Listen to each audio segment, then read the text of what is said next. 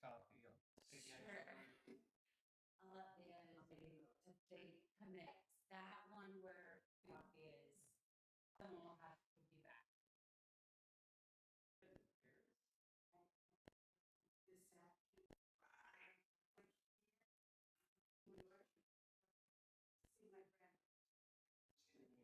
Yeah. Going. Good. Yeah. Coffee back here. You want some? Okay. Coffee, I can take you back. Come on back. Tell you this thing, but in order to get in.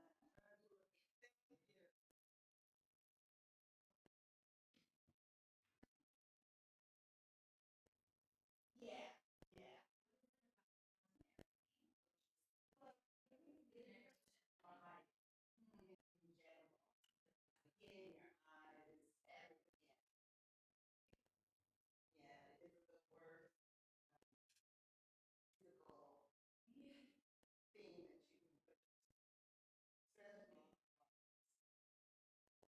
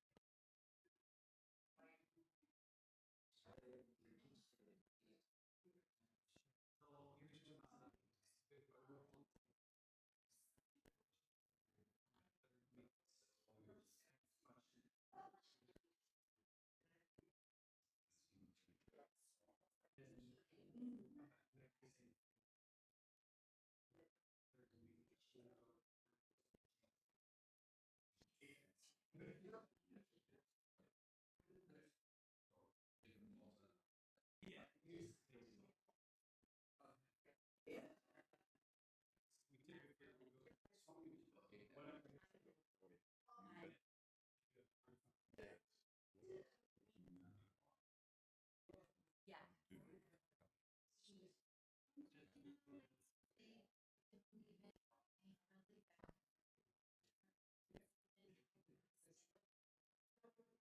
Everyone's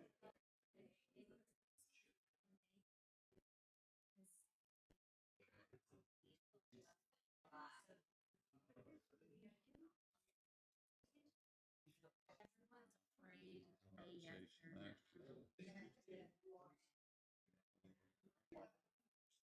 Right.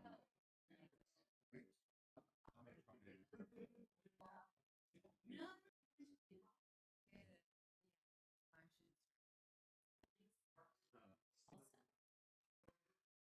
He's out of your ear. Just know conversation.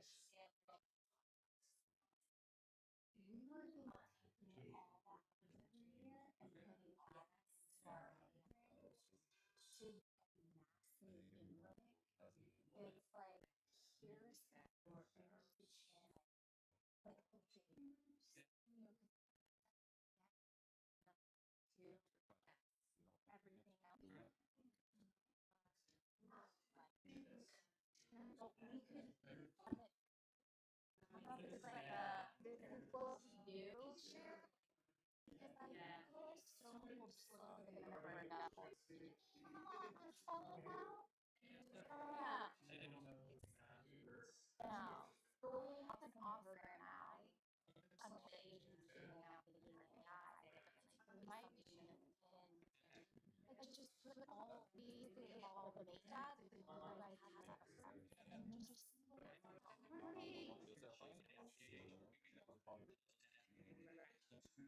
Right. Even better. Even better.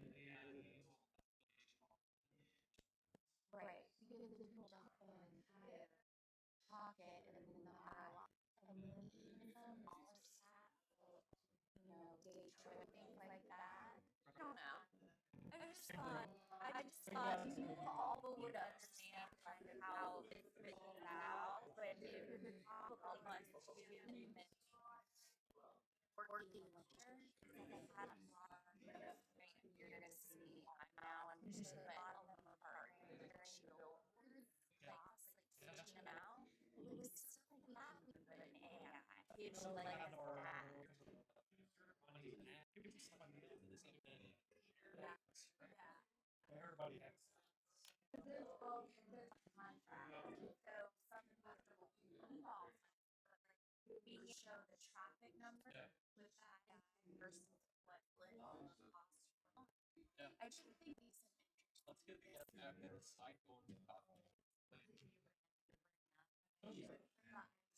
hey, how are you guys?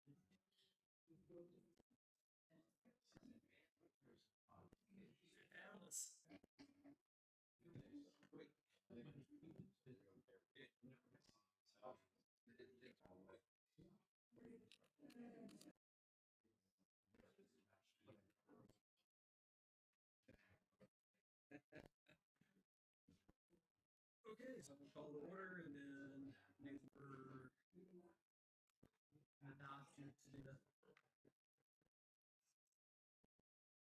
Then we'll get, I don't know if comments tonight. And we'll need to those two in. Yeah.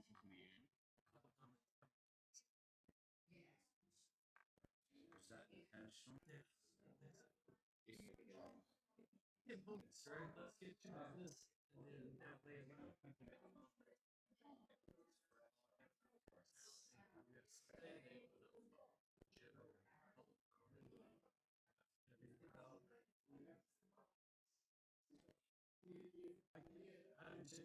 Otherwise, you sit here and you have some of these meetings, 15 people sign up for this.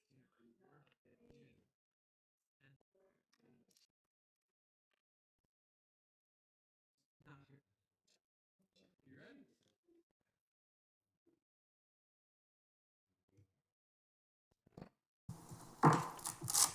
Good morning, everybody. I'd like to call this meeting to order. Today's date is October 17th, 2024, and today we begin the presentation portion of the applicants for this year's cycle of the accommodation tax. There was an agenda that was posted. This is a revised agenda, as you can see. If you need a copy of it, it is sitting on the back of the table. Basically, today's agenda is we're going to go through each of the applicants or the first half of them today. Did everybody have a chance to receive the agenda for today? Does anybody have any questions on that? Seeing none, look for a motion to approve today's agenda. Have a motion and a second. Thank you very much. All in favor signify by raising your right hand, please. Good morning. We're a little bit ahead of schedule. As you can see today, our first applicant is scheduled to start at 9:10, but I see that she is in the house today, and if she's ready, we will go ahead and get started unless there's anything else we need to address beforehand. Okay. We're off to a good start. First up will be Low Country Gullah. If you don't mind, when you come up to the podium today, please introduce yourself, your title, and we're excited about today's hearings. This is our favorite part, believe it or not. It's the longest day, but this is where we get to the brass tacks and start hearing about the wonderful work each of you do. So good morning and welcome. Good morning, and good morning to everyone on the committee. I'm very excited to be here. My name is Luana Graves Sellers, and I'm the founder of Low Country Gullah. And so before I even start, I decided to do something a little different this year. I know you're going to see a lot of stats and information, which I'm also going to give you, but I'm going to show you how Low Country Gullah is uniquely different. Because we focus on heritage tourism and the Gullah culture. And so why should we highlight the Gullah culture? There are so many people in the United States who are striving to learn about themselves in what I call the ancestry.com world that we're in.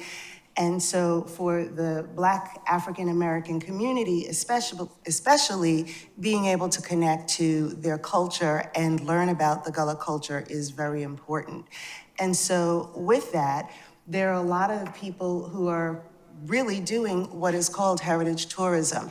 And it kind of has three names: heritage tourism, cultural tourism, and genealogy tourism. But it is the fastest growing travel market in the country. And each of them have unique differences, but they have a lot of similarities as well. And so when it comes to all leisure travelers, 72 million, or 36% of them, are looking for heritage tourism destinations. And that's exactly what we have here. The international visitors, same thing. 20% are looking for historic locations, and 11% are looking for cultural or ethnic heritage sites. And so when we have the assets on our island, we can deliver all of those. We have Mitchellville, the Heritage Library, the Gullah Museum, the Gullah Celebration, and we even have a plantation in the ruins of a plantation in Sea Pines. So we're delivering exactly what all of those tourists are looking for. And so that's what Low Country Gullah does. We focus on the culture, and we focus on delivering not only information about the culture, but delivering that heritage tourism and the information that they're looking for. So we're a non-traditional cultural influencer. We promote and market Hilton Head in addition to the Gullah culture, and we connect tourists and potential visitors by uniquely telling Hilton Head's incredible historic and cultural story. So how do we do that? We reach them verbally and visually through education, through engagement, topical relevance, information, and entertainment. And so this is just a list of all of the different ways that we influence people. As a cultural influencer, promoter of cultural tourism, as a Gullah storyteller, as an educational resource, and an ancestral cultural connector through the website, through social media, through our podcast, through documentaries and events, as well as speaking opportunities. We're delivering all of those different aspects. And so the way that we do it is uniquely reaching people exactly where they are. We have a podcast, we do documentaries, we do short form videos, and we also have the website. And so we are targeting people the way that they want to receive information. And so in an effort to show you some samples of how we do it, this is see, it didn't work.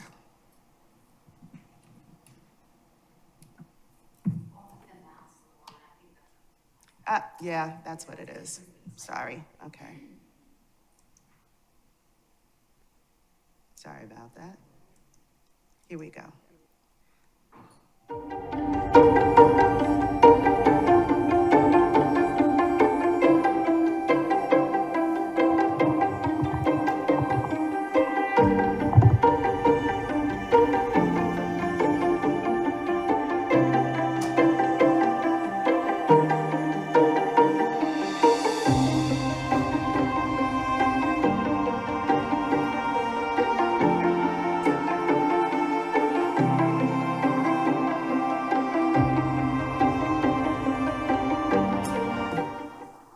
Barb is here from the Heritage Library with a special guest, a celebrity in our midst. Absolutely. And it's not the canon, although that is a celebrity too. But I'm so excited to chat with you today. Can you do introductions? Absolutely. This is Luana Graves Sellers. First of all, she's my friend, and I am so grateful for that. She's also on the board of the Heritage Library. She is also the Low Country Gullah and Low Country Gullah Foundation. Correct. So her roots run deep, and her story and the stories that she's telling are just so powerful And you are so good. You're an entrepreneur, you're a journalist, you have a documentary that is now on PBS. I mean, And she does it all. award-winning. And award-winning. And award-winning. Yeah. Exactly. So share with us a little bit about why you're here today, local heritage, local history, and your involvement. Well, I can't not tell my story without telling the Hilton Head story. Okay. And I have discovered that not only do my roots on this island run very deep back to the Civil War, I have an ancestor, his name was Caesar Ravenel, who fought in the U.S. Colored Troops. Oh, wow. And so he walked these grounds. He may have been here with this cannon or at Mitchellville. It makes it real. It makes history It totally real. makes it real. It's something tangible Yes. that I can touch Yes. and I can pick up the dirt, and I know that it's something that is part of my family's legacy, and it makes me proud. And so that's why I'm telling the stories that I'm telling. So that's just an example of how we're telling the story. And of course, with the different partners that are on the island, we're collaborating with those partners, and we're showing exactly how, in a tangible way, we are reaching people and telling our story. So the website has been doing very well. It has over 300,000 visitors a year, about 25,000 monthly, and on search engine searches and views, we're reaching about 20,000 people a year. And so we have an international audience. These are the top 10 countries that we reach, and we also have a domestic audience, and these are the top 10 states that we're reaching. And so what is also great about the website is that we also have a great driving market reach. So these are the top 4 states where that are surrounding us that we have a great concentration through the website. And you can see through those states, these are the top 10 cities in those states that we are reaching people who are coming to our website. And so you probably ask, so how is the website specifically focused on Hilton Head? Well, we have specific pages that are focused on Hilton Head. We have a series, The First Families of Hilton Head, and you can see all of the different, the list is all different websites, pages within the website where you can actually see how many people are going to the Hilton Head focused pages, as well as we have a specific page about your first time coming to Hilton Head. If you're looking for a place to stay, there's a link on there. As you can see on the bottom, all of the different cultural assets that are here, and you will be seeing, throughout the next couple of days that you're doing this, they're also on there too. So there are links that drive people from our website directly to other assets on the island that are collaborators with us. And so the other way that we really reach people in a strong way is through our social media platforms. Right now, we have over 42,000 people who follow us on social media. Facebook is our strongest, then Instagram on down. And so people are engaged, people are interested in the culture and the information that they can get. And just to give you some specifics on impressions and people reached, the information and the links that we're putting out there on our stories, on our culture, on our partners, people are responding and sharing and enjoying the content. And so this is just a quick screenshot. Since July, the boxes are individual videos that have been posted on social media. So one video alone, if you look at the bottom, maybe right corner for you, 378,000 people have watched that video. Combined of all of those little circles, that's 929,000 people that have viewed those videos. I mean, that's a powerful way of connecting with people through information and culture. We also have a YouTube channel. Right now we have 1,275 subscribers, and so far we have had over 338,000 views. So you might want to know, we're doing documentaries. How are we telling the stories? So this is one of the documentaries that have been done on the Colored Troops and is one of the award-winning features that we have. I keep forgetting to use the mouse.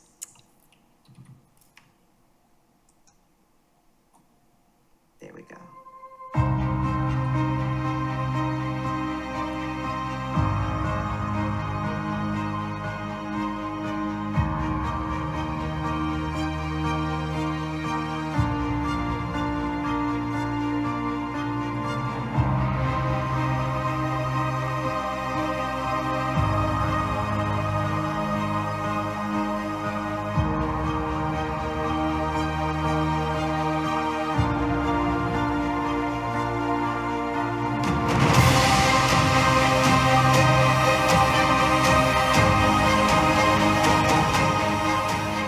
The U.S. Colored Troop story is often left untold, yet it's a complicated and incredible part of American history. It's a tale that deserves to be told based upon truth. It also can't be told unless it begins with the cultural disconnection that came from enslavement and a fierce determination for them to survive. Elements of that story must include an unwavering perseverance towards a purpose that was coupled with a voracious loyalty to a nation in turmoil. And after all of that, ultimately, the individual stories of those who risked their lives to serve, served with pride, and a strong desire to establish lives as new citizens with generational traditions and legacies.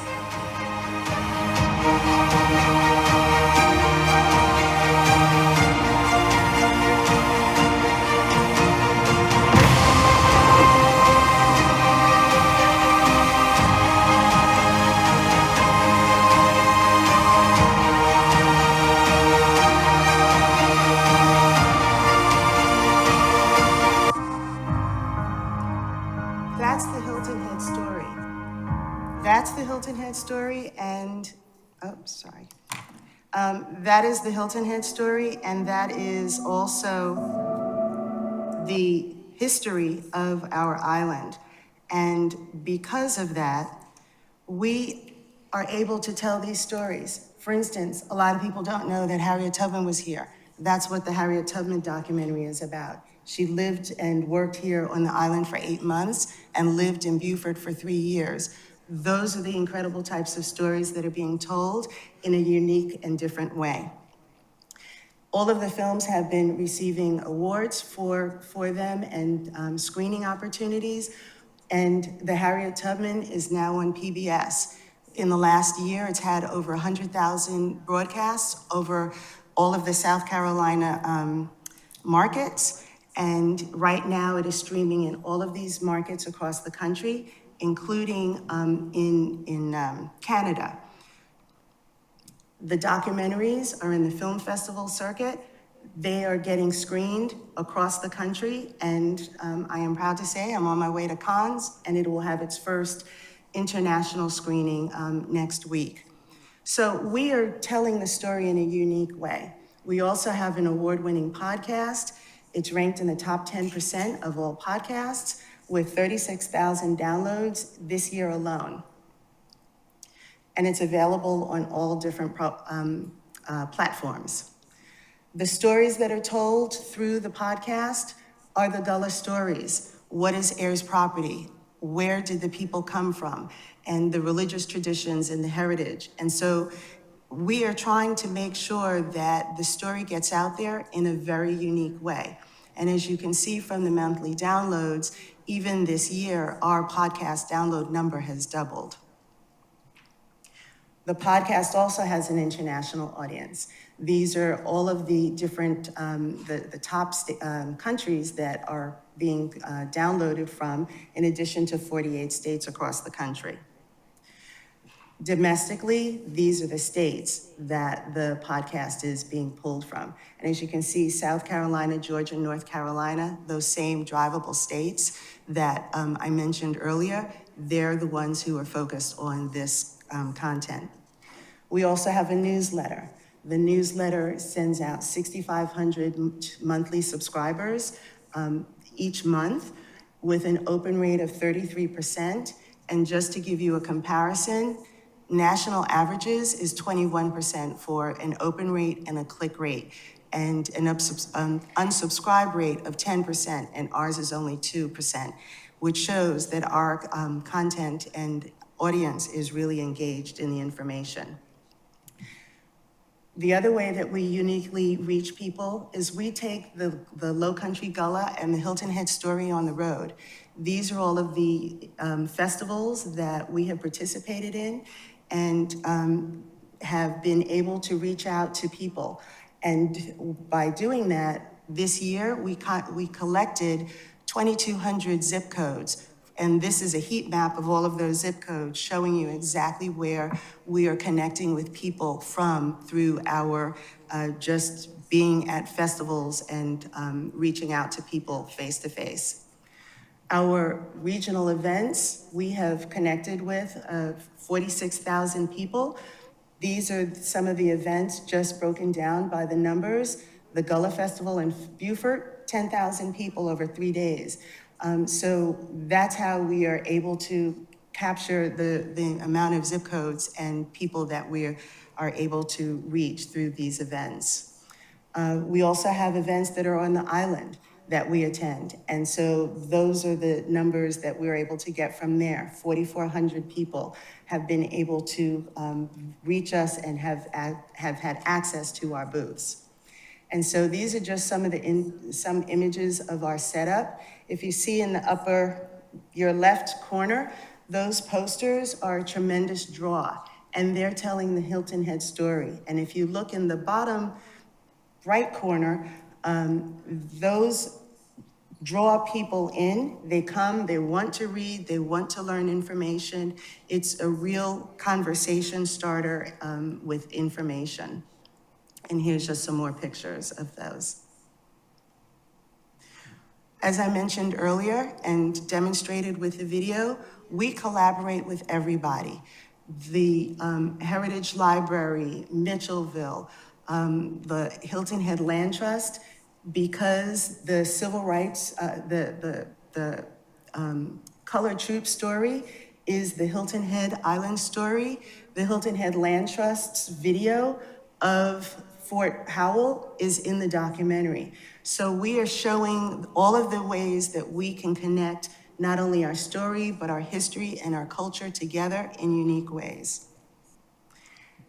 The heritage tourist is a valuable and targeted category that's looking for Hilton Head's cultural assets and Low Country Gullah delivers them in a very unique way. We are an enhancer, we are a driver, and we are a cultural tourism advisor. I can't tell you how often I get questions from people. I want to come to Hilton Head. Where do I need to go? Where should I stay? What should I eat? What should I do? And so in addition to answering those kind of questions, we've even helped not sponsor, but host family reunions who've come here and connected them to the Gullah Museum, to the Gullah tours, as well as help them find hotel stays. So we have been able to take everything that we do and literally be that connector to people who are searching for our information. And just as a final thing, these are just a screenshot of different people who have said, this is what I want to do, this is where I want to go, just to reinforce what I was just saying. So with that, if you have any questions, I'll be happy to answer them. Very much. Any questions from the committee? Yes, sir. What you do is very powerful, and thank you for doing that. Thank you. I think that the outreach you have clearly brings people into Hilton Head Island. Is there any way to begin to track some of that physical visits to the partners that you work with? It's a hard thing for a website to track. Of course, you know, we're bridging that connection to them.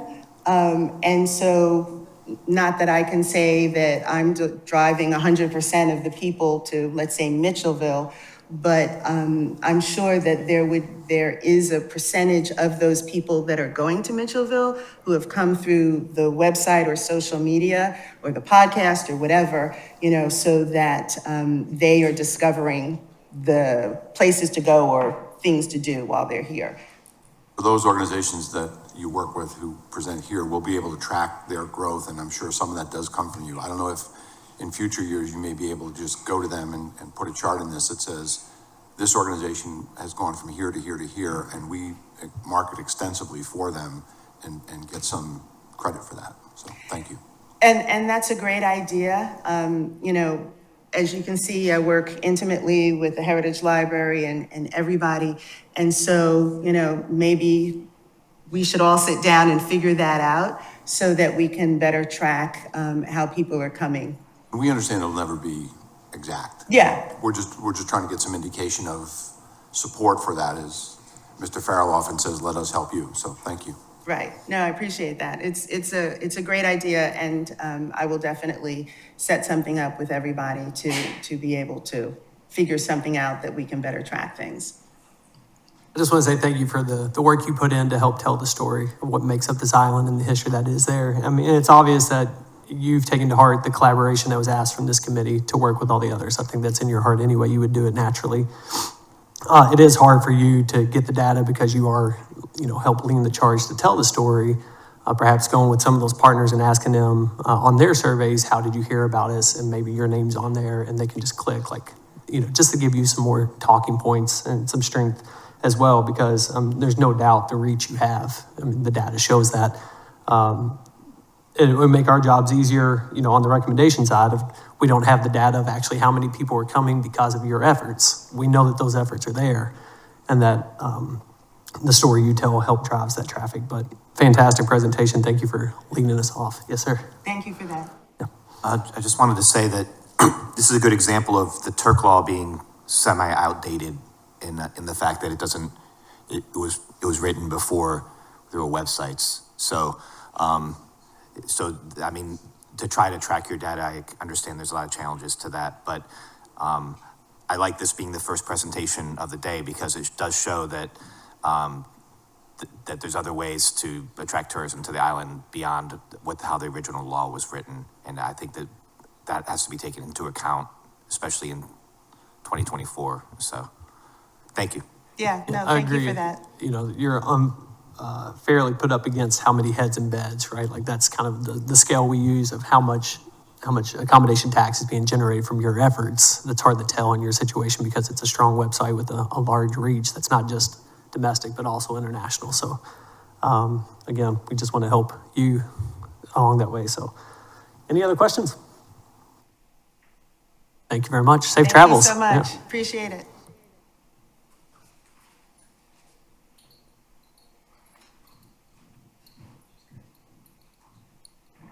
All right, 4 minutes ahead of schedule here. It's a good start, folks. And next on the list is going to be Hilton Head Concourse d'Elegance.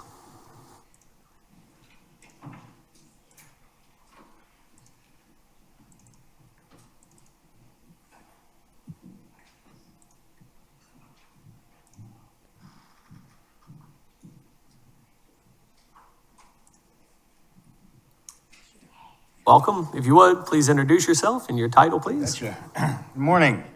My name is Bob Lee. I'm the treasurer for the Board of Trustees at the Hilton Head Island Concours d'Elegance. I do want to introduce two other people in our audience there. Chris Brewer right here. He's in his first year as our president. So he's under the gun right now because our event is in 2 weeks. And then also I've got Kelly Smith back here who manages our communications and marketing.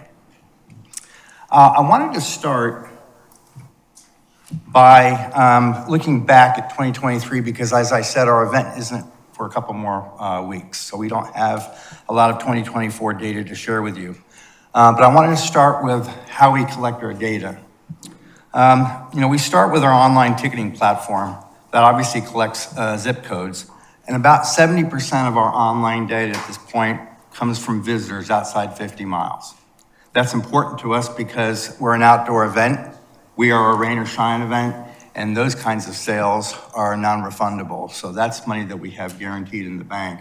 Versus if we have bad weather, the people that just show up and buy a ticket at the gate wouldn't come. We also record zip codes at all of our points of entry on the show field. We have scanners, everything is QR coded, and we collect all that zip codes for everybody coming in. We do a survey during the festival that is designed and administered by the hospitality group at USCB. We have post-event surveys that we e-blast to everyone on our e-blast list, about 40,000 registered recipients. And then we also conduct post-event surveys of our key stakeholders, sponsors, exhibitors, judges, and guests. So we have varying ways that we try to collect this data. As you can see there, our attendance last year was a little under 20,000. That generated economic impact of 12.3 million, and that came from 17,550 room nights and room revenues of 4.7 million. Our visitor numbers out of that 20,000 totaled 9,712, with an average length of stay of 4.5 days. This year, ATAX has blessed us with $385,000 in grants. So that, if you look at that and look at the grant per visitor, we're getting just under $40 of ATAX dollars per visitor that's created. Also talk a little bit about our influencer program. Last year was the first real big year that we used influencers. And right here, this is just an example of some of the kinds of social media influencing that we use. Of note is that a lot of our influencers are not necessarily automotive driven. Our event, because of the changing industry and environment with automobiles, is got to change with it. And so our event has progressed from strictly an automotive event to more of a lifestyle event. And so a lot of the social media that we do is lifestyle based. When we do that, we obviously try to market all of the aspects of Hilton Head Island. We're a community of 40,000 people, but it grows to millions during the year because of our tourists. And that's the sort of thing that motivates a lot of our sponsors. A lot of our sponsors have nothing to do with automobiles, but are interested in the other aspects that Hilton Head has to offer. So a lot of our marketing is bringing all the other aspects of Hilton Head in. And then a little bit about our conversions. This is just an example of a fellow by the name of Ed Bolian. He's a major automotive influencer and YouTuber. He's best known as the guy that broke the Cannonball Run Challenge record back in 2013. And he has a very large following of automobile enthusiasts. The graph there kind of shows what happens with our social media influence during our event, there in red, and then within 3 weeks after the event. There's continuing postings during the event to try to bring that last minute crowd in, but also what happens after that with the other aspects of Hilton Head Island. That's important for us because it helps set the stage for the next year that we have, but it's also continuing to market all the other aspects of Hilton Head. And then a little bit of our year-over-year comparisons. Organic reach increased over 400%. Content interactions were up 8,000. A 10% increase in our registered followers. Conversions of over 600%. Only 5% of these results came from people that were located in Hilton Head and Bluffton. All that other stuff came beyond that, beyond 50 miles, which is obviously very important both to us and the town of Hilton Head. The other thing of note is that one of our objectives is to reach a younger audience. And the kind of influencing that we bring in is attempting to do that. And so what you see there, 60% of our followers are now between the ages of 35 and 64. So that's the generation that is visiting, that wants to move someplace, that is buying a home, the kind of visitors that we're all looking for to get a return on our investment. And then never just the car. So as I said, we are attempting to market everything that Hilton Head has to offer. And this is just an example here of that Hilton Head Island page on our website. We introduce a lot of the other things in Hilton Head, including hotels, dining, shopping, and activities, because that's obviously a major draw for people coming to our event as well. Talk a little bit about this year's event. We're starting out on Thursday night. We're working with the Grand Motoring Film Festival, which is working at the Art Center of Coastal Carolina. On Friday, our driving tour of 50 classic cars is going to start out in Hilton Head and drive over to Paris Island, where they're having lunch. Our Flights and Fancy Gala at the Hilton Head Island Airport on Friday evening. Flights and Fancy will feature 34 planes and vehicles with similar vintage. It's a great way to showcase the airport and also bring in that other motoring crowd, which are the airplanes. Saturday, we have our Car Club Showcase and the Rolls-Royce Owners Club National Mini Meet at Port Royal Golf Club. The Aero Expo at the Hilton Head Island Airport with our Judges Dinner at the Westin, and our Pinnacle Society Donors Oyster Roast at the Boathouse. We will exhibit a total of 286 vehicles, boats, and planes on Saturday, and another 71 vehicles participating in our club meets. Then on Sunday, we have the Concord D'Elegance at the Port Royal Golf Club. On that day, we will exhibit another 233 vehicles and boats, including 205 Concord quality vehicles. So for the weekend, you're trying to measure numbers here, we will exhibit 562 unique entrants representing owners from 21 states. 70% of our entrants are from outside of Beaufort and Jasper and Chatham counties.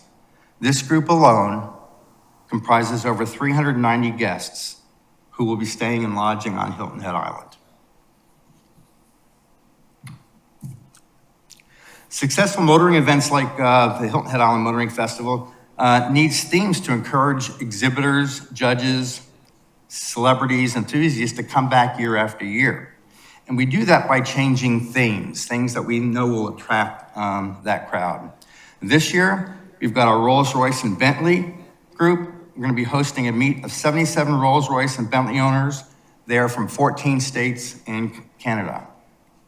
Also, the Packard's 125th anniversary, hosting 10 exhibitors from 10 states. We have our 70th anniversary of the Mercedes-Benz 300 SL, hosting a handful of the earliest built 300 SLs from 1954. Part of that is we're including creation of 5 videos from that event, and one of those videos actually stars Jay Leno at his private garage in California. We also have pop culture cars of the 50s and 60s. We are showcasing a number of American-built automobiles, and if any of you goes back that far, and I don't think you do, but you're probably seen it or maybe seen it in the movies or whatever, they're known for their bright colors, big horsepower, and comfortable cruising. And then we have our Italian GTs, cars from the 60s and 70s, where we'll be showcasing 16 of Italy's finest Ferraris and Italian Grand Touring cars. Successful events like this also include a number of celebrities, and we're going to have more celebrities this year than I think we've ever had in our history. We're going to start out with John Oates. You probably remember Hall & Oates, that musical duo, best-selling musical duo. He'll be attending Friday through Sunday, and he'll actually be singing the national anthem at our event on Sunday. Alex Kinsey, who's the winner of X Factor USA, will perform 2 concerts, one on Friday night's Fights and Fancy, and then again on Saturday at the airport. Frankie Muniz, he's an internationally known television and movie star and NASCAR driver with Ford Performance. Frankie's doing pre-event advertising for us on his social media channels, which total about 200 followers, 2 million followers. And we'll also be on stage Friday night and providing meet and greet opportunities during our event. And then our judging panel, which is extremely important to us. They'll consist of major movers and shakers in the automotive industry, including the Vice President of Design for General Motors and Stellantis, as well as a number of retired executives and designers from Ford, Mazda, Nissan, and others. Names include Michael Simcoe, Ralph Shields, Maury Callum, Kelly Slank, Kip Wasenko, and Bobby Rahal. Every one of those guys has been here before. In fact, most of them have been here multiple years. They like this event. I want to talk a little bit about our charitable fund because the charitable aspects of our fund are important to our sponsors. So we have to have a nice charitable platform to get them interested in coming, and it's something that they'd like to get interested in. We do scholarships for students involving mobility industries, including a number of scholarships to local students. Community grants to local NPOs, providing volunteer support for our event. We average about 450 volunteers a year to put this event on, and a significant number of those are volunteers that those NPOs lend us for the weekend. And then this year we have our family fun zone with children. Coupled with free admission for children, we strive to make our event more family. Once again, broadening that demographic and trying to get a younger demo to come to our event. And our mission and goals this year and going forward. Like I said, broadening our visitor demographics, age is one of those things. We're also trying to expand into minority communities and female consumers. Expand our reach with exhibitors, judges, and automotive and lifestyle celebrities. This will impact our ability to broaden our visitor demographics and also our automotive and lifestyle sponsor engagements, as we're out there actually doing something more than promoting just automobiles. And then continued recognition as the top 3 Concours festival in the country. There are, on average, 50, 55, 60 concours in the country, and we're at the top of that list. Listen, I really appreciate your time and listening to the presentation. We also appreciate the history of all the support that we've gotten from ATAX. It's been very, very important to us. Our entire marketing budget depends on ATAX. And so we're trying to progress, we're trying to change with the industry, and we hope that the ATAX committee will recommend us to do that. Thank you. Thank you very much. I'll open it up to the committee for questions. I'll start us off here. Just going through your packet, do you have any budgetary numbers for 2025 anticipation of? Because we're still in 2024, but we do have starts.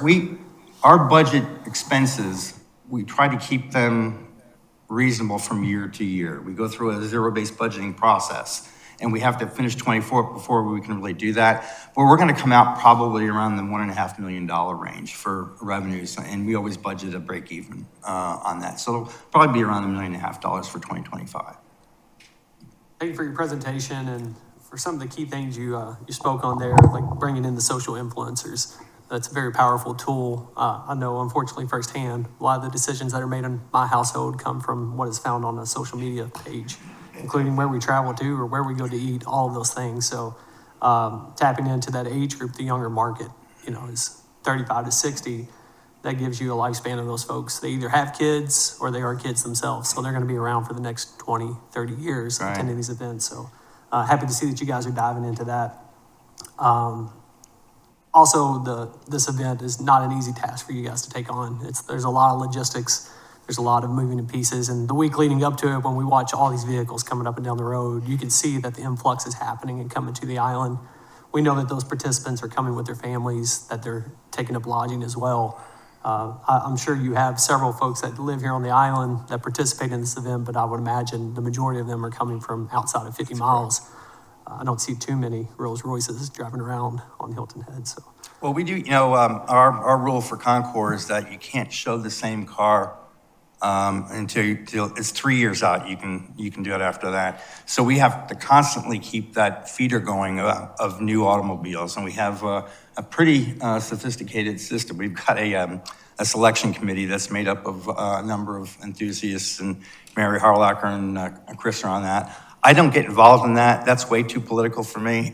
That's where most of the arguments are in the organization. But they're constantly going out there and looking for those new vehicles. And as I said, 70% of our exhibitors do come from outside of 50 miles. Congratulations on your continued successes, and this being, again, one of the top 3 events in the country, puts a spotlight in that industry and that market of what Hilton Head is and what it hosts. Thank you for that. Yes, sir. I was just going to echo that. I think that the work that you guys have done to try to evolve continuously is very important to do. And I think that for a community of 40,000 people to have a top 3 in the nation event, which attracts a lot of people who come here and spend 4 or 5 nights on the island, is fantastic. Thank you. Thank you. And a lot of that is because of all the other attractions that Hilton Head brings to it, And that content that comes from the event, that's huge. Yeah. It kind of plants the seed for next year. It kind of wraps up the previous event and kind of, gets people excited about, oh, I missed that event. I've got to go next year, those kinds of things. So any other questions for the committee? As a comment, I wanted to thank you for your calculations about the 70% and then the 40% ROI. Those are good numbers, and that helps us because we're anxious to help. You bet. Thank you. Yeah. And Chris, welcome. Good luck. Yeah, good luck on your event coming up in a couple of weeks. So we'll be hoping for the best of weather for you, for sure. That always helps. Well, we either need the best of weather or we need a washout, because I'll buy rain insurance. But we need to have a quarter inch. No slow drizzles, please. We hope you get the sunshine. So Same here. All right. Thank you very Cheers. much. Thank you very much. Appreciate it. All right. Next on the list is the Heritage Library Foundation. Good morning. Ms. Smith, get you set up, and you can take it from there. You want to do slide mode, or I guess this we can do.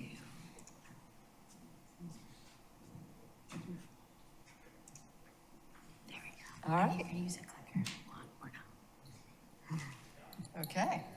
Good morning. Nice to see you. Good morning. I'm Barbara Catanese, and I am the Executive Director at the Heritage Library. Thanks very much for the invite. We love applying for these funds, and we love coming in to talk to you. If you don't know the Heritage Library, we are a premier history and ancestry research center on Hilton Head. We are the repository for Hilton Head history. Folks who want to know about Hilton Head history, come and see us. We are also an ancestry research center. We were named by USA Today as one of the top 10 places in the world to find your roots. And yes, our visitors come from all over to do just that.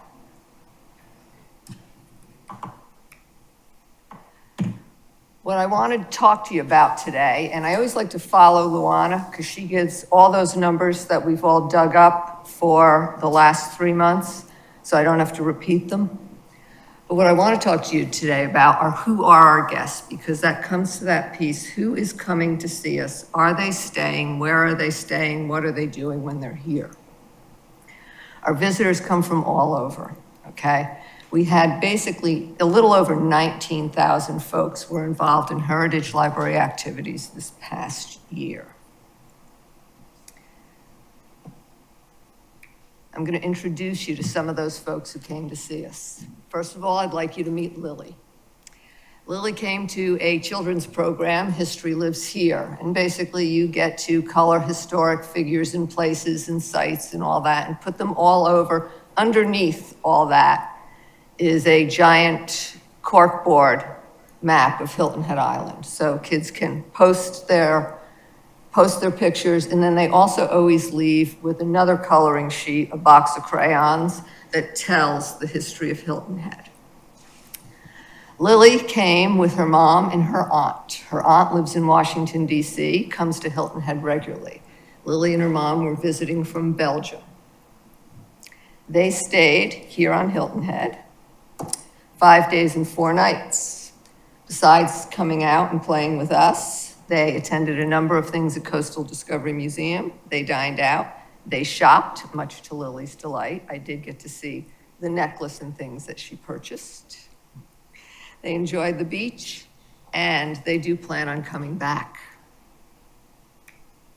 I'd like you to meet the Albrights. This family's been coming to the island for a number of years. I've known them now for 4 years. The first time I met them, I happened to be cleaning up at Zion Cemetery, and they were here and answered some questions about the cemetery for them. I've now seen them for 4 years. They come to our tours, they go to our programs, they kayak, they shop, they dine, they rent bikes. They also have, every other year, additional family join them. They rent a house for 2 weeks every single year. When they do have those every other years, then they rent 2 houses, and there's usually somewhere around 18 people, and they do that for 2 weeks. I'd like you to meet the Greens, Grays, and the Christosons. This was an incredible group. Adrian Green comes into the library fairly regularly. He lives in Savannah, and he comes in to do family ancestry research. His best friend, who is right there in the middle, they've been friends since college,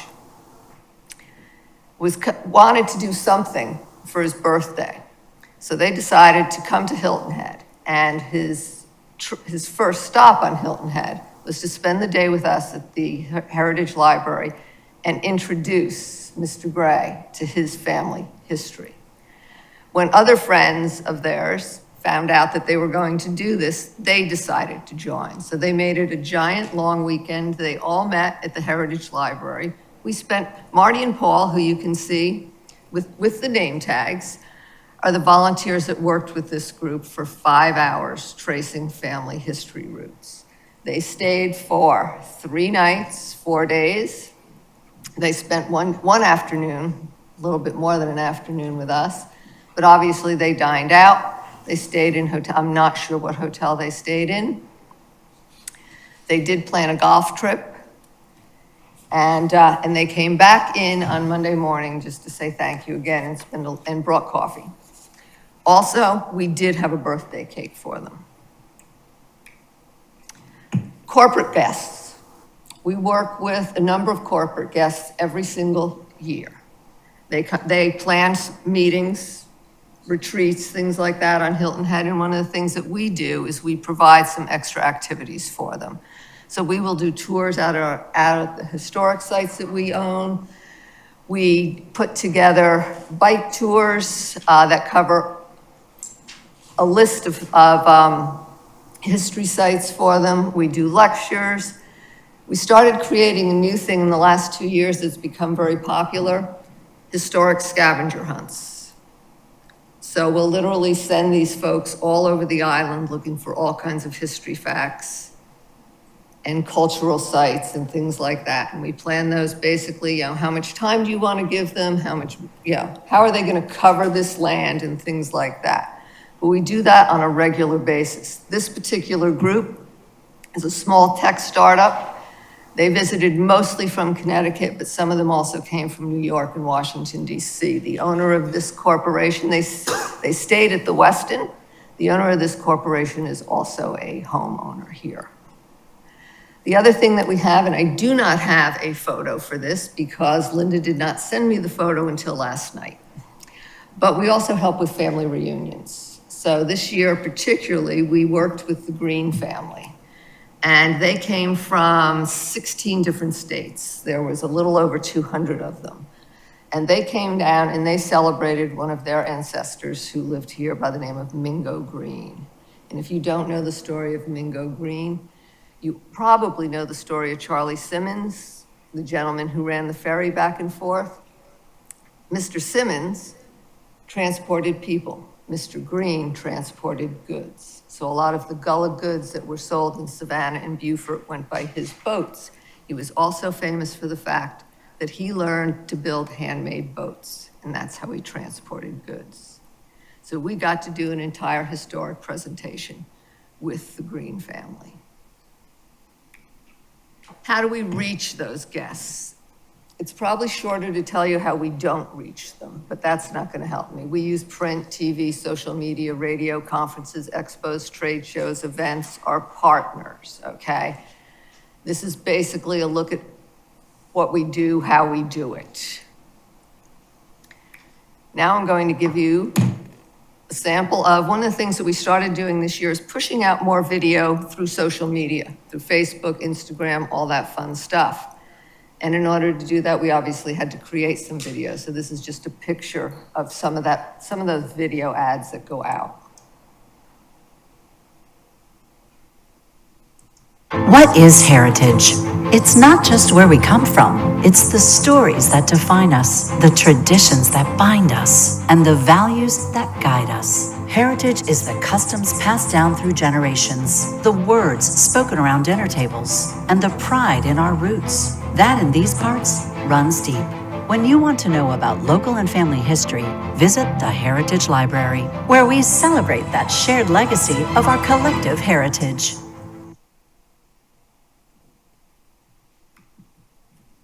Questions? Thank you very much. Questions from the committee? I'm just going to go back for a second to Sure. physical visitors. Do we have any data that speaks to that? I think that the think- outreach that you do and the work that you do is incredibly Physical valuable. visitors that we actually see at our events, okay? Events, tours, those visitors that we see there are just, I think the application said, and I can look it up in a minute. There's I think, 12,300. yeah. 12,328, I think. And But I didn't that's see any validation for, I saw the number. I didn't see any. Is that through surveys or is that? that is basic, that is zip code and QR counts. That is basic, those are the numbers that we can count, okay? And like I said, when we see that, okay? And I think one of the hard parts when we do QR codes and we do zip codes for registrations, things like that, and we see it a lot, is we see 4 tickets bought for a tour. And then what we find out is that grandma who lives on Hilton Head bought those tickets, but with her are 3 grandchildren that came from somewhere else in the country. But the only thing I can count those 4 visitors, but I have to count them as a local because that's the registration that I have. So if it's 4 tickets to, with a zip code of 29928, then those go into that residential piece, not that visitor or tourist number.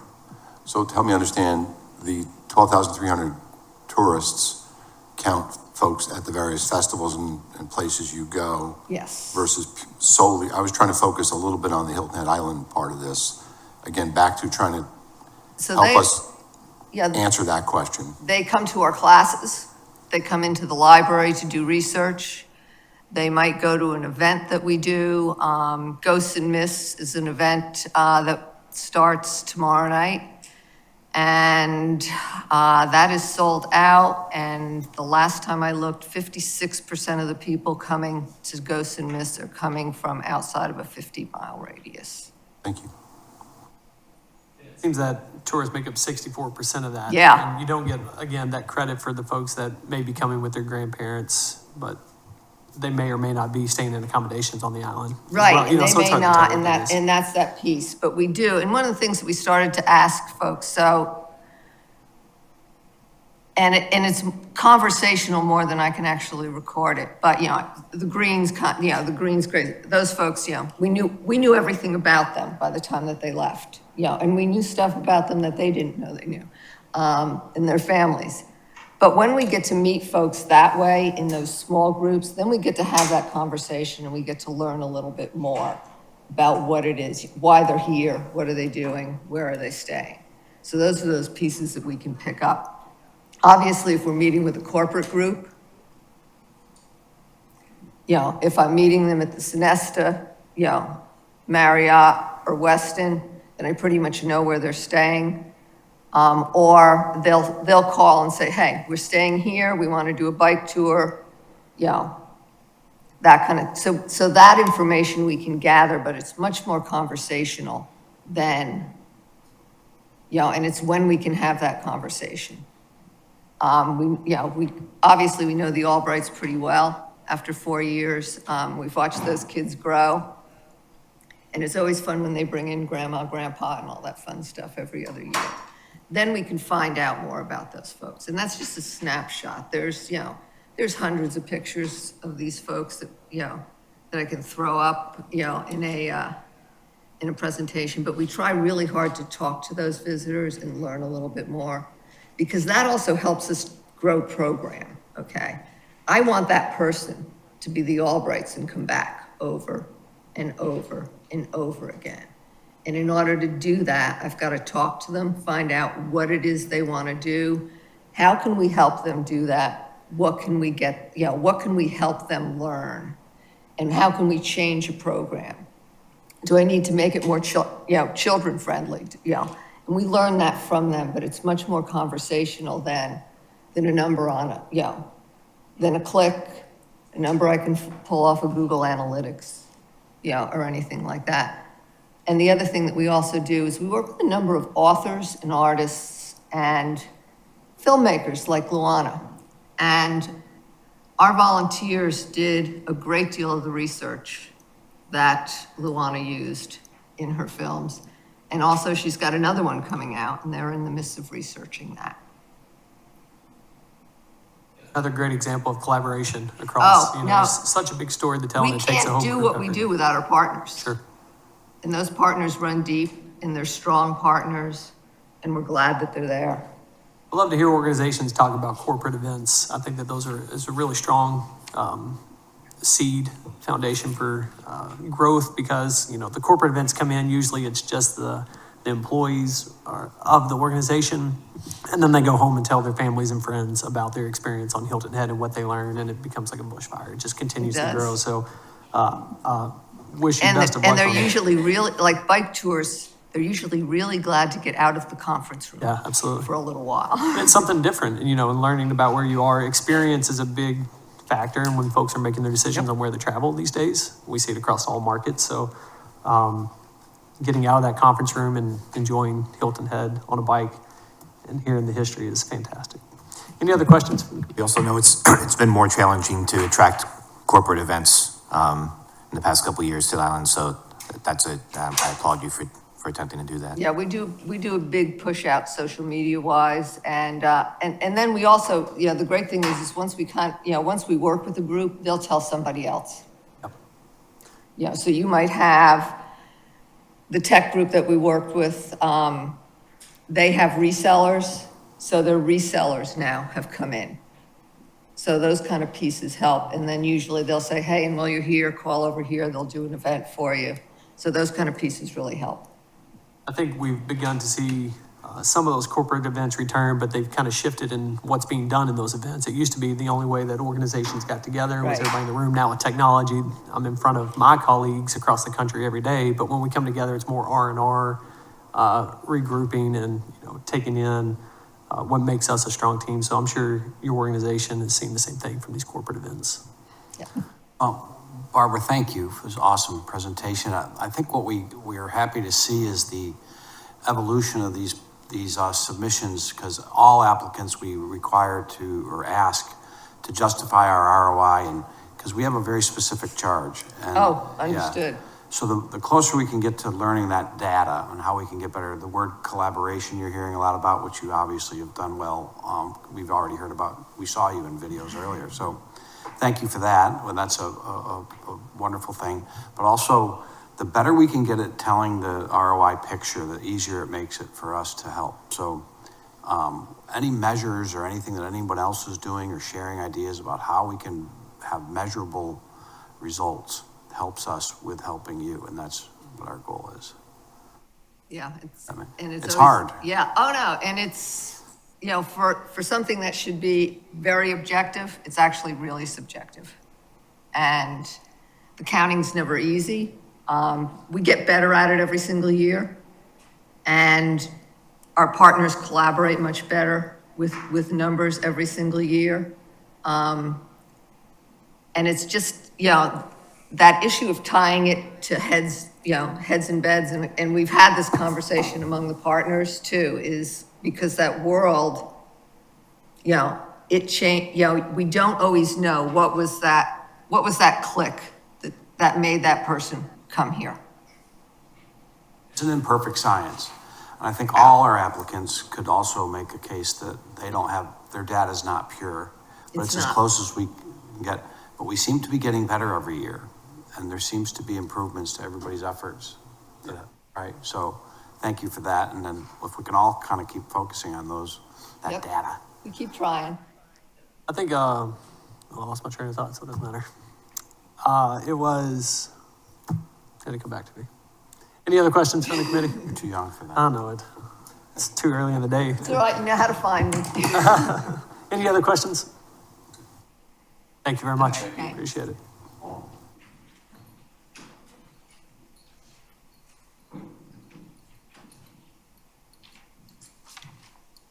Okay, next on the list is the Golem Museum of Hilton Head Island. How do we advance? I'll show you. Okay. So here's your slide, and I'm going to put you in slideshow mode. Okay. So it's just an enter through, and you can also use arrows. And if you prefer, you can also use the clicker. I do remember what I was going to say. You Throwing need out there. to go backwards. The reason, I mean, folks make a decision to come to Hilton Head, there's a lot of reasons. They have an agenda of multiple things to do. And really our biggest measuring stick is the occupancy rate of the hotels and the villas. You know, if we see that those are at 90%, we know that they're doing things within the community. We still have a very strong occupancy rate, so. Good morning. Good morning, gentlemen. It was a little cooler than normal when I got up this morning. Good to see you. My name is Meldon Hollis, and I am the vice chair of the board of the Golem Museum of Hilton Head Island. I have a slideshow to provide to you, but as I've been sitting thinking about the Golem Museum, there are a couple of thoughts I'd just like to offer you before we get into the slideshow. Other than being the vice chair of this board, I also teach African American history at the University of South Carolina here. And for anyone who has a background in African American history, the events that took place on Hilton Head Island and in Beaufort are probably the most interesting and amazing parts of the African American experience in this country, and it had a significant critical influence on the African American interaction and history in this country going forward. I first heard about the Port Royal experiment 50 years ago in a history class and haven't been able to turn it loose since then. But if you understand what Mitchellville meant in terms of the way Abraham Lincoln reacted and thought about advancing African American presence in this country, and the first African, first colored infantry troop being on this island in Penn Center, and how that all comes together. It's a story that this country is just beginning to learn, and people are beginning, and I can tell you as someone who's teaching history, more and more people are becoming interested. So just start with the first thing. They've just opened the International African American Museum, And you really have to get reservations weeks ahead of time to bring a group to that museum because of the people who are coming through. When you walk into the museum, the first display you come to is a big wall that talks about Gullah history. And it makes reference to what happened in this area. And so thousands of people are learning for the first time about what went on in this area. And there's beginning to be more and more interest in it. I have just returned from Charleston, where we met with the African American Tourism Association. They're talking about marketing Charleston and the significant things that happened in Charleston. I take from time to time a narrated African American history tour to Charleston from this area because there's so many things in the Charleston area. But interestingly enough, at that meeting, as we talked about what is going on in this area, my compatriots, the folks that I'm working with are thinking about Charleston people or people who are coming to Charleston now coming to this area, putting together St. Helena's Island and the experience on this island, particularly those interests in Mitchellville and Penn Center and our museum. So I just wanted to get those thoughts to let you know that there's growth and interest going on, and cultural tourism is beginning, I think, to grow. I know that my friends, when they come to this area, want to know where they can go to touch something about the Gullah culture. So let me start with the Gullah Museum. We could spend our time talking about the number of people who come and how many heads they put on the beds, but I can tell you that in this year, what we have spent our time doing is building the infrastructure of the museum so that people who come and visit the museum and people who come to the island have a better experience that they've had in the past. And that basically we have been shut down for much of this year while we've done renovations. And I think I'll have some good reports to let you know where we are on our renovations and our readiness going forward. This is, let me just work this.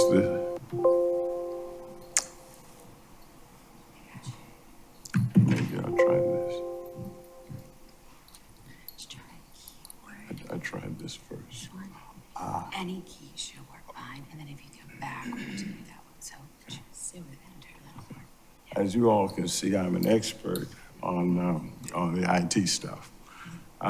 This is the Blue House. That is the last Gullah-built house, Gullah-built structure on this island. And it sits at our location. This is what it looked like before it was put back together. So the purpose of the Gullah Museum is to expose people to the history, the culture, the language, and the music of the Hilton Head Gullah community. The Gullah people have been on this island for 300 years. And at one point, of course, they made up 90% of the population and now make up less than 6% of the population. But their cultural traditions, their history may disappear if we don't make some effort to preserve it. This effort is led by our executive director, Ms. Louise Miller Cohen, who is here in the office. That's our executive director. She is, one of the interesting things about it is last year, she was invited to Charleston to be given an award for her work in preserving Gullah culture. And I think yesterday, what was the organization you opened up with? Crescendo, yeah, did the welcome address. So she did the welcome address yesterday for Crescendo. And I have seen, interestingly enough, literature about the Gullah culture in Charleston, and you would think she lived in Charleston because her picture and her face is what is used. And so she has a presence that I want you to think about as being not just at the location where we operate, because there's so many activities that take place on this island, and they ask the Gullah Museum to back them up and participate, and we spend a lot of time doing that. This is the little house. Again, you can see in the bottom what it looked like before we began. This is what it looks like now, and this is what it looks like on the inside. We are just about at the point where we can begin bringing people back through the little house as it stands now. This is the migrant houses. We had migrant houses in our location. This is what this would have looked like just a little over a year ago. This is what the migrant houses look like now. So you can see, we put a lot of effort into preparing the site so that now that we're focusing on marketing and people are beginning to come, we want them to have a completely different experience that they had than they had 2 years ago. This is the trailer. There are only 2 trailers like this in the United States. This was brought across the bridge when her aunt's house burned down. The inside of it was converted. It used the skills of the Gullah community. This is what the inside of that trailer looks like now. It's available for people to visit. And we have added one other thing. Because there are only 2 trailers like this left in the country, we discovered that we had a problem with the top, so water was getting through and moisture was getting into the trailer. We have now built a canopy over that to protect it from the rain and the weather. It is now going to be available for people who visit our site. This is what we've done. Even though we have not had the museum operating, we have carried out the 4 festivals that we normally do. One of those is the Gullah Oyster Roast, which we do in March. Then there's the Heritage Festival that we do in July, usually at the same time that there's a crowd on the island for the July 4th activities. We do a Gullah enrichment camp for the children on the island. We bring them to our site during the summer, and we introduce them to basket weaving. We show them what kind of plants were grown in the gardens. It's an educational process for the youngsters. We teach them about the fishing, crabbing, and other things that are part of the Gullah culture. We do that every summer. Then we have a Christmas party. I'm kind of proud of this Christmas party. I'd like to tell you what we do with this.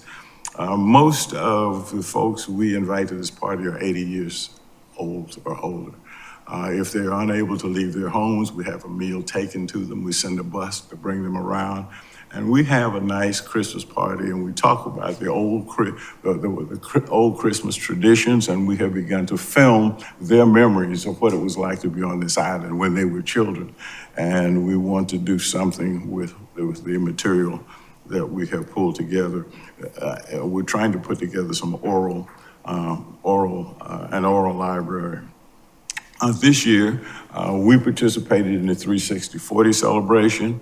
And so I just, again, want you to think about the museum as not operating only at the museum site, but we come out, we participate in all of the other activities going on. Here we had the Claflin University come in, we had the Geechee Gullah Shouters come in, and local children dancing. They're usually the heart. They normally steal the hearts of the people who are watching when the youngsters. But it's one of the high points of our presentations. This is the Gullah Museum office. Our attention right now is focused on working on this problem. The wind took that office away 3 times this year, and so that's one of the reasons we backed away and focused on developing an infrastructure. We need to have a climate-controlled place to operate from. We have people visiting every day. If you don't have a place to sit down, to have your computers and to track what's going on, it's very difficult to operate.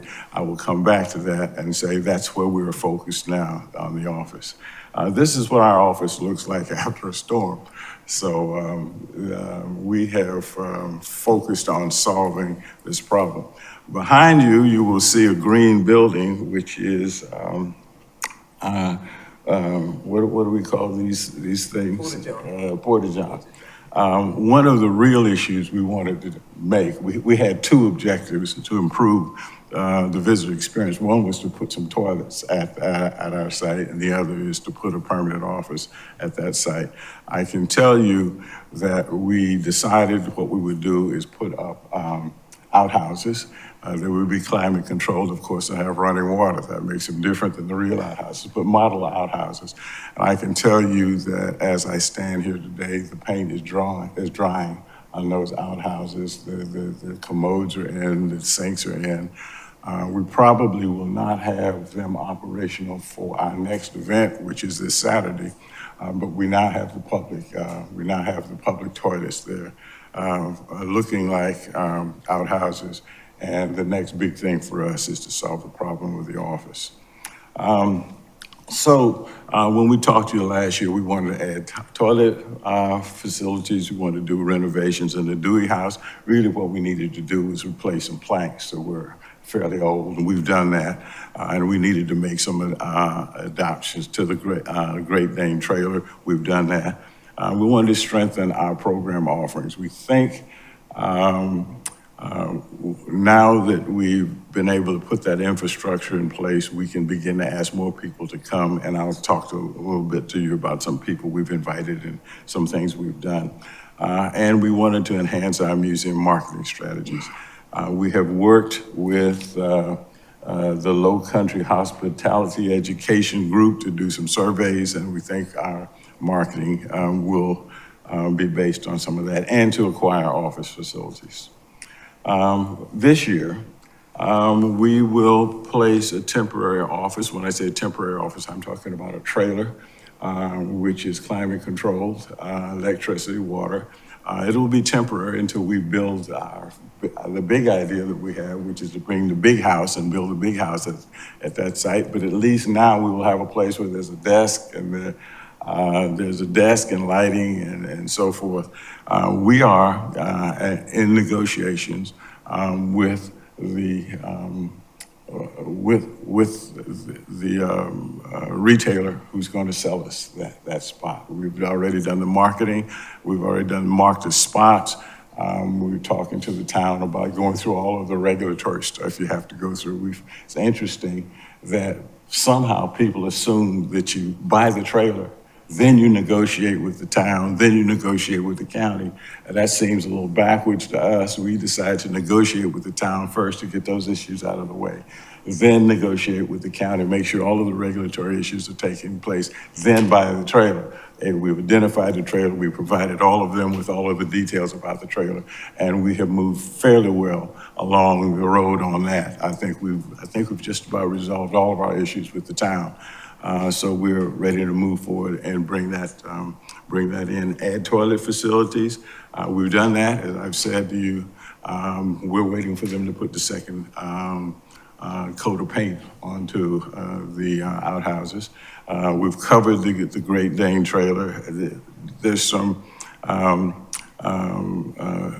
reviews that have to take place at the town level. And we are working on our museum marketing strategies, and I'll talk to you a little bit about that if you have some questions.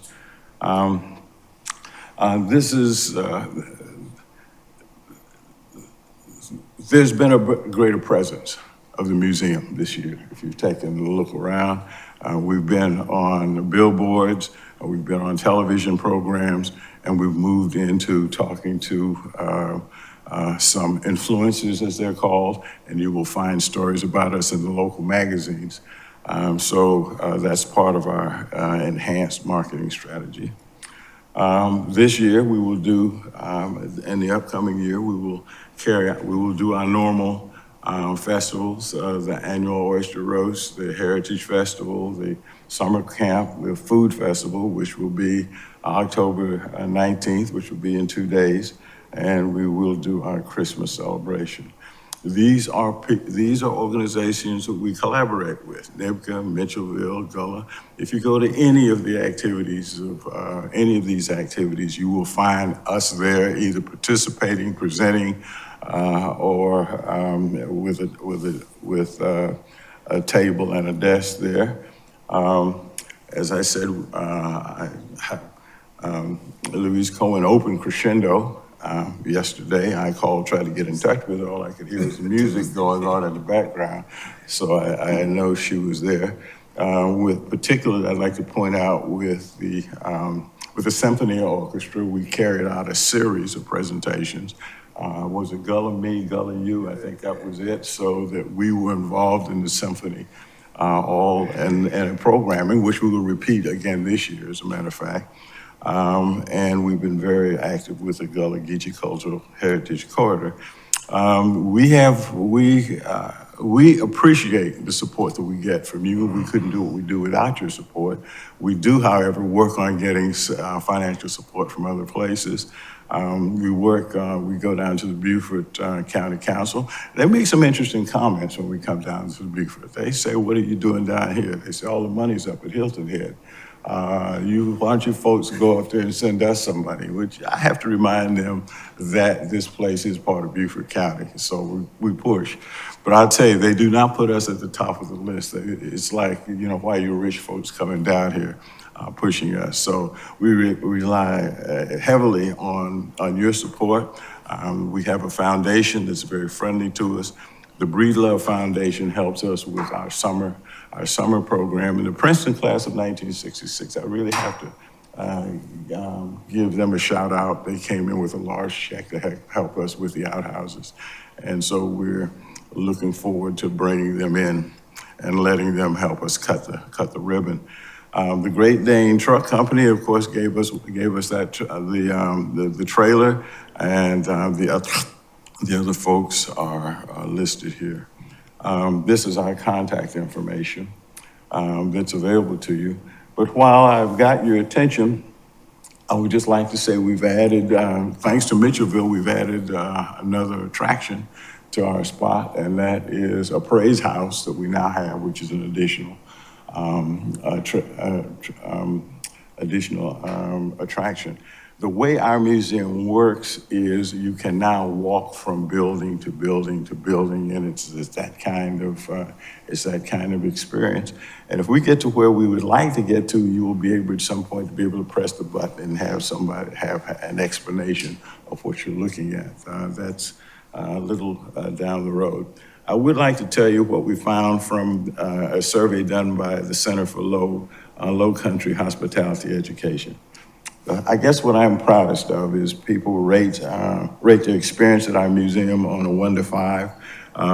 Just to read their first line, overall participants enjoyed their events here, 56% giving them a 5-star rating with an average rating of 4.5. It's not easy to get a rating of 4.5 out of 5. And the two things that people point out are the friendliness of the staff and the quality of the entertainment they get when they get there. It's primarily an older demographic. After all, we are a museum, and a whole bunch of young folks don't come. Now, one of the things that I teach folks who are that 18 to 22, 26, it's amazing to me how little they know about the history of this area. They walk past and drive past Mitchellville. They walk past and drive past the historical monuments in this area with little knowledge. And it's like I'm saying, look, within 2 hours of where you sit, there are 10 events going north and 10 going south, if you're interested in African American history. And what am I supposed to say as a history professor? Sort of breaks my heart, but then I'm kind of glad that the lights have come on when we have the progress. By the time they take the final, and they know where Mitchellville is, they know where the museum is, they know what kinds of resources are available if they're interested within an easy drive. 63% of the attendees to our events are living 50 miles or more away from the event. This I found interesting. Let's see, about 20% of the attendees fall in the $250,000 or above category. Most of them fall between 50 and 100,000. The Gullah Celebration Festival was the reason for that the majority of respondents were on the island. The majority of attendees booked their trips less than a month before coming. And for 94% of them, it was the first time they had been exposed to Gullah culture. So we think we're doing something important. What I think we're doing is we're adding to the quality of the experience of the people who come here. There's obviously some curiosity about the historical events that took place here, and we think we add to that. So and I know because I am African American and I get questions all the time from people who are coming here to vacation. Where can I go? What can I do? I will tell you, my biggest disappointment is people ask me about food and I tell them there was a time when there were African American restaurants all over this place. They're no longer here. But there are some things that are significant here. I make those references. And the other thing that I need to tell you, because I have been at Louis Cohen's presentations, when folks come to those presentations, what takes place is it's an emotional event. People want to stay, people want to talk to her, people want to talk about their ancestors, and they're willing to come back and they want to bring their children. It is an emotional thing that you need to see. It's not just, oh, thank you for the presentation. And so we know that we're adding value at some level to the experience when you visit this island. Let's see if I have left anything out. We've doubled the stage size because when we take a look at the questionnaire that we give them, people need more room. So that to us is a good thing. That means we've got to put more chairs and more tables for people who attend our events, and we're busy doing that. I think I have done what I was asked to do. Are there any questions that I can respond to? And of course, do you have anything to add? Not really, and I know one of the questions that I usually hear is how do you keep up with your attendance at the museum? And I have a guest book, okay? So I ask people to sign this book, and these are the people who we do presentations with. And for the ones who are just visiting, okay, because we do it by appointment, if they're just visiting, then I have a pad here that I take, and I asked even the visitors if they would please just give us your name and your zip code, where you're coming from. I laughed at myself yesterday, because yesterday I didn't have this with me, and I was at the little house for a little while, and someone saw me there, and they stopped in. So I asked them, if they would just leave your name and your zip code with me. Well, I found out I didn't have this thing. I had a manila envelope. And I used that, but I had to tell them something about us Gullah people. There was always a saying about something.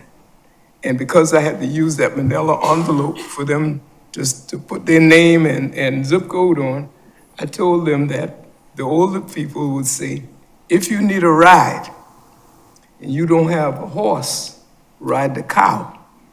So that was funny to them. I did not have this, but I had a manila envelope for them to write on. So, but that's exactly what they said. But I got them, they wrote on it, and they left a donation too. So, so this is how we get our visitors involved, because people want to be involved, they want to help. And a lot of times, if you don't ask them, they don't know, and they said, "I wish I could." So we don't want to pass that opportunity. So. I'm Let me ask you a question. What do you do with that data once you collect it? Once you have it on that piece of paper, what happens with it? Well, then I take it off of that piece of paper and I put it on a book like this, because so I can keep up with it. Because a lot of times when I'm asking people to sign my guest book, I say, guess what? And I usually do that. I said, guess what I do with this book? I said, when we go before the ATAX committee, I want them to see your writing, not mine. Do you do anything with that data to present it to us? Do you put it in a log? But that helps us to keep a record of the people who visit us. So when we come to you, we can tell you how many people actually came. So I'd like to add to that response. We have now gotten to the point where we're tracking the hits on our website. And we've now begun to track the zip codes of the people we're interacting with. The museum has been doing business under a tree since 2003. Our number one objective this year is to get from under a tree and into an office and with a computer so that we can pull that data together in a way that we can do a different kind of analysis. We have a feel for what's going on, but what we had to do first was build in the infrastructure to allow us to gather and use the data in the ways that people are using them nowadays. So this year, we will get from under a tree and into an office, and the data will be recorded in a way that's retrievable and organizable. Thank you very much. I'd like to open up to the committee to ask some questions, please. I think we're all so impressed with the work that you do to preserve and promote the Gullah culture. I think that's a very important part of Hilton Head Island's history, especially without an office. It's very impressive. I do have a couple of questions. Do you get any assistance from the Chamber of Commerce in their tourism and promotion? If, with a limited budget, you can't do as much as you would like to do, can you get them to do much for you to promote the Gullah Museum? Do they do much? And we spent the time thinking about marketing this year. That was something we said we'd do last year. And it has become clear to us that there are resources now here that are public, can be brought in to our marketing scheme. And we will be having conversations about what do they call it? The local, the two marketing operations. One's in the northern part of the county, and one's in the southern part of the county. Well, the Bluffton Chambers, the Hilton Island Bluffton Chamber is the direct marketing organization, or DMO, right. And they get a large share of the ATAX dollars. And I don't know whether they reach out to you or whether you can reach out to them and see if you can get more promotion for your organization through them rather than spending. Our relationship to them will be much more concrete when we stand before you next year, because we're putting together a different kind of marketing plan. Thank you. And then And we do intend to use those resources. Okay. We had a couple of questions on the financials. There doesn't seem to be any fixed assets on the balance sheet, and yet you have buildings. And do you own the property as well? I'm sorry? Does the museum own the land? All of the assets of the museum belong to the museum. I didn't see any on the balance sheet information that was there, and we had some questions about the budget numbers going forward. And again, I understand that you're working out of not even a trailer yet, but going forward, it would be helpful to have a bit more clarity on the financials of the museum. We see what you see, and one of the things we did this year was change our accountant, and we're reworking the books. As a matter of fact, we're doing it for a couple of reasons. One, because of the financial institutions that we're dealing with, but our financials will look much different next year. That's one of the reasons we changed accountants. Yeah, one of the follow-ups on that is it seems like the application shows your budgetary estimated revenues for this year, but there's no expenses listed. Where your funds are going to be spent throughout the year. Did anybody else find that on the application? That, you have how much money you're bringing in, but you're not showing where you're spending your money, where you're marketing, what events you're going to. So the application, makes it hard to, right now it just shows that you're bringing in $336,550 on the budget with no money being used. So again, having someone help with the financial side of putting your financial plan together and having those expenses listed so we know, okay, this accommodation tax revenues are needed to help offset our expenses. I take that point. Of course, I know those numbers because I do the budgeting, but I take the point, and our next application, or even now, we can provide you with. I think if you can get those turned into town staff, we're gonna, that's part of the. I'm sorry? We're gonna need those turned into town staff so we can see what your expenses are, a full budgetary. If you can provide that, that would be very helpful to us. We already have them in a format, so. Thank you very much. So you just need to give it to them? Yeah, we just need to provide it. Any other questions? I have a question. Your request includes $60,000 for property improvement. Right, facilities. You've done a lot of work already, it sounds like. What is this amount for? Well, One of the, interestingly enough, we have over 400 artifacts. And at this point, we need to display them. We have no security at this location.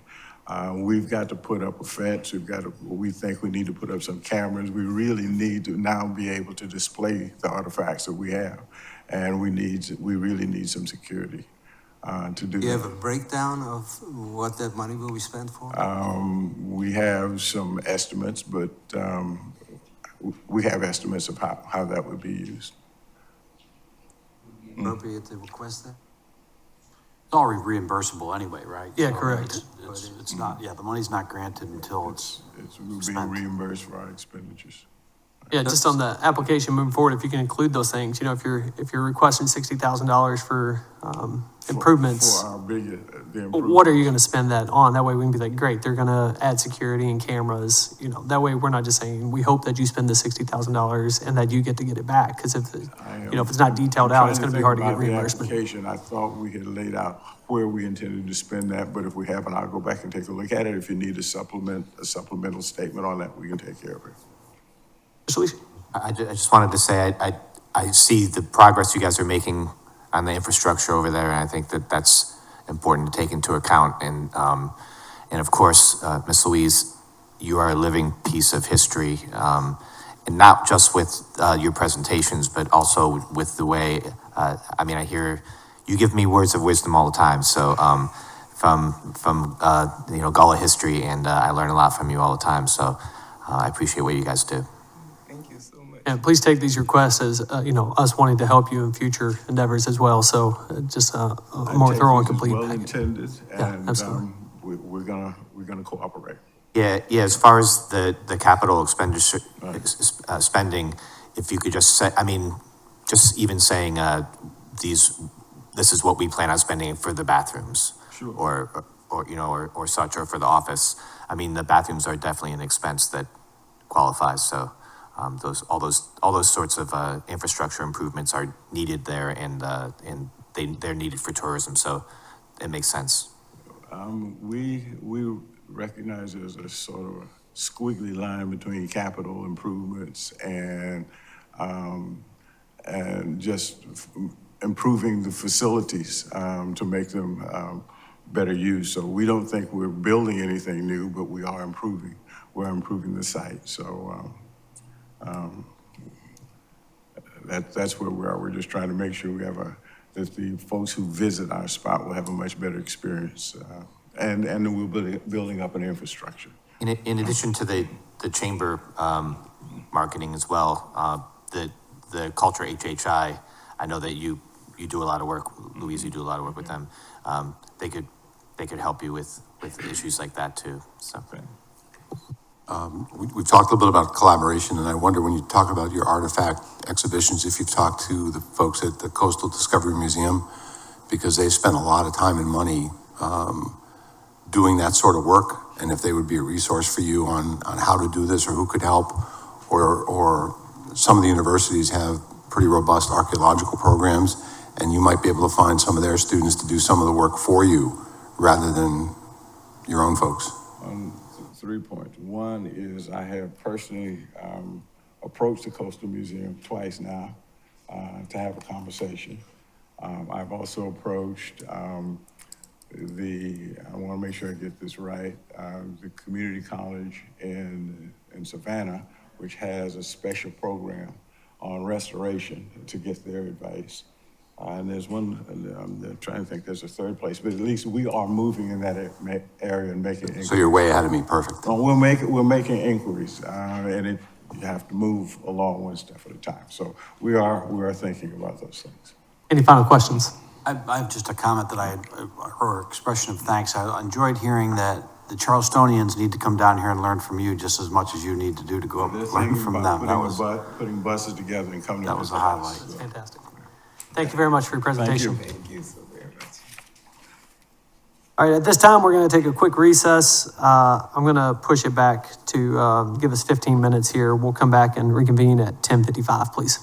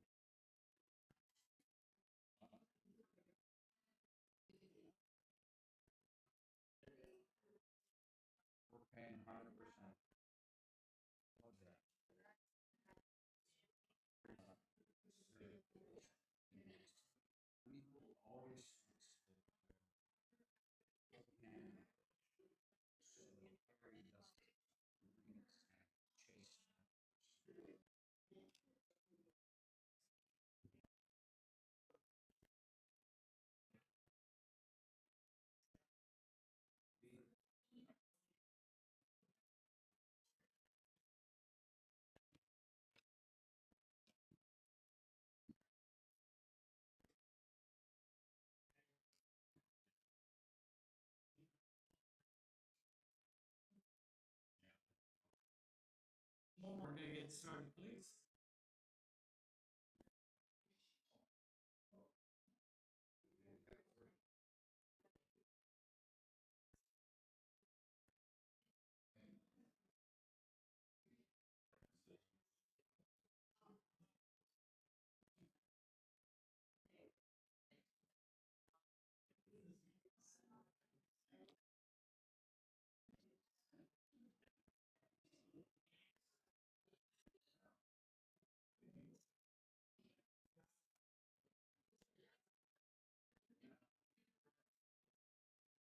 Everyone, please take your seat back on board, please.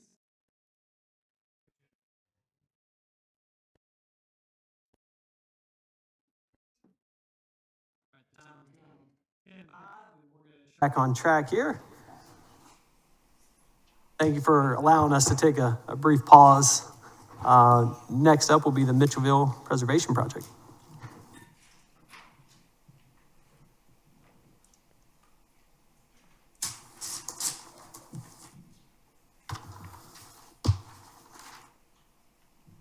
Hey, how are you, Mr. Ward? Good morning. Good morning. Get back to where we were. Pull me up here. We'll find you. We'll just put you in slideshow mode. Yeah. And you can use the clicker if you want. Beautiful. Or keyboard. Whichever works. I'm good. good. Thank you. It's nice to see you again. We do have some new faces here on the committee. If you don't mind to Yes. introduce yourself, and we look forward to hearing your presentation. Absolutely. Good morning to everyone. My name is Ahmad Ward, and I have the pleasure of serving as the Executive Director for Historic Mitchellville Freedom Park. We're glad to be in front of you again this year to give your application for ATAX funds. We got a lot of exciting things happening at the park. For those who may not be fully aware, of course, Mitchellville is the first town of self-governing formerly enslaved people in the United States, founded in 1862 right on this island. We have the job of turning this into a cultural attraction that will bring in people to this area to see what we have to offer. So we're gonna go ahead and jump right on into this. There we go. This has been probably one of the most impactful years in our history as we continue to grow with new additions to the park, increased visitation for our programs, events, and tours of the property. We're really excited about that piece there you see on the left. We will talk a little bit more about that as we go through the presentation. But we are seeing an increase in people coming to our events just for our events, the distance that they're coming from. And one of the things that I'll talk about right now before we move forward is the funds that you gave us last year helped us to invest into a software called Placer AI. So this is our first foray into some AI situations, and it really helps us to chronicle for real who's actually coming into the park. It's not the cheapest thing in the world, but it does help us to figure out where people are coming from, because unfortunately we're like Louise, we don't have like an office in the park. Our office is separated.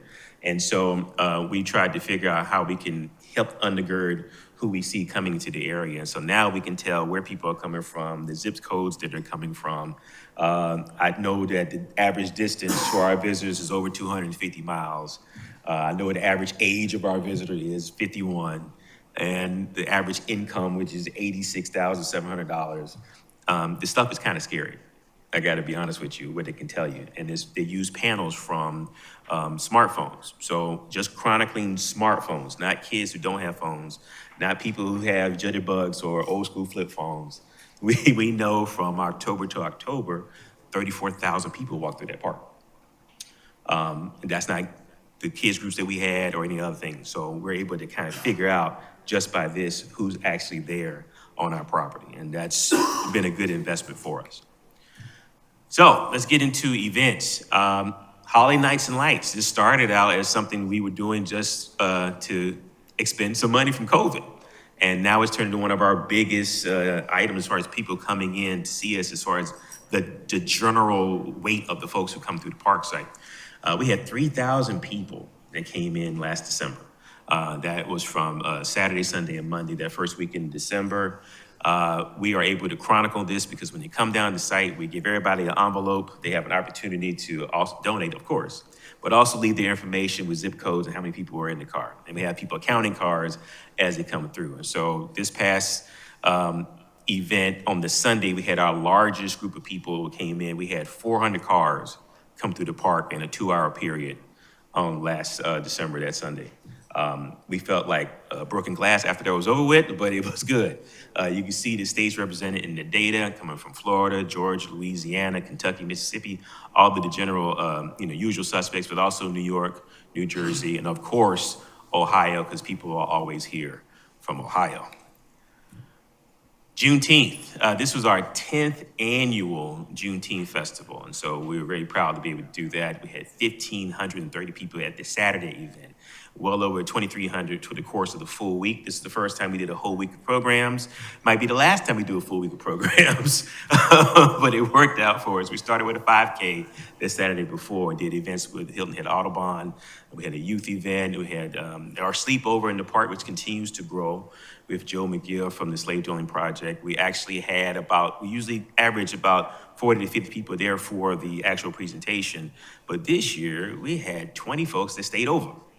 Which is our biggest crowd ever. So they slept overnight. We have the tents that have the bottoms and zip all the way up. So those people who like outdoors but don't like bugs, they can be safe out there. And so it was a really cool process for us. You can see, again, the states that are represented. Some of the same people that came in from Holiday Nights and Lights. We've been doing a partnership with the Culture HHI site here, Office of Cultural Affairs, We have these scans that have been in the park, and we're seeing, again, about 2,000 scans in this time frame just this year from January to August. Some states that we don't normally see represented, like Oregon, Oklahoma, and West Virginia, but also tours from Australia and Canada, Sierra Leone, which I thought was pretty cool, Romania and Switzerland.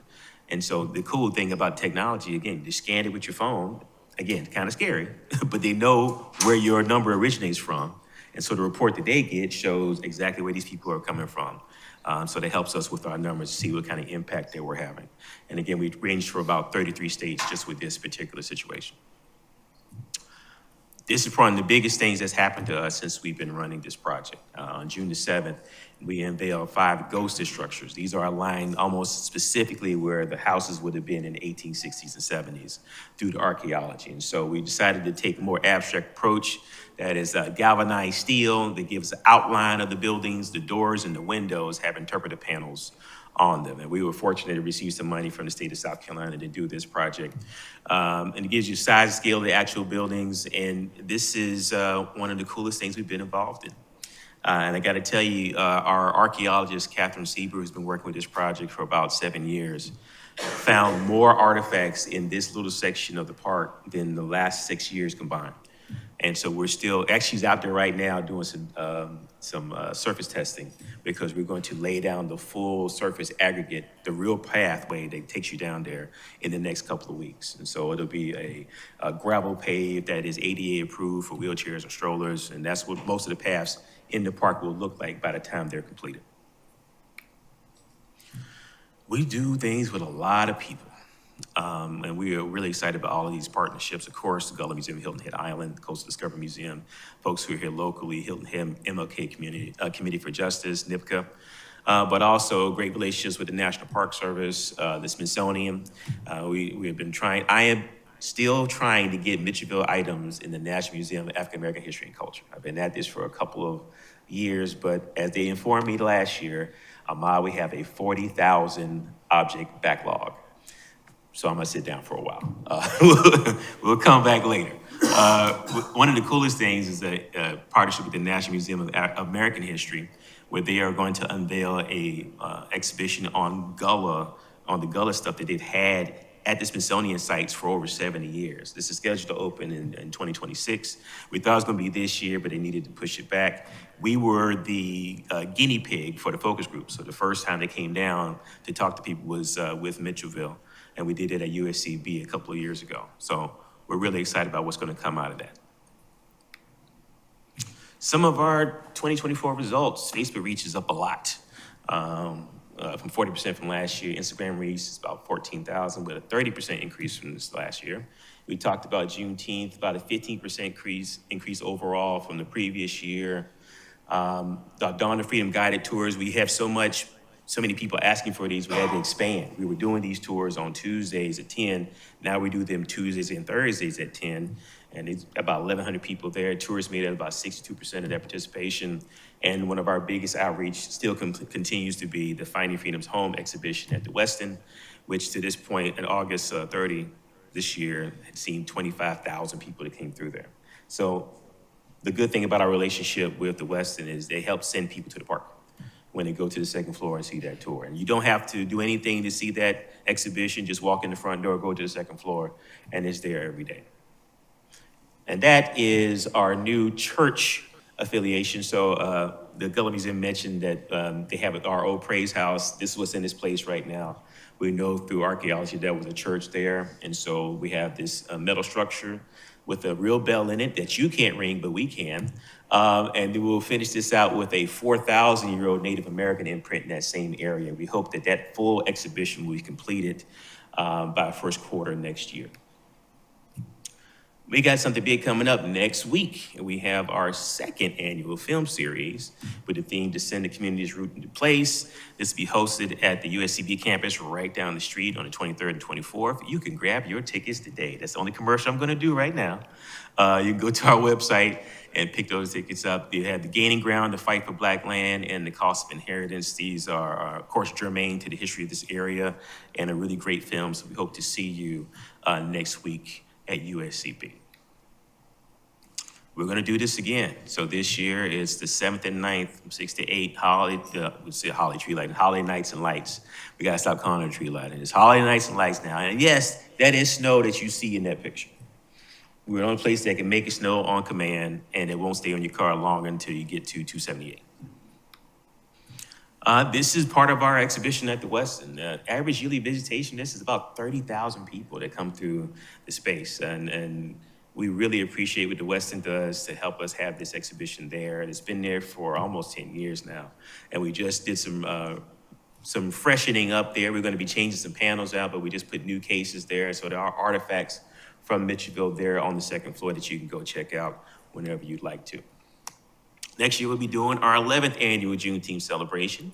As you tell from earlier, we had people come from all over the place. That view on your lower left, it was the view from the stage on June 15th this year, as those people tried to sing in our karaoke contest. I'll say tried to sing in the karaoke contest. But people came from all over. It's become a destination spot for us, and we know that people, based on the results we get from our own personal surveys, are coming to Hilton Head just for this event. And so it will continue to grow. We'll continue to push that. Here's what we're asking you for. Strategic marketing management services, continuing our branding effort. We have a brand new logo, if you hadn't seen it. Promotional materials, to the tune of $105,000. Implementation of key tourism events and programming, $70,000. Park site maintenance, event preparation, liability, events insurance. So we had to make sure everything stays clean and ready for people to walk in there. When we have storms, things of that nature. We have a lot of trees. We have to make sure things remain safe along the pathways. So that's 15 with a grand total of $190,000 for our request. We'll be promoting these things through, obviously, media buys, print, radio, TV, and social media to attract returning visitors and drive the interest of new visitors. And you see where our media buys will be in the general area, and also going to our neighboring states, Georgia, North Carolina, and Florida. And we do electronic surveys, online ticket sales, online analytics, website, social media to figure out who's coming to us and why they're coming to us. More huge things to come very soon. This is the first sneak peek at our first real building that is scheduled to be unveiled, all things being equal and nothing happens, either December of next year or the first quarter of 2026. This is our archaeological research facility and auditorium. We received $2.5 million from the Mellon Foundation to help do this, along with our Freedom Plaza. This will allow us to do excavation processing on site. Right now, we have to send things out. Katie has a relationship with Binghamton University where she got her degree, so we usually send stuff to upstate New York to process, or Columbia. Now we can do things on site. The other wing will have a multi-purpose room that will seat about 84 people, so we can do programs, presentations, film series, and not have to go to another spot. We can do it on the property. This has gone through the first pre-app with the town. Now we're in the application process, and so there'll be our final design should be submitted to a design review board, I believe 2 weeks from now. And then hopefully we can start construction next summer if nothing changes with permitting, which things could always change with permitting. And with that, I'll answer any questions that you have. Thank you very much. Questions from the committee? I'll start off by just saying, I know it's not easy to dive in and spend those monies on technology advances and AI, but it's such a powerful tool that I think it's going to yield, down the road for sure. I became a believer this year, I got to tell you. You're seeing those results from it already. So, the next was the data collection that you guys did. I attend that event every year, and somebody's at the window. Tell us where you're from. You're getting those points that you're needed for these application processes. For grant requests. So tip of the hat of how you guys do that. It's a standard bearer for when it comes to those. And your results speak to what you guys have done. I've visited the park last week in preparation of this meeting and seeing those structures up, seeing that main street that's coming in. You can stand there and you can just feel it. So it was really cool to see. It's really nice to see those structures come up. You guys have been fantastic stewards with the funds that have been granted out. And excited to see the continuing, that building's gonna be fantastic for you guys. Thank you. I'm sure every time you put a shovel on the ground, you're finding something new over there that Every just, single time. I Right. feel like if I kick some dirt, something pops up out of the ground. it's, Can sometimes complicate things. We try to do right. stuff. I'm It's sure all you right. get excited about that, but I know there's hurdles that come with that as well, right? So it Yeah. slows down progress and Yeah. making those moves. So I just wanted to say congratulations on your continued success. Thank you very much for your thorough packet, as always. So, questions? I really am impressed with reaching out to the hotel, to the Westin as a marketing tool. And also your data collection is, your ideas on data collection are something to be, that other organizations should pay attention to. Well done. Yeah, those QR codes on the signs, I'm guilty of scanning the QR codes, so my number is in there as well. Good. We It won't may be use your true. information, I promise. That's okay. Everybody else does, so I'm sure. Yes, sir. I also echo the use of AI. Once you use it, you realize the benefits of it, and it's great that you were forward thinking in that. And you mentioned about processing, you used to send things to New York, but you won't have to. What are those, the artifacts? Yeah, so everything that we send, because the closest processing lab is in Colombia. And I mean, you have to get on the schedule to do. I mean, there's a lot of people using that, right? And so because Katie and Dr. Catherine Seabury is our archaeologist, she just got her public archaeology degree earlier this year. So congratulations to her. She got it from Binghamton, so we have that relationship. So they're using some of our artifacts in Binghamton as a research class. And so we have an agreement with them. As soon as we have our main buildings with storage, those artifacts come back to us. And so it just makes sense to do that transfer, but that's not like it's around the corner. So it takes some doing to get things up there. And so now, with this building coming, we can do all that processing on site. We do have off-site storage where things are being stored now, but eventually one of the components of that archaeological lab will be some storage areas for artifacts, and eventually we'll be receiving the 22,000 artifacts that are at the really belong in the county's hands right now, but are being stored at Coastal Discovery Museum. So we're working on getting those in now, and we'll be able to house a decent percentage of those in this new building that could be used for displays. There are certain cases from an organization called Space Saver where you can actually preserve the pieces in acid-free, archival quality drawers and pull them out for people to see. And so those are things we're looking to do so folks can actually see the artifacts and have them on display in some form or fashion so they're not just locked away somewhere. Will that new facility be able to intake other artifacts from other places in the county as well? It's not just exclusively for what's found in Mitchellville, Oh, but yeah, also. so listen, revenue stream is my middle name. So we will be planning on allowing people to come and process at our site too. So people are doing excavations around in the Low Country or Coastal Empire, Thriller, whatever. We want to get on the docket as a place they can come, researchers can come and do their work at our site too, but for a fee.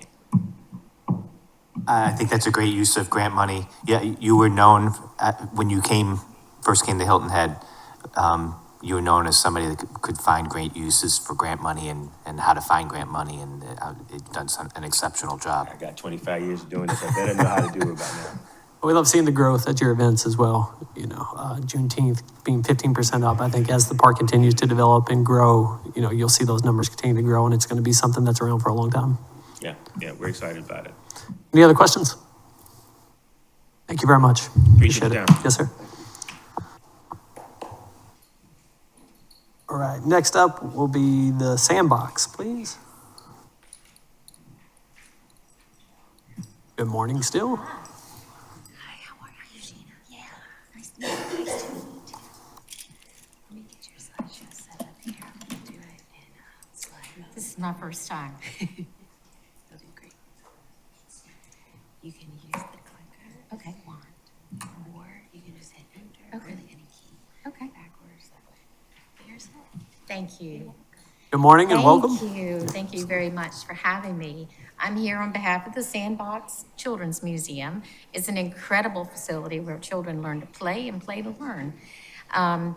We've been booked solid for so many weeks now, actually months now, and including today. I left a full house of children and parents at the museum, playing and building, all kinds of things. It opened in 2005. The move to the Celebration Park was incredible, and I've been there a year now. Last year I came as an observer watching our ATAX grant come up. But this year we have really grown. Usually the average visitors is 28,000. We saw 38,000 over the summer months. And we have, I think that it can be held in part is because we've really built a relationship with all the hotels in the area. We've really worked hard with the Chamber of Commerce. We have our RAC cards in every facility that we can possibly have. We've also spent advertising dollars with the Bluffton Hilton Head, newspapers and online, and the Chamber magazines are really a great hit for that. The 2024 tourist programs included our summer camp, and we changed the curriculum this year. We changed it to only offer, we had 4 weeks of camp. I wanted it to be something where kids could come and learn and have a lot of fun. Our staff are mostly retired school teachers, and so they wanted to be able to do something different as well. So we had 2 weeks in June. 1 week was for 5 and 6 year olds. The next week was for 7 and 10 year olds. And we did the same thing in July. We were more than 50% enrolled were tourists. A lot of them were here staying with grandparents, or either their mom and dad planned a vacation here on Hilton Head. And because of our updated website, they were able to go online and see that we had a summer camp and enrolled them. It was only 3 hours in the morning, so it didn't take the kids away from the family all day long. It was enough for them to learn. We had the Wonders of Science with Mr. Bob. We have our arts program. We had reptile meet and greets. The turtle talks, the turtle ladies came, and then every Friday we had scavenger hunts on the beach. And while that was so interesting, it also taught them about the sand and the reason for not having litter. But it taught them about the horseshoe crabs. It taught them so many things on the beach that we all see all the time. We have our same events this year. The Spookalicious is coming up in just a couple of weeks. But one thing that we're really excited about is that we've been working with a person that's actually new to Hilton Head, and she is in theater. And so she has come in, and I had no idea she was going to be the hit that she is. She does interactive story time, and the kids dress up in costumes and masks, but it's all about teaching them something. It could be about building confidence, responsibility, all of those measures. And then we have a puppet show that has also, we have a portable puppet theater that we put in place once a month, and our staff have just done a phenomenal job with the puppet shows. Yesterday, we had a full house for that. We have a full house for the interactive story time tomorrow. We continue to collaborate with other organizations. The Sea Turtle Patrol ladies are very active with us, local artists. And the one thing that we've done this year is that we put in gullah murals on the walls. We actually brought the walls to life. And we worked with the Heritage Library to come up with the information to go on those. And we worked with local artist Amos Hummel, and we have beautiful wall murals. I thought it would be awesome for us to be able to give the family, the parents, the grandparents, caregivers, something to look at and read and learn about the history on Hilton Head, along while they're playing with their children in the museum. And what better way to do it than to have it on your walls? And it's beautiful. I encourage you to come visit and see it. Our 2024 new exhibits, these are just a few of them. We have an entire aerospace exhibit with a blimp, a Wright Brothers plane, a red jet, and a twin-engine airplane. We have the new teeter-totter on the back, climbing domes, and you'll see one of the murals that is up there with the children posed in front of it. That is upstairs in the castle. Our toddler space is all brand new this year. And if you have children, you know that children are pretty tough on things. And when you have a couple hundred children coming through every day, it takes a lot of wear and tear.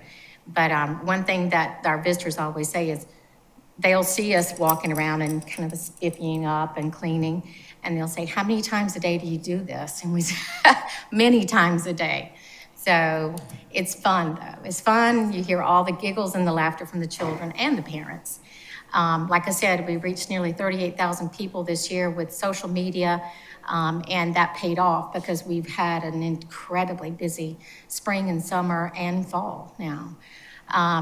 We have folks from all over the world, Canada, Italy. In fact, I keep getting emails that we're one of the favorite children museums in Canada. So I'm not sure who's nominating us there, but we have Facebook followers. Those have increased greatly. We've had more of a presence on social media, and it's grown every year. We're hoping that that will grow even more. Instagram has increased. That number should have been higher than that. I apologize for that one. But Instagram, anything I post on social media goes to Instagram and Facebook. So it's a good tool. The new communication tool that we put into place this year, I didn't want to just take everybody that came in, because we asked for email addresses and zip codes and all of that when they come in. I didn't want to just automatically put them into an email blast. I wanted them to want to be there. And so they go online to our website. We encourage when they enter, if they'd like to have if they would like to subscribe to the monthly newsletters. So those followers up there, our subscribers, those are folks that have asked just in the past few months to be a part of the subscription every month. And we send out that every month, twice a month usually. That way we don't have people that are unclicking us or getting us out of the system. 64% are female, 18 male, and 17 unknown. The age is 35 to 44. That's the primary age. It's just, I think it's incredible that we have that many subscribers that really want to hear from us. I have implemented a new guest book, and as they're leaving, staff are encouraging them, if they'd like to write down just a testimonial of what they've done or how their visit was at the sandbox. And you can see that these were just a few. And the G550 cockpit, I think, is probably the most favorite. Has a new simulator on it this year, and so the kids and even the moms and dads get up there and fly the airplane. This year, we're asking you for $64,000, $17,000 for advertising. And what I found is last year I spent, this past year, I've spent a lot more than $17,000, but I think that it's paid off incredibly with the number of visitors that have been coming to the sandbox. Programs, $25,000.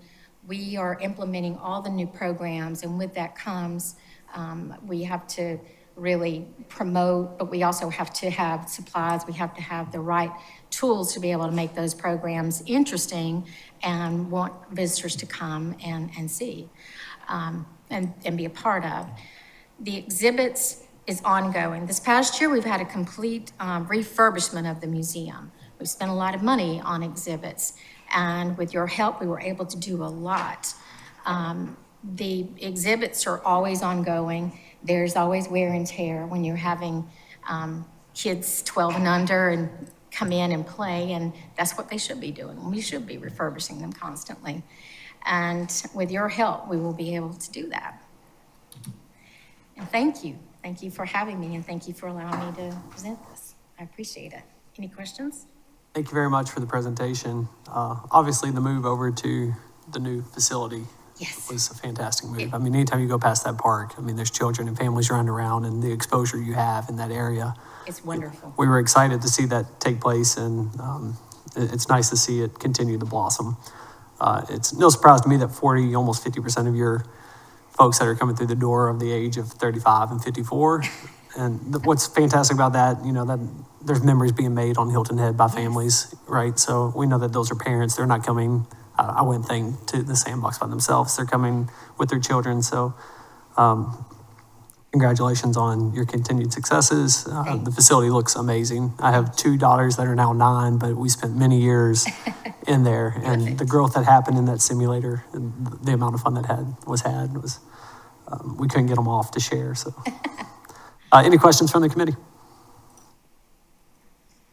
I have to tell you that this week alone, we're booked solid. And when I mean booked solid, we have at least 85 guests in the morning session, 85 guests in the afternoon session. And as folks leave, we allow more folks to come in. And we have had that, and we are having anywhere between 120 to 130 at each session. And so what it's happening is really encouraging them to book more than once while they're here on Hilton Head. And this week alone, we've had one family that's come every single day this week, and they were there when I left. And we often get comments about comparing us to large metropolitan museums. And the one thing that they always say, I say, we're not nearly as large, and they'll say, that's why we like it so much. It's clean, everything is nice and new and put together, and staff are always milling around and always trying to help. So anyway, we're very fortunate. Thank you very much. Absolutely. And great job on your programming along the way too, offering things like summer camps to kids or, throughout. Thank you. All right. No further questions. Thank you very much. All right. Thank you so much. Have a good day.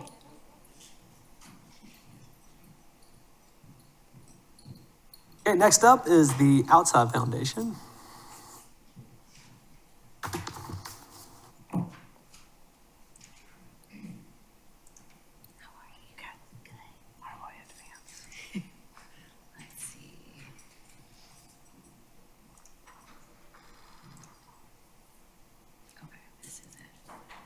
This is through CAPTEC, like it's in PowerPoint, so I'll set it up for you. It's still slideshow.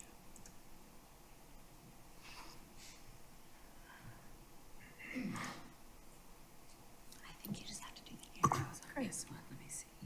Just the arrows, but if you want to get out of this for any reason, just do your escape here. Okay. And then I'll take you back out.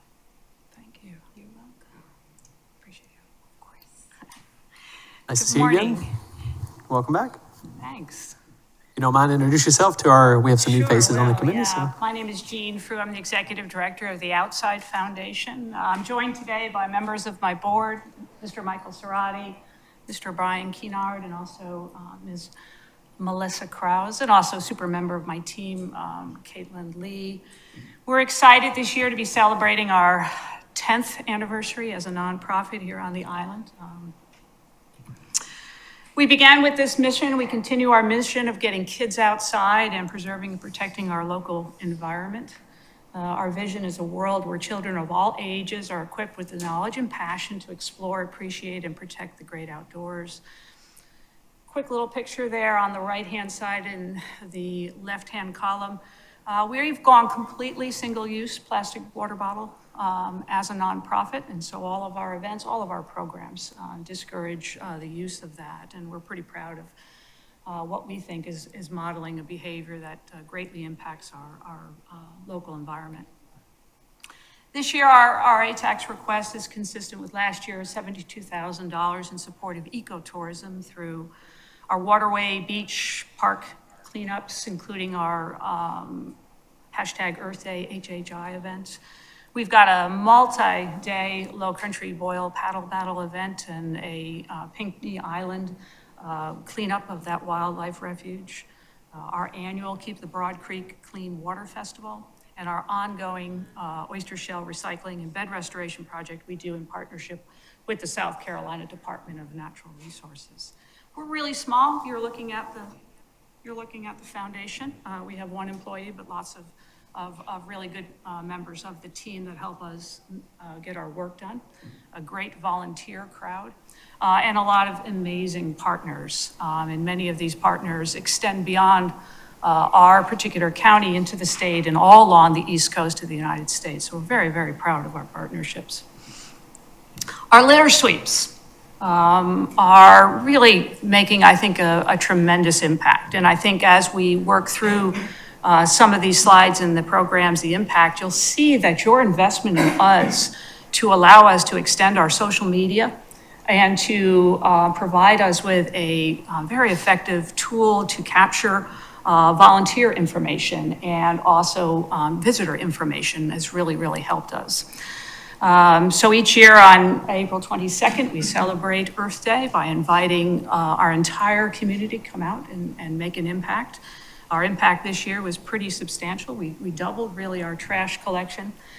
We continue to have waterfront hotels, businesses, groups, service groups, school children involved in our initiative. 354 volunteers came out for this particular event.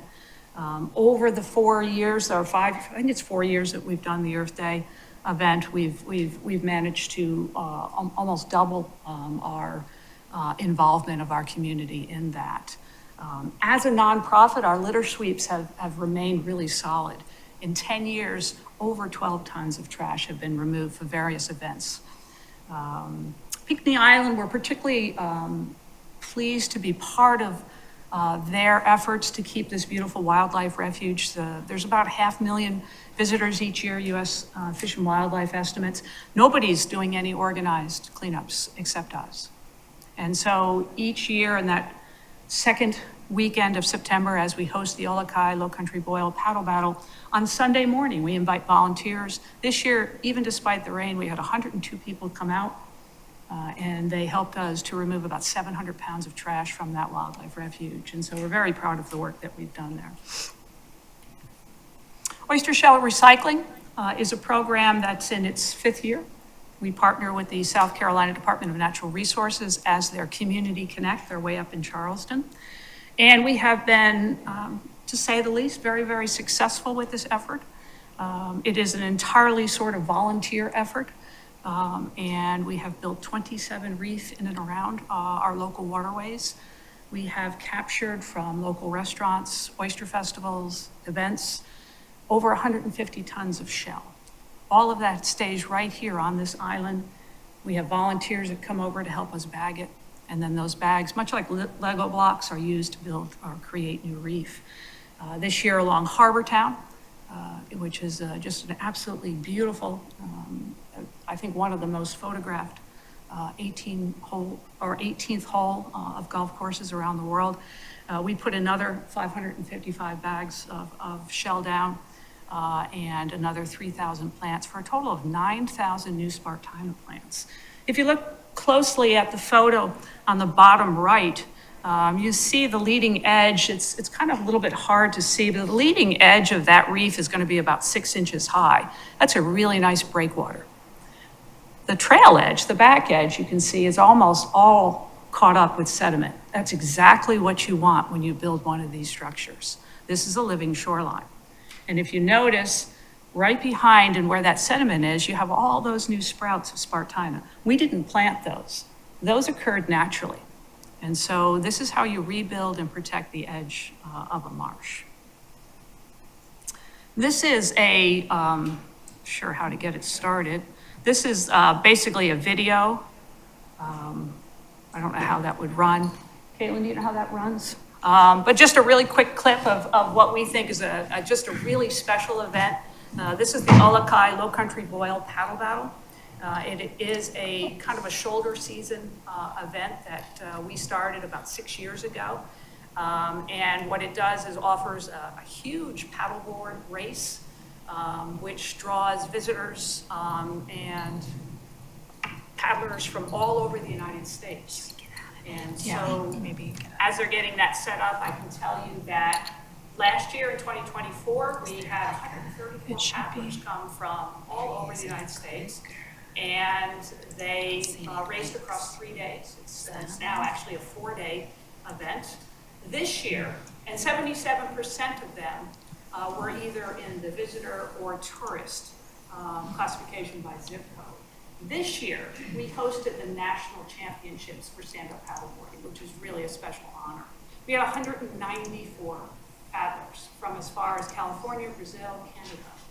And they brought with them families. We know that we had close to 40 members of families coming to our island And again, since we have races that are qualifying for national championships on Friday, Can you just take it off Saturday, the board and so Sunday, before what I, was really neat about can you this unplug it first? was that, they're staying for the weekend. We had so many first-time visitors that I It's too spoke with, much.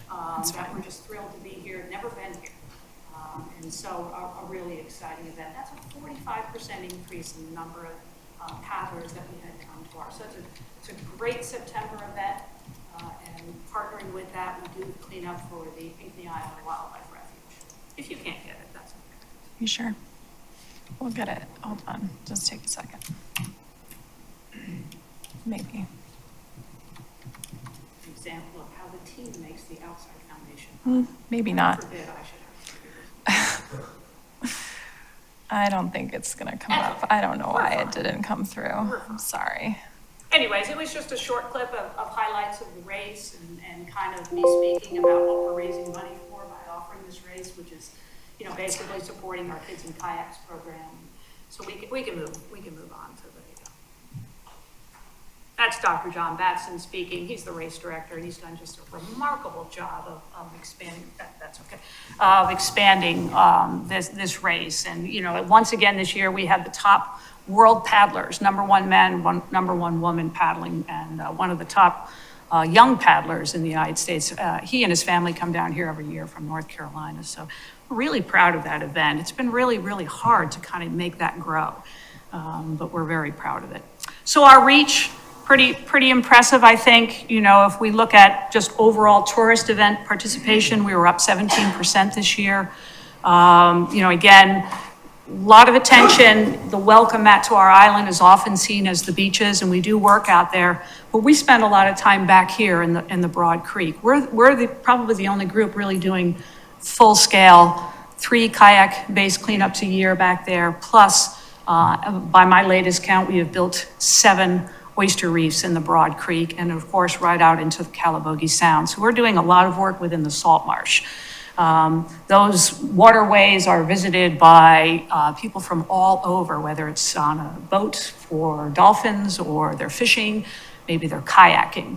And again, that beautiful 18th fairway, in the absence of that, it would be very difficult to imagine that we would ever have, that beautiful heritage golf tournament.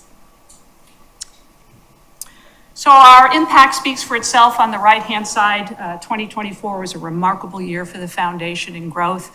And again, your investment in us to allow us to increase our social media, to be able to have, that type of a reach has really paid off. From 2023, our reach has been up over 200% for Facebook.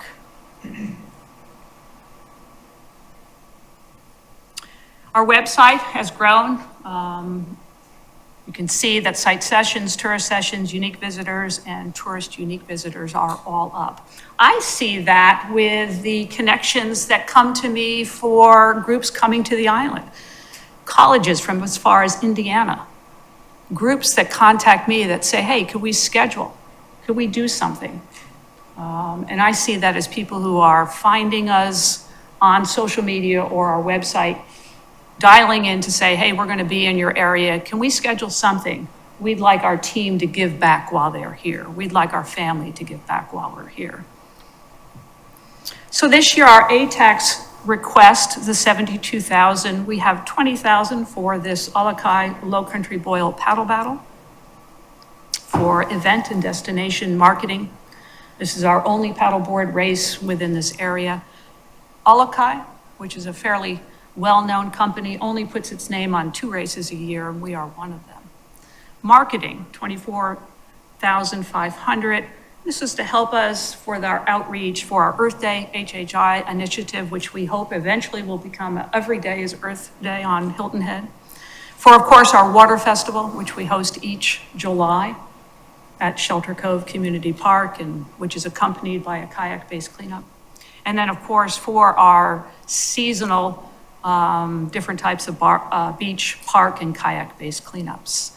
For shoreline restoration in support of collecting shell from our local restaurants, for hauling that, and for getting our word out, $27,500 for that. Thank you very much for your continuing support for the Outside Foundation. Happy to answer any questions you might have. Thank you very much. Questions from the committee on the application? I'll start off by saying thank you for what you and your team do to preserve and protect our shorelines and our waterways, and seeing the children involved on the kayak tours and teaching them as well. Someone once said that Hilton Head is a beautiful place and it's very natural, but it takes a lot of work to make it look natural and keep it natural. It's not just something that happens naturally with our imprint that happens. So thank you for organizing those committees that go out and help clean up our area. And questions? Yes, sir. Yeah, just once again, trying to understand the physical tourists and how you count and or validate those from the website traffic that you generate. To echo Chris, the work you guys do is phenomenal. So thank you for that. Can you help me understand how you capture physical tourist or visitor data? Oh, sure, yeah. So if you take a typical event, because of your support, we are actually able to purchase a database where if you're interested in doing a litter sweep with us or volunteering to bag oyster shells, you actually go ahead and you register for that. That captures that person. We check them in on a tablet when they come to the event. So we capture them that way. So those are our regularly scheduled oyster shell bagging, litter sweeps, things that we do on the beach, Earth Day, all of those events we capture in this Bloomerang database. And that database it flows right into, it's synced with our donor database. So it captures, we're able to capture. If you come to Keep the Broad Creek Water Festival, it's a little bit more of a challenge because, here we have 20 some odd booths with all of the different kind of eco-oriented organizations from all over the county. And so we have people coming in. So we entice them to register for our raffle. So this year we gave away a Shibumi and a bunch of other really kind of fun stuff. So they fill out a little ticket. Now we capture their zip code on that. And the other thing that we do is we give them a reusable, foldable water bottle as a thank you for that. And so for us, that was a great way for us to capture. So it is really challenging. For the Alakai Paddle Battle, we will use Paddle Guru. And so I don't have the demographics this year. I'll get them. They're a little bit slow, but when people want to race in this series, which is along the Mid-Atlantic, and this year, of course, we hosted the national championships, they would actually go to Paddle Guru, which we basically have built out so that they find out all about Hilton Head and where they can stay. They go ahead and they register, and that has all of their information. Paddle Guru then sends us all of that. So we initially have, basically all the information on how many people were registered. We have some basic demographics, but we haven't quite gotten the information from them that says where they're all from. So we'll have that for our 2026 application. We'll have that probably in a couple of months. Thank you for the effort you're making in that. I didn't see the physical tourist data broken out in the application. I just saw the total number of tourists, which included a lot of the social media. So you mean versus event versus those that are clicking on our website and Physical tourists, people physically here on Hilton Head Island involved in your events versus people who you reach through social media. So, but yeah, I mean we have that would be helpful. Yeah. That would be helpful. But again, thank you for the pursuit you're making to get this data. And we understand it's impossible to get 100% accurate data. Mm-hmm. We recognize that. So thank you for making the effort. Yeah, I mean, we sure do have that. Yeah, if we have so we have the data. If you look at the TOF event, the Outside Foundation events, those are events that we would host specifically. And then through working with you all in years past, we have been trying to quantify how we quantify our reach for that environmental impact, because that's literally like every visitor that comes to Hilton Head. So the way we have been able to quantify that is working through our partners at Outside Hilton Head have provided us with how many people they have brought on the water. So that's like our waterways count. That's how we got Broad Creek, people who are getting in the water at Broad Creek.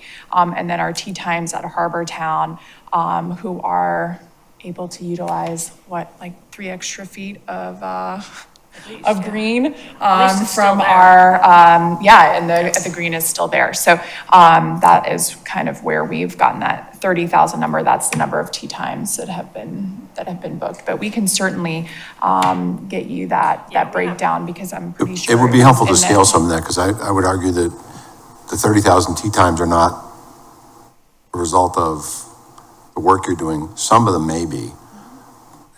There's no question you're doing good work. That's not the point. I'm just trying to understand how many physical tourists you bring, because we're asked to justify that to town council and others involved in the tax process. So we've been we're actually the first organization to ask for money for recycling and coastline restoration.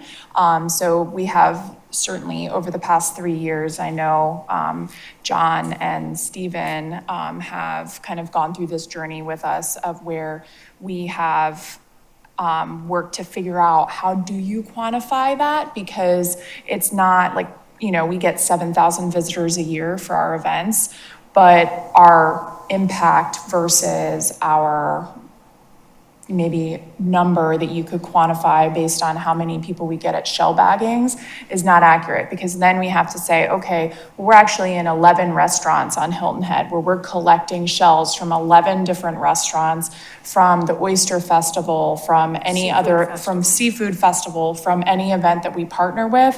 So think of all those numbers, plus then any of the positive impacts we've been able to make by building out and protecting the coastline from rising tides, from boat traffic, from human interaction. So all of those items it's extremely hard to quantify. And so that's how we've been working with you folks in the past to get these solidified numbers from our partners in those areas, so we can kind of like justify that a little bit better for you all. And I would just ask that you continue to do so. I mean, again, the impact that you have is meaningful, and I think that a lot of tourists who come here respect the fact that this island, to echo Chris's comments, is environmentally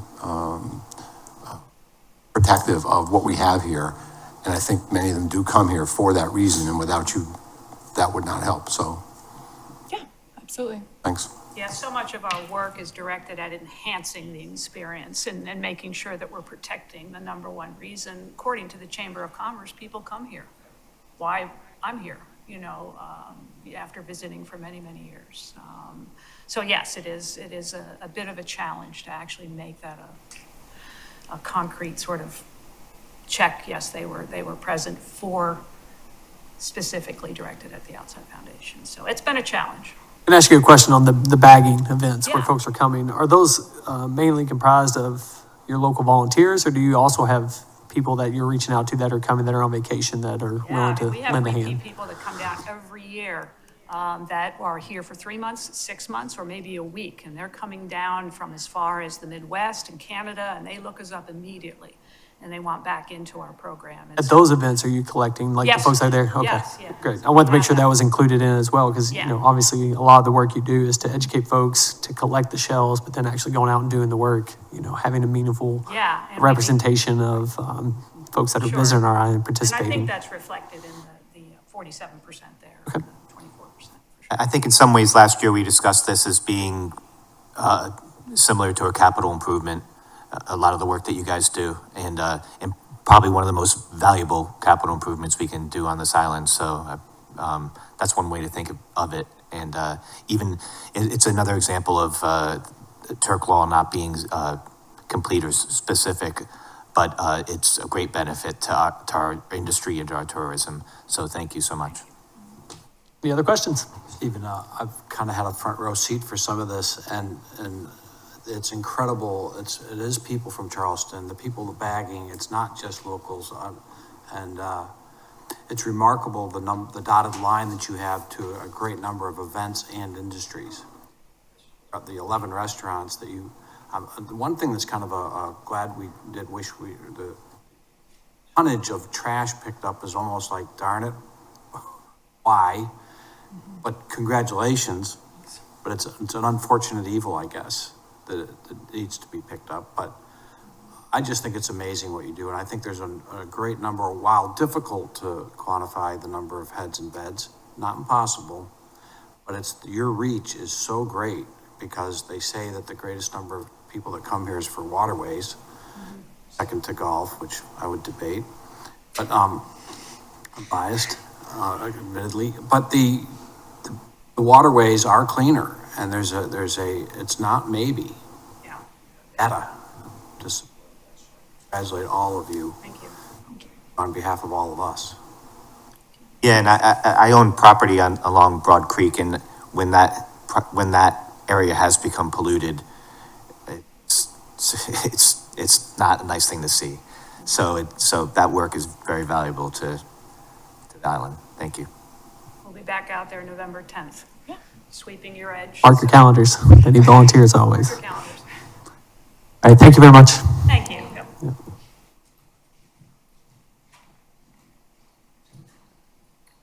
Next on the agenda is the Hilton Head MLK Committee for Justice.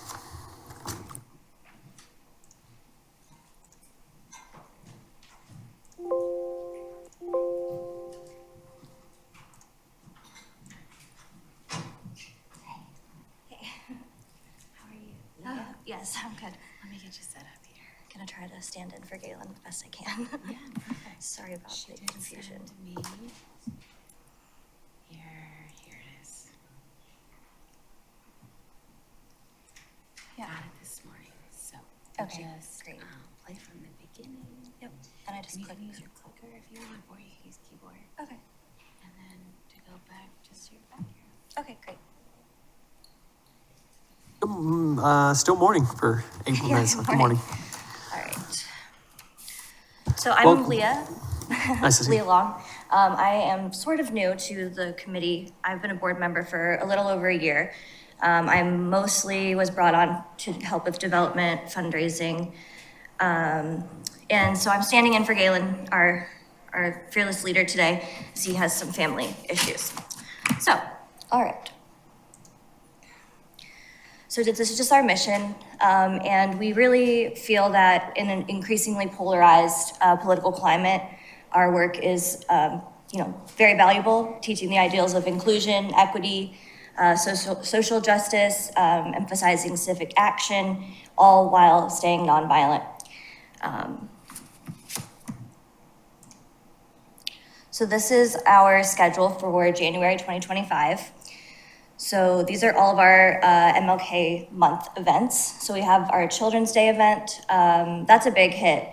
It's a partnership with the Boys and Girls Club. And there's different mazes and raffles and different kind of things that are all based on teaching the lessons of Martin Luther King Jr. to local children. We have our interfaith service, kind of bringing all the community churches together, which leads to our Gullah Cemetery cleanup. We do a lot of our volunteer recruiting at the interfaith service. And our Gullah Cemetery cleanup is all on the island because the Defusky cleanup is later in the month. So we have our big day, I think, is the 20th. That's when we do the march. We work with SCDOT in the town to shut down parts of 278, march from the high school, do a loop, and come back up Main Street. Then the march is followed by our program where we get usually someone from a local nonprofit to speak. And we have a choir. It's an all ages choir. We had ages 8 to 80 this last year. And they're all volunteers. And then we follow that with our community luncheon to kind of bring the community together and reflect on the message from the program. And we provide that to the public for free.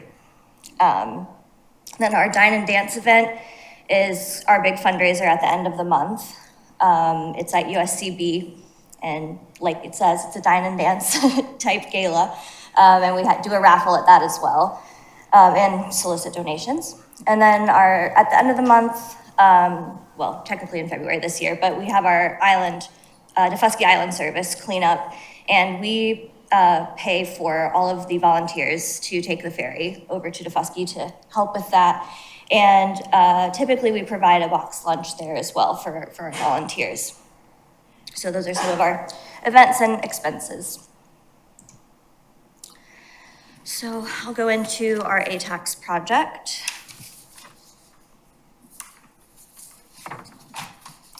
So like Galen says here, many of our events do bring physical physical visitors. Those are the more close ones to the island. So Children's Day, we get a lot of people from Bluffton. There is a Bluffton MLK committee, but they don't do anything like that. So we get a lot of people from the Bluffton Boys and Girls Club, even the Savannah Boys and Girls Club, that come to that event because we cross market with the Boys and Girls Clubs. Our MLK Monday program, again, we do get we get college students from USCB. So we do bring a lot of people from, outer Beaufort County and even into Jasper County. So as well as our Gullah Cemetery cleanup. But our main event for the ATAX project is the Gullah Folks Historical Play. And that's what we used our funds for this past year. So the Gullah folks, they already kind of have a following in Beaufort, and we are the only organization that brings the Gullah folk south of the Broad. So it does bring people from Savannah and Charleston. We advertised via Facebook and targeted those locations this past year, and we plan to do that again. And so we do the event on a Saturday evening. So we hope to bring people to the island. We don't track that at the moment. We're still kind of learning. Last year was our first time getting ATAX funds, and our first time having a Gullah folks play, because we could afford it. So thank you for that.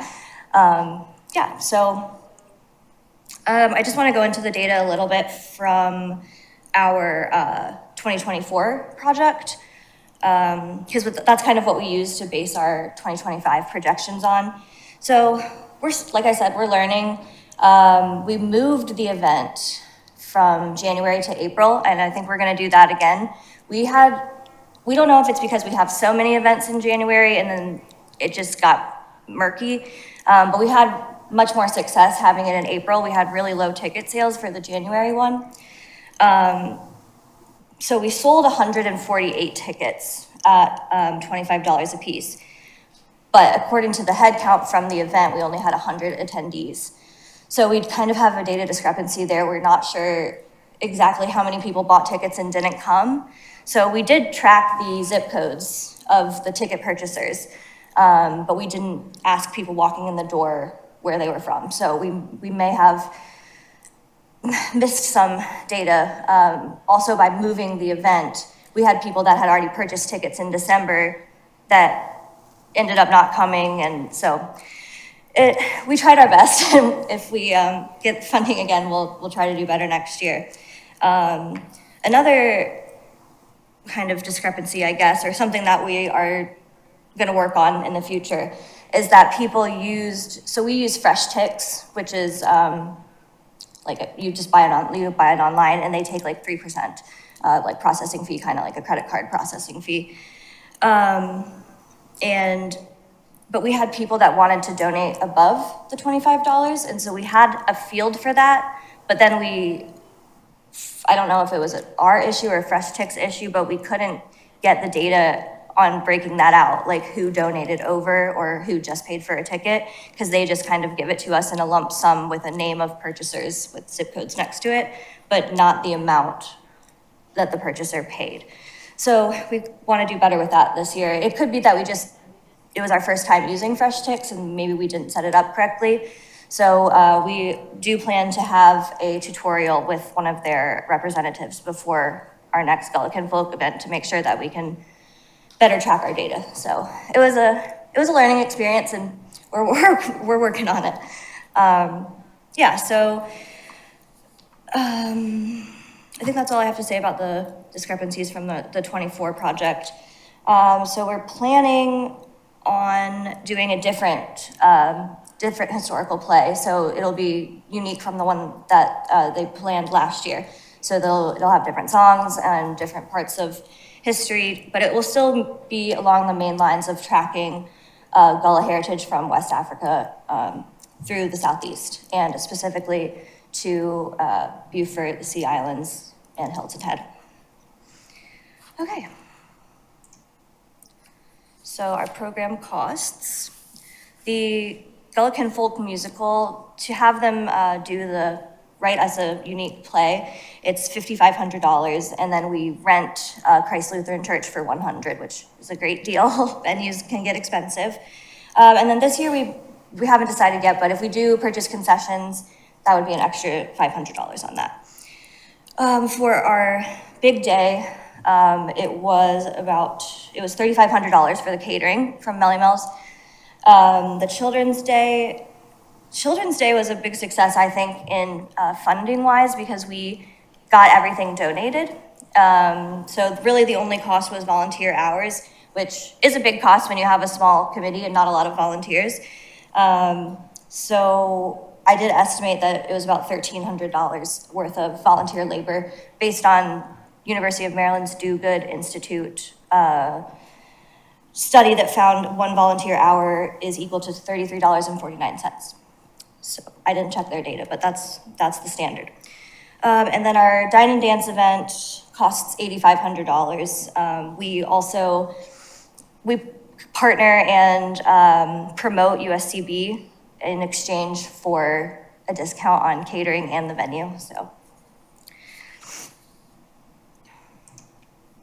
and then Galen wanted to just include some pictures of our projects from 2024, our cemetery cleanup, and the march. We had about 350 people at the march this year. So here's the program, full auditorium there at the high school, and our choir over here. Children's Fun Day, I really liked that day. But I think we had over 500 attendees this year. It is one of our, I would say, as the data person, it's one of our main challenges in tracking. We, similarly to the Outside Foundation, we do a raffle, and they do have to fill out their zip code if they want to participate in the raffle.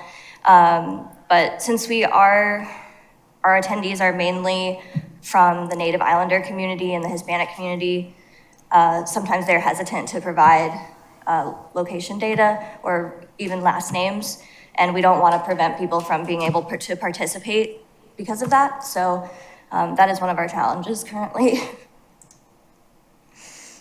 And yeah, in closing, everyone can be great because anybody can serve. You don't have to have a college degree to serve. You don't have to make your subject and verb agree to serve. You only need a heart full of grace and a soul generated by love. Thanks. So I will try to answer questions the best I can. Thank you very much. I applaud you for having to step up and do the presentation today, probably on last minute. So thanks for doing that. You know, looking at this application, one of the hardest things is that lack of tourism that happens. You know, you're at 4%, and this is an accommodation tax. I understand. Grant process. So, you know, we do look at heads and beds. What are you doing to collect that data? And you made the comment that, you know, you guys need to improve on that. I would echo that you need to find a pathway to collect the data of folks coming in. If you have 500 folks coming to an event, you know, by having an iPad with a Survey Monkey on there just saying, what's your zip code? You don't need their details or names for this committee. We'd just like to know where they're coming from, right? How far are they traveling? If most of the attendees are coming from Beaufort or Jasper County, that's not going to be outside of that 50-mile radius that we're looking for, just by Turk standards. So I just wanted to lead off with that we applied your application. We'll go into further conversation about this in a few meetings. Right. But having that return on investment when it comes to the seed money that goes in, I understand. we're going to be looking for that growth in that tourist number. Being at 4%, it's a really low number for us. Questions from the committee? You have anything else? Sorry, I didn't mean to. Well, I mean, I guess I would just say, I think we did better than we did last year. So we improved, and I know the funding is targeted differently each year. I understand that. Tough act to follow with the outside foundation when they have hundreds of thousands of reach. Sure. But our total budget is about $16,000, so we are small. We're trying to grow, and Look, your organizations, ones like yours, are the ones we champion behind, but we have to have that information. understand. We have to have, something behind us. When we make these recommendations to Yeah. town council, they're gonna say, well, how is the funds we're providing increasing tourism on the island and replenishing? so it's mostly based on physical tourists and not visitors. Correct. I mean, Okay. the package would say, we're looking at folks outside of 50 miles because they are the ones that are considered that they would spend a night in a hotel room. Right. And the way these funds are collected is when somebody rents a hotel room or a villa, they're contributing a portion of their taxes, Right.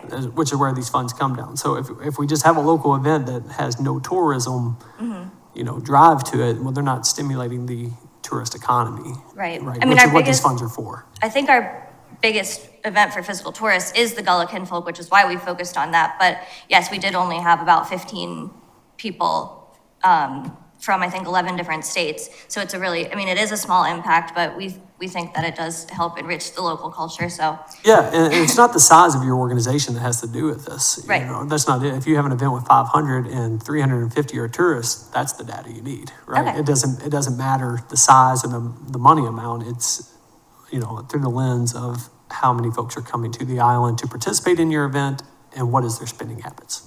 Right. So we only had we had 10% of our attendees of the Gullah Kinfolk, but I included all of the events breakdown, which is kind of brings that percentage down from 10% to 4%. So I don't know if maybe next year we should focus differently in the application or. I think the numbers are the numbers. For all your events, you're not just applying for one event, correct? This is for.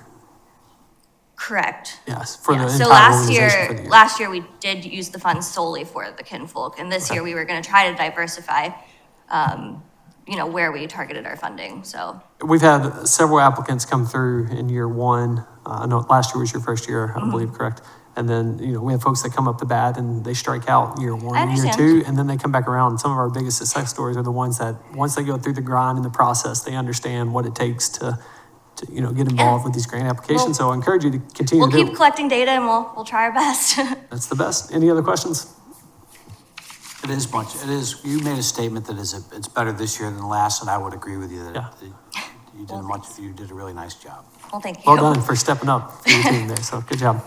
Yeah, actually, I have an event for I work for the World Affairs Council. Okay. And so I have a speaker that's in the air right now. All right. So Thank you hopefully very much. nothing bad happened while I was here. Thanks, y'all. Thanks. Appreciate it. Well. Okay, that brings us to our break for lunch. We're going to take an hour here and we'll reconvene at 1:10. 1:10. Last year you did not.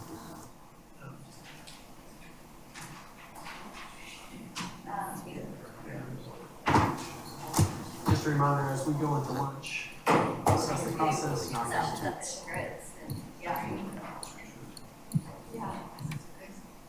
Her event was exclusively. How many days? For the- What day are you at?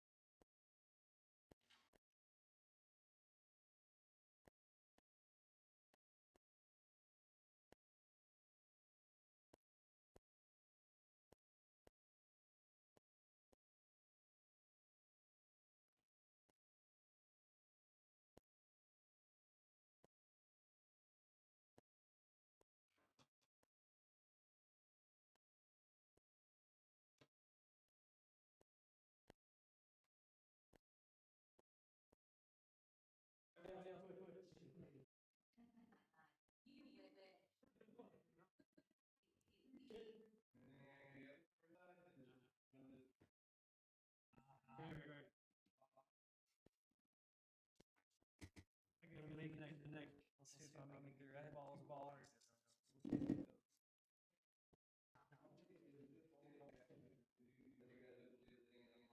No, it's 2 days. We'll be here next week as well.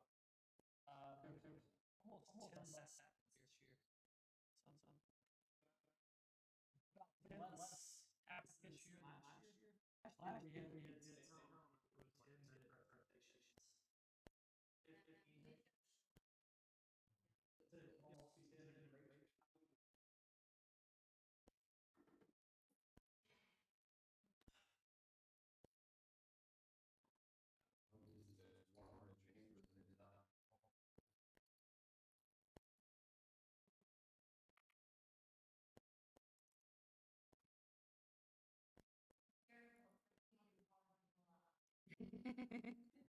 I know it.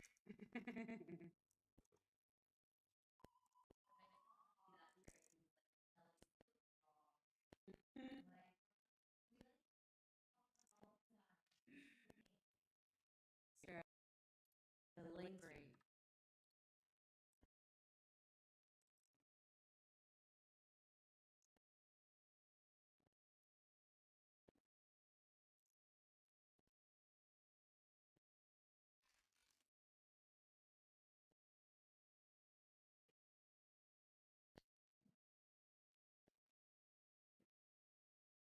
It was somebody's cookie. I don't know. I just one in my pocket, one in my hand. Oh, this is good. I said it never pocket, man. It could be in my pocket somewhere. You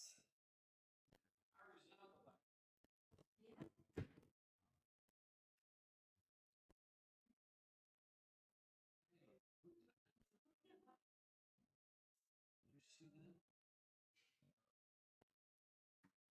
I think it was you.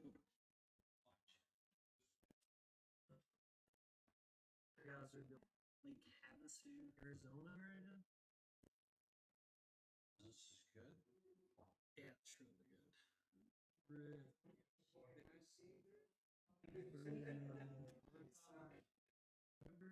Did I see it?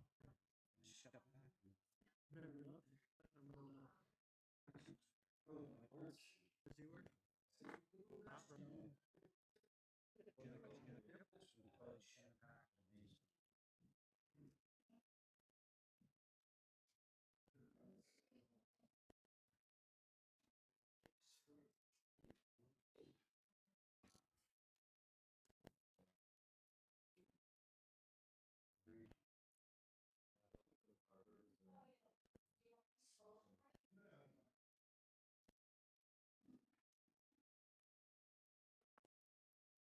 Back, everybody. Packed house. Here we go. Welcome back from our lunch break. Next on the agenda for today is the David Carmine's Memorial Foundation. I know it. I want to eat again after seeing it, though. Like, How's everybody? doing great. Thank you. We have some new faces. If you don't mind to introduce yourself. No, happy to. Andrew Carmines, owner at Hudson Seafood, born and raised on the island. So when back in 2002, I had a brother that passed away from cancer. And in the aftermath, my parents started a foundation in his name to raise money for various charities, some for cancer research, some for local 501c3s. So began the David M. Carmine's Water Festival, which was a kayak festival that Outside Hilton Head and the Island Rec Center helped us put on at our family's restaurant, Hudson's, on the north end of the island.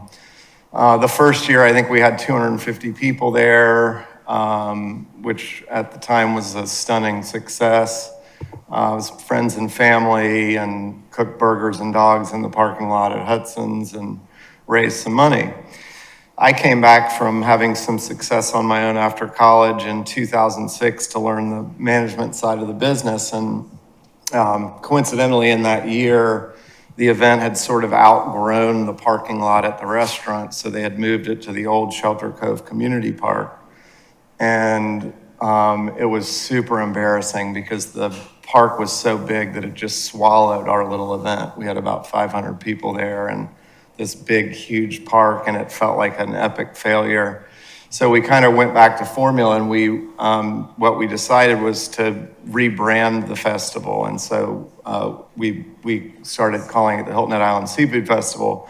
And since then, we've grown it into a week-long culinary sort of Southern heritage celebration, and have turned it into quite a boon for a lot of local nonprofits. I think we've given away $1.4 million in the last 8 years to local nonprofits. If you name one that you've heard of, we've probably given money to it. So the idea is to give money to any nonprofits that make Hilton Head and Bluffton a better place to work, live, and enjoy. So we have some environmental groups that we offer funding to: the Port Royal Sound Foundation, the Coastal Conservation League, the Coastal Discovery Museum, a lot of after-school programs for kids, medical care for the underserved community through Volunteers in Medicine. It's really a lot to list, but we probably have about 20 different 501c3s that we donate to on a regular schedule, and then some other ones that we reserve funds for, sort of rainy day funds for if they're having a tough time making ends meet. And then most recently, we've started a fund that helps people in the hospitality industry that are struggling with drug and alcohol abuse. So that's a sort of a new initiative. So that's sort of the public service side. I know you guys are probably more interested in how the festival benefits the local economy. Our numbers kind of speak for themselves. Our guest demographics about 44% between 50 and 69, 78% with a bachelor's or graduate degree. So you hear people talk about the right kind of tourist for Hilton Head. We feel like we check all the boxes on that. Luckily, our event last year, I think we had about 10,000 guests throughout the week. So lots of heads in beds. We also involve about 30 local restaurants throughout the week in various events. 62% of our festival visitors spend about $220 or more on dining each day of their visit. So beyond the hotel stays. In the past, we've used the Omni Hotel in Palmetto Dunes for almost all of our room nights. Well, we've outgrown that, so we have an additional block at the Beach House Hotel this year. So we have, and we also have an event happening there. I have a pretty cool slide. And if you are planning on attending, you should start thinking about getting tickets, because they're starting to sell out pretty quickly. But anyway, you'll see the image here on the screen. We're doing an event at the new Tiki Hut area there on the beach called Asado by the Sea. It's some Argentinian guys from St. Simon's that have had some recent press on the Food Network and elsewhere that are going to come and roast whole animals on the beach, if that's your thing. Sounds fun to me. I don't know. I don't think we have enough events on the beach here. But back to kind of just the kind of big picture side of things as far as the type of people that we're trying to attract. And we were recently gifted or given an award for the Taste 50 Awards from Taste of the South magazines. So we thought that was a pretty good award, a prestigious award for our little event that started as a burgers and dogs in the parking lot. We've kind of grown it into what we think is a lasting brand and something that we're looking forward to, with the town's support, continuing to grow as we go forward. I don't really have much else to say. I think you guys have most of the information in the info that we've given to you guys, but if there's any questions that I can answer, I'm happy to do so. Thank you very much. And as always, thank you for the thorough packet that was presented to us and turned in. The application is full. It's one of those standard bearers for us. And this event continues to grow, and it's one that we all look forward to. Can you remind us of what the dates are this year? I think it's Not to put you on the spot. not the last week in February this year. So I think it's that 18th through like the 24th is, I'm not exactly sure on the 17th through 23.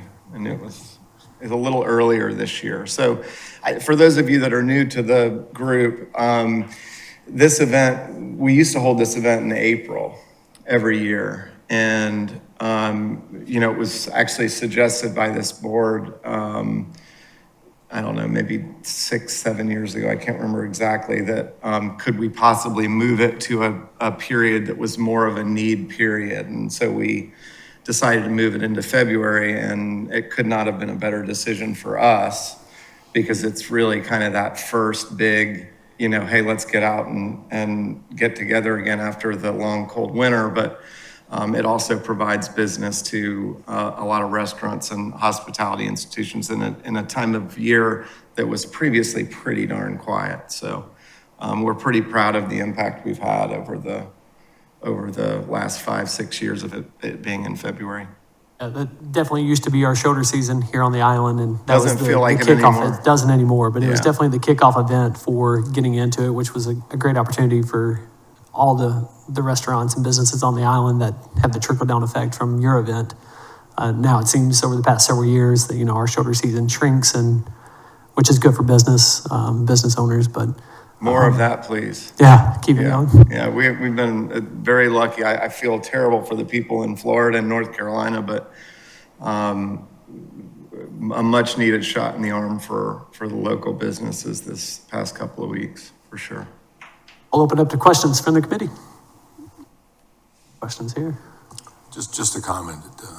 This is a tremendous week, and I think it's a really good reflection of everything on the island. And I want to congratulate you and your family on having something related back to your brother, because that's so important too. So thanks.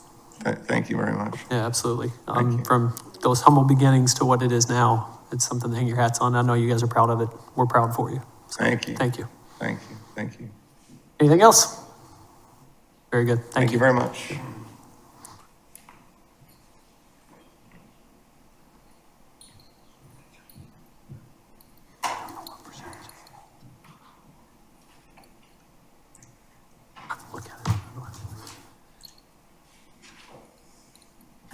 Next on the agenda for today is the Hilton Head Island St. Patrick's Day Parade. Let's see if we can spot those folks here. The green shirts, that would do it. Welcome. If you don't mind, introduce yourselves and I want to do it as soon as I finish this. Perfect. I'll give you the reins then, and then you just hit play when you're ready. Thank you so much. welcome. Good afternoon. Thank you. All Good right. afternoon to you. Thank you very much. Glad you're here. My name's Gabrielle Muthing. I'm chair of the parade. And this is Jim LaFerrier, who directs all of our entertainment and all of our sponsorships. We are very happy to see you today. Thank you for the opportunity. And one thing first, as most or all of you know, Monty Jett passed away early this morning. He was the voice of the parade. For his heart to have stopped is unthinkable to us. It breaks ours. Monty was our spokesman for decades, our cheerleader, and his smile was wider than our 1 mile long parade. We had often spoken of him as a candidate for Grand Marshal, and this year's parade he humbly accepted and proudly wore the sash. The years to come won't be the same. We'll never forget him. And so, as we are deep into planning our 40th parade, the oldest St. Patrick's Day parade in South Carolina, we're here to thank you all for all that you do for us, to keep the parade marching down Pope Avenue, and to hopefully ask for your continued help moving forward. As you discuss and make your decisions, we'd like you to know what it feels like to be at the parade, as if you were visiting our island in March for the very first time.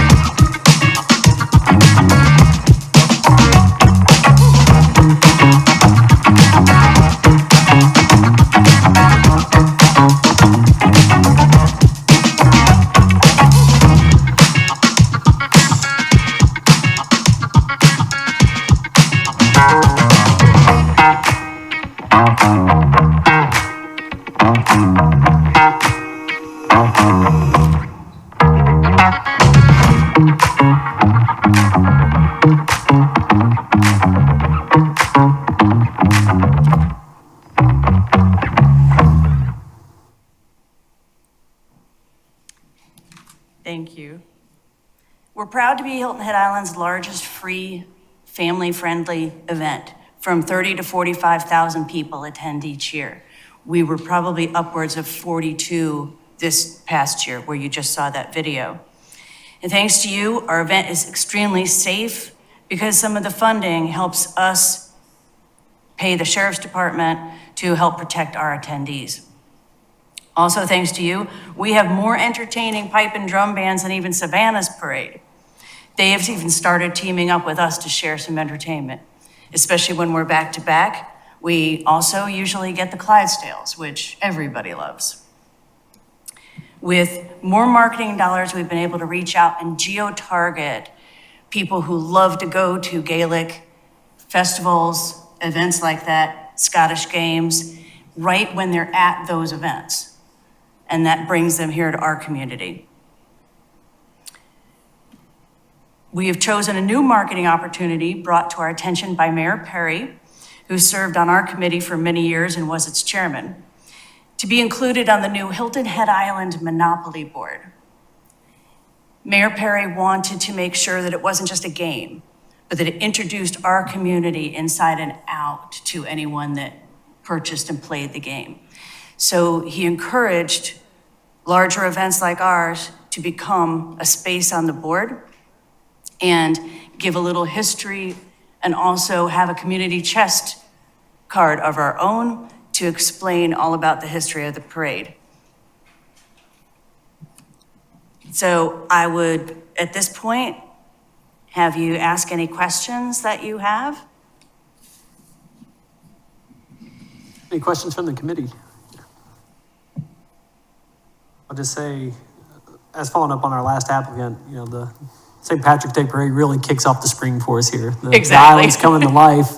We're heading into spring breaks and spring times, heading into the Heritage, the RBC. So this is one we look forward to.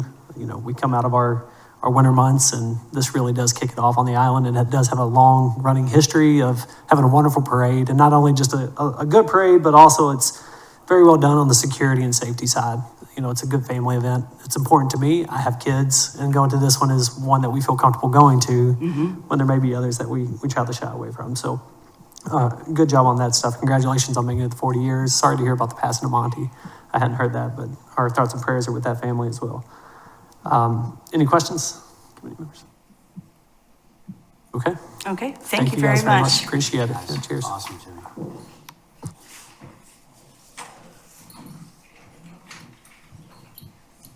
We are a little ahead of schedule here, but I believe we do have the Hilton Head Symphony Orchestra in the house. Nice to see you.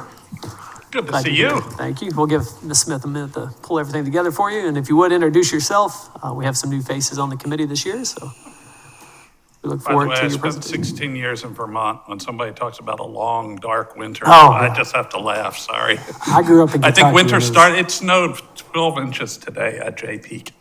I thought it was going to snow here this morning when I walked outside. I know it was a little warmer, but it was quite chilly. Happy to have the sunshine. Can I use the enter button? Remember that your video, we confirmed, so I've got it here for you too. It's there. Okay, good. Okay. But let's get you on the slideshow. And if you want to view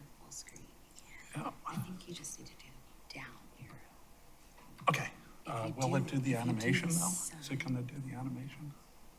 I need the animation. For the video? Yeah, well, no, for the PowerPoint. Can you just open it up in PowerPoint? I see it's not doing that. This isn't a this is not what you wanted?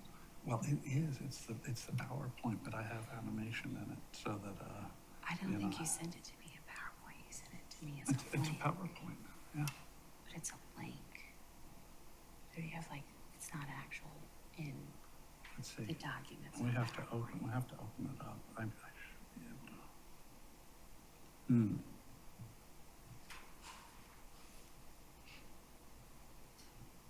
That's Do probably you why have that, open up, do you have, oh shoot, I should have brought the flash drive. I have PowerPoint. I don't know whether we can Yeah. can you download it and have it in? I just have the link you sent me. It's from I Dropbox. see, but is there a way to go, download this file? It starts now. Perfect. There we go. There we Now we can go to start the slideshow. So your Don't video worry. might work from here, and if not, just exit out. Okay, thank you. That's what happens when you get a little more complicated. I'm glad we're a little ahead. Good afternoon, everyone. My name is Alan Jordan. I'm the president and CEO of the Hilton Head Symphony Orchestra, and we want to thank you for the opportunity to share news about the Hilton Head Symphony. Later today, just in a few hours, the HHSO opens its 2024-2025 season of orchestral presentations at Martin Family Park in Bluffton, with a free, what was to be an outdoor concert, but it's now going to be an indoor concert, tonight called The Country Divas. This performance kicks off the final weekend of the historic Bluffton Arts and Seafood Festival, one of the largest tourist drawing events in that town. The same program will be presented tomorrow, October 18th, starting at 7:30 p.m., hopefully at our beautiful outdoor home, Low Country Celebration Park. We hope you have in your calendar this exciting free performance, a signature event of the month-long Crescendo Festival mounted by the Office of Cultural Affairs and the Arts Council. 3 exceptional singers join the HHSO and John Morris Russell in a celebration of the roots of country music, putting the country in Low Country. On Sunday and Monday, October 20th and 21st at First Presbyterian Church, we will present our first orchestra series concerts of the season with Sphinx competition winner and Harlem String Quartet founder Melissa White performing Max Brooks' Violin Concerto. The program closes with the triumphant Symphony No. 4 by Tchaikovsky. This launches our traditional 9-program, 18-concert classical series that runs through late April. Series highlights include the American Experience performed during American Music Month in November, our much-loved Holiday Pops concert featuring the Hilton Head Dance Theater, Carmina Burana with the HHSO Chorus and Claflin University Concert Choir, and soloists from Cheryl Milne's Savannah Voice Festival, and music by Beethoven, Mendelssohn, Vivaldi, Mozart, Debussy, and many more. And in February, we will present a tribute to Judy Garland. Our season started several months ago with the 4th annual Jazz in the Park series of 6 free concerts at Low Country Celebration Park. Despite some very hot weather at several concerts and another where our sudden cloudburst turned the pavilion into not only a stage, but an audience seating area, the series drew an estimated 2,700 attendees. Through our online contests, we estimate that 32% of the audiences were tourists and another 10% were visitors. This series was conceived with Coligny Plaza specifically to reach our tourists and visitors. Continuing partnerships with Coligny Plaza, the Beach House, the Jazz Corner, and Junior Jazz Foundation, and a new sponsor, Charter One Realty, expanded our promotional reach. Our July 2023 survey of Jazz in the Park and Symphony Under the Stars concert attendees revealed half visit Hilton Head multiple times a year. 72% stay in hotels or vacation rentals. 63% stay for at least a week, and another 22% stay 1 month or longer. 43% are part of groups of 4 or more tourists, and most importantly to the HHSO, 98% said they would try to attend another performance when they come back. Following our concerts this weekend, we will survey the attendees of these same performances in late 2023 and all of 2024. Last month, we kicked off the 4th season of our Sunday evening Coastal Home Supper Club at Soundwaves. This monthly dinner and cabaret offering features supper from a variety of Coligny area restaurants, followed by performances curated by Savannah Theater's Gretchen Christine Stelzer. Themes have included yacht rock, Frank Sinatra and Dean Martin, disco, Motown, and all George Gershwin, Cole Porter, and Burt Bacharach nights. All 37 shows to date have sold out. Earlier this month, we launched the 3rd season of our Gullah Geechee cultural series at Soundwaves, which featured Charlton Singleton, trumpeter with the 2-time Grammy-winning group Ranky Tanky. Charlton was joined by Gullah Geechee Cultural Heritage Corridor Resiliency Manager Erica Xavier Beauvoir in discussions about the effects of climate change on Gullah Geechee cultural preservation and the worldwide impact of the Gullah Geechee community. In partnership now with the Gullah Museum, Historic Mitchellville Freedom Park, and the Native Island Business and Community Affairs Association, the presentations are a reverse of the talk show format, with music and other performances interspersed with interviews and comments from our guest MC. We will present 4 Gullah Geechee Cultural Series programs this season, with 1 or 2 taken to public spaces in Gullah communities and presented in public schools. We are also increasing the number of Soundwaves rentals to other presenters, including this season Lean Ensemble Theater. Our 2024 International Piano Competition featured the Triennial Bravo Piano Festival. It was not a competition, but it showcased many of the world's greatest pianists. Now, we do not live stream the festival, thus our global viewership for this year was down. The 2025 competition will feature 18 to 30-year-old competitors, which should draw 1,500 unique visitors and 15,000 plays across the United States, plus 72 different countries. Now, as our applicant pool of 193 includes pianists from 31 different countries, we are bullish about our predictions. Last season, the HHSO and piano competition directly accounted for 109 room nights for our visiting artists. With the competition this season, that number will be closer to 175. Beyond that, families of participants in our Youth Concerto Competition and Chamber Music Institute and HHSO musicians coming from afar utilize area hotels for their accommodations while here. Add to that the many audience members who require accommodations, and you have a significant heads in beds driver.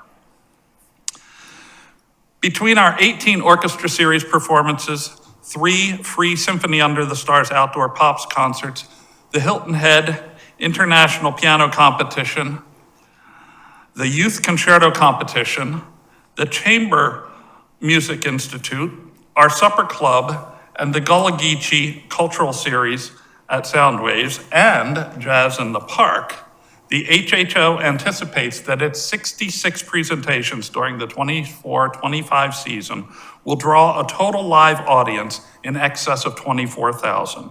And using the ratios from this last season, we estimate 5,250 of our patrons will be tourists and another 4,400 will be visitors. In preparing our application this year, we discovered a conundrum. While our Hilton Head Island tourist numbers grew by nearly 20%, and our visitor numbers grew by a whopping 67%, our resident numbers also grew by 64%. Now, these are staggering increases, but the math results in our tourist and visitor percentage dropping slightly to 41.13%. We hope that our extraordinary resident increases will not overshadow the significant advances we made in tourist and visitors numbers last season. One more statistic for your consideration. Our A-tax cost per tourist plus visitor ratio decreased by 19.2% between 2023 and 2024. We intend to continue that trend. The 6% increase included in our 2025 request will continue our social media and electronic marketing expansion efforts that have driven our impressive results, and to offset the inflation-driven increases in marketing, artistic, and production costs. The success and growth of the Hilton Head Symphony Orchestra is a local success story, composed of native and imported music lovers, businesses, and foundations, and a public support mechanism that is relatively unique in the orchestra industry. We hope our contribution to the tourist and visitor industry mirrors the significant support provided to the HSSO through our annual accommodations tax administered through this committee. Thank you for your continued help and for your consideration of this proposal. Our Music for Everyone theme speaks to the universality of what we offer. But to dispel any notions about stuffy classical music, I'm going to close with our Bravo Piano finale encore performed by our 3 soloists of that evening. And I hope you will enjoy it, if it plays.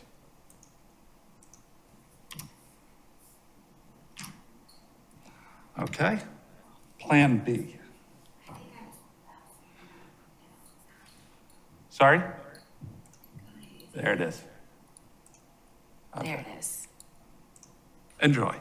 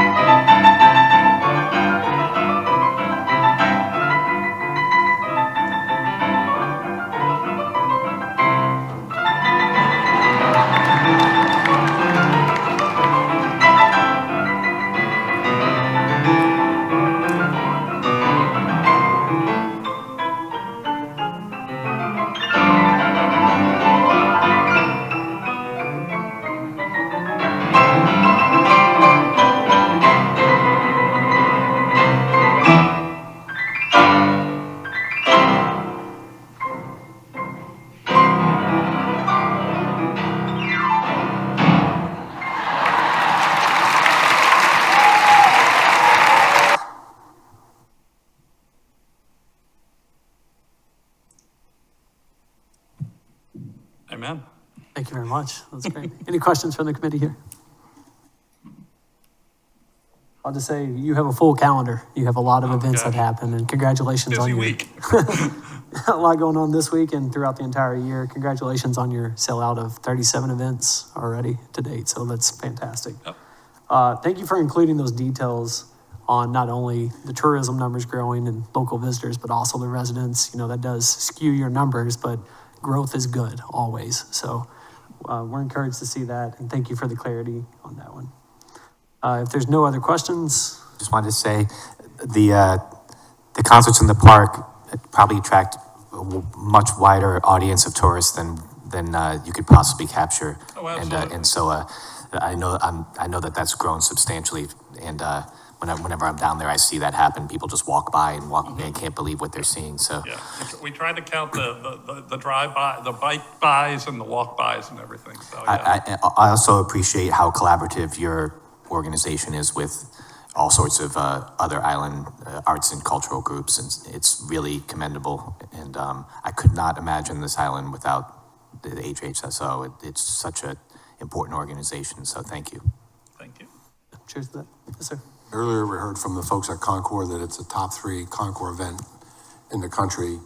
Having been a former host for one of your international piano competition competitors, I learned the prestige of that operation around the country. I don't know if it's 3, 4, or 5 in the country, but it is an amazing. Yeah, there are many, and I mean, this past year, we've had a number of our former winners go on to win the Leeds competition, the Honans competition, ones all across the world. And they continue to say, you know, their starts were here with the Hilton Head International Piano Competition. Thank you. Well done, thank you. I can ask one question. Where do the majority of your musicians come from? I think we have about 3 of them that live on the island. Right. Most of them are based either in Savannah or Charleston. Okay. And since the pandemic, we've had to go even further afield to bring in people. Our new harpist actually lives in Cincinnati. Really? She has family here, so there's a reason for her to come. But yeah, Atlanta, Jacksonville, up in the Charlotte, North Carolina area, we draw them from all over. But that's not atypical for a regional orchestra. I mean, other orchestras where I've been, we would draw from 200, 300 miles away to bring the right players in. Well, it's an incredible amount of talent, so thank you for bringing them in. Absolutely. Anything else? Thank you very much. Thank you so much. We are we're a little bit ahead of schedule here. Do we have the Hilton Head Audubon Society? You're here, okay. We'll go ahead and bring you up. Thank you for being here a little early. We appreciate that. Thank you. Good afternoon and welcome. Hi. Once we get you set up here, if you don't mind to introduce yourself. Okay, will do. Great, thanks. I'm just gonna play from the beginning. Yep, So just fine. any key will work. Okay, got it. And then back if you need to. Okay. Hi, good afternoon. I am Sarah Gustafson. I'm a board member and the treasurer of Hilton Head Audubon. And I'm happy to be here to present our case and to represent Hilton Head Audubon for the 3rd year in a row for this ATAX presentation. We are Hilton Head Audubon. We are bird lovers, and our mission is to protect birds and their environment. All the work we do is done by volunteers, board, and people throughout our organization. We currently have no paid staff. We have 331 members. A good portion of them live off island, including many part-time residents and many repeat visitors. We have northerners who come down in the winter for a few weeks, and many folks who come during spring and fall for bird migration season. Hilton Head Island is on the Atlantic Flyway, so we're creating a place for shorebirds and songbirds to rest as they migrate north to south and south to north, much like our tourists and residents. Our crown jewel is Audubon Newhall Preserve, which we own and manage, and I'll talk about that more a little bit later. We also maintain a very robust website and a very, very active Facebook page that gives tourists and residents information about where to go birding and what incredible birds we have on this island. So more on Newhall. Newhall is a major tourist attraction. We've owned and managed this property for 50 years. It's a quiet oasis where tourists come to see our unique island ecosystems. And we spend most of our program money on maintenance and management of Newhall. Throughout the year, we lead nature and bird walks on Tuesdays and Friday mornings, and people who are joining the walk are mostly tourists, both birders and those interested in being out in nature. We count tourists and visitors through a logbook and a people counter. In the logbook, we ask people whether they are local and if not, what state they come from. Last year, we installed a people counter to improve our counting process. The people counter counts everybody who walks past the kiosk and goes down the main trail. This was installed in June 2023. Since we've installed the people counter, we found that people signing the logbook compared to the people counter count has ranged from 22 to 28%, which we think is a fairly consistent ratio.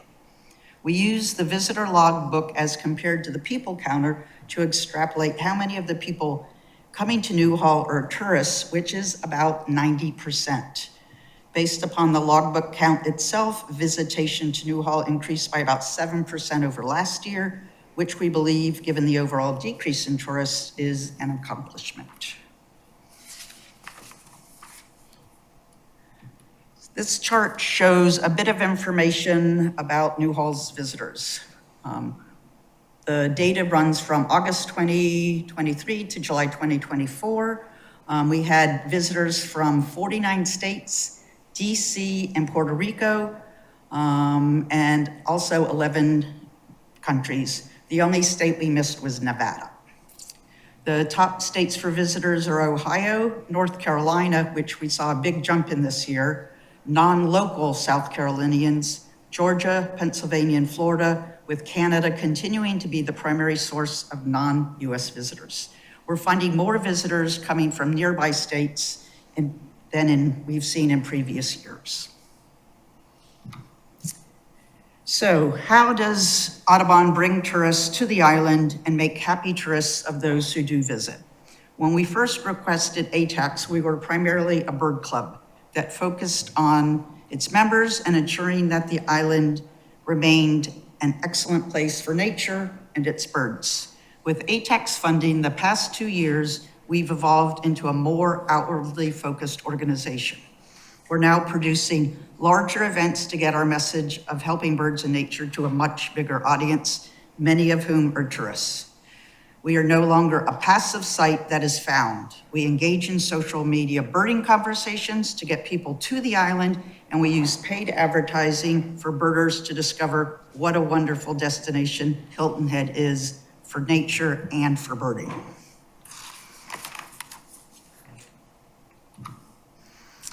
Along with actively promoting ecotourism, we've continued to use ATAX funding to improve Audubon Newhall Preserve. Newhall is by far our largest draw for tourists. We're thrilled with our new kiosk. Thank you for funding that. We now provide visitors with much more information than before to enhance their visit. Also, we've repurposed the old kiosk to be very tourist-friendly, showing where visitors migrate from, and have playfully encouraged them to sign the logbook. And we've also listed the improvements, recent upgrades to Newhall, many which were funded by ATAX.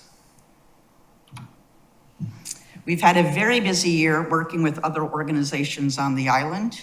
Through a national Audubon grant that we received last year, we've developed a very strong relationship with Historic Mitchellville Freedom Park.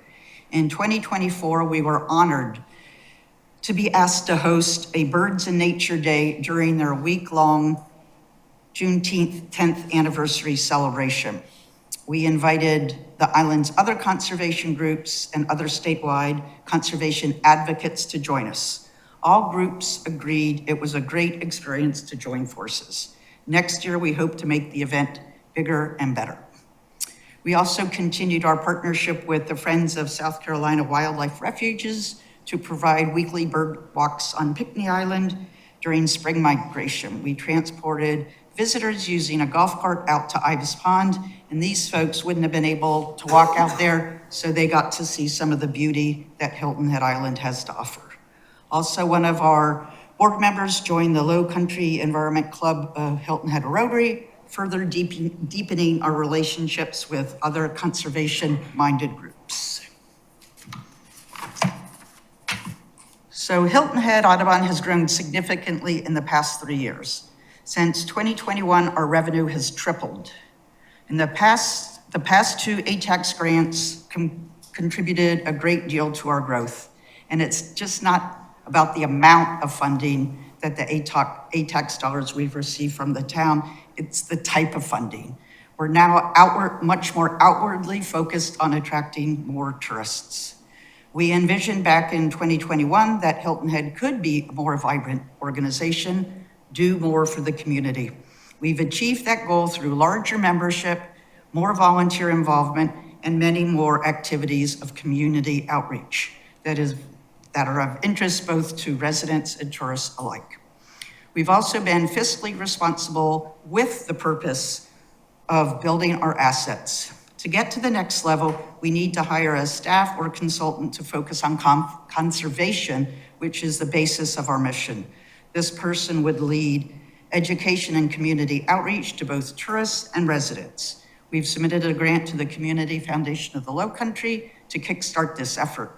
After 1 year, the assets we've set aside will be used to fund this position. So I'll conclude my presentation with a summary of the funding we're requesting. Please note that these are additional requests for additional activities and projects for Hilton Head Audubon. We are financially strong and can fund our day-to-day operations from current revenue sources. Thank you for your consideration, and I'm happy to answer any questions. Very much. I'll open it up to the committee for any questions. I'll start off with one. Thank you for the details on the financials over the past several years. Can you speak to the expenses doubling? Is that just the investment you're making, like the signage and stuff? I'm sorry? The expenses from 23 to 24 went from 28 to, I think, 56,000, doubling in expenses. What are those line items for? It's primarily grants we're getting, so it would be money we wouldn't spend unless we got a grant. We got $10,000 from National Audubon, which we spent on putting together our first celebration, or our first presence at Juneteenth. We also got a grant to do the initial bird walk out at Pinckney. So we ask for grants, we get the money, and we do additional work. So because you're able to do more events, your expenses are growing, right? Because your exposure is there right, for right. events. Okay, that makes complete sense. You say it much better than I do. Thank you. Just wanted clarification onto that. Thank you very much. Any questions from the committee here? I appreciate your efforts to get more data. It's interesting, it's funny. The kiosk sign you came up with to get people to participate in it, so it's a very smart way to get it. Well, we knew everybody wasn't signing the visitor log, and people would throw around different numbers. So I'm like, Wendy, why don't we just count everybody coming in? And then we could have the log book, and it'd be nice to have more data of people counter, because I can tell you the log increase, but I can't tell you the people counter increase until next year. That'd be fascinating to see. And thank you for putting in that counter. You know, you don't have folks there there's not a gate, it's open for folks to come and go. So it's nice to know how many folks are walking those trails and taking a look. And it doesn't matter which park I go to across the island, somebody is always with binoculars looking up at the birds. We're everywhere.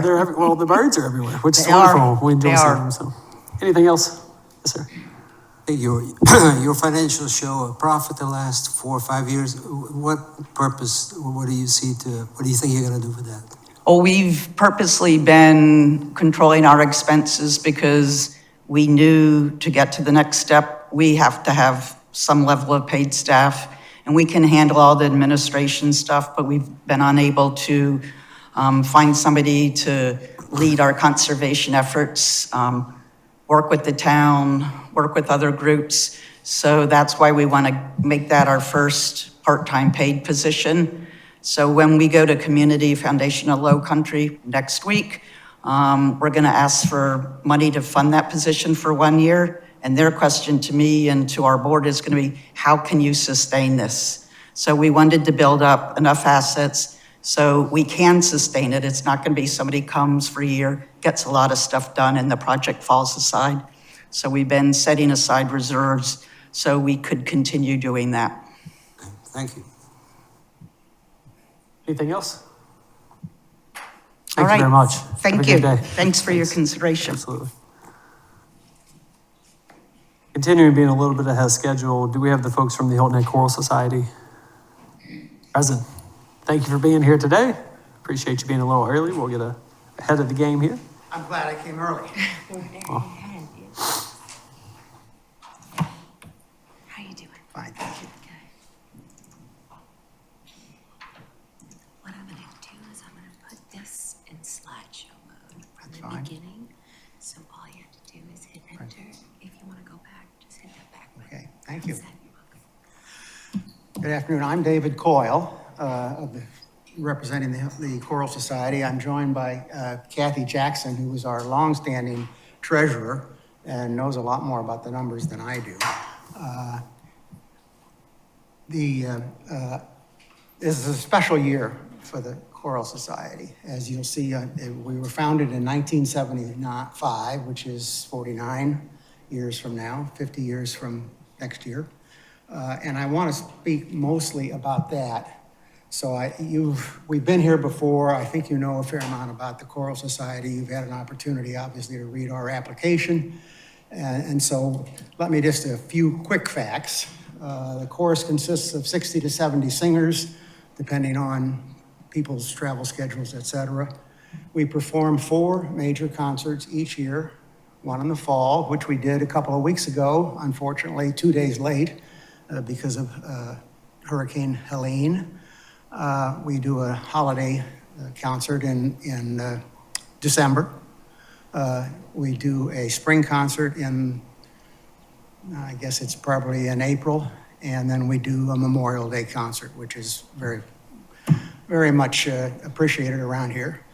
We also provide music at the Veterans Day and Memorial Day celebrations that the town has. The concerts are at the First Presbyterian Church, which is really the only place in Hilton Head that can handle something like this. We do employ a professional artistic director, Dr. Owsley, who lives in Charleston. We also employ a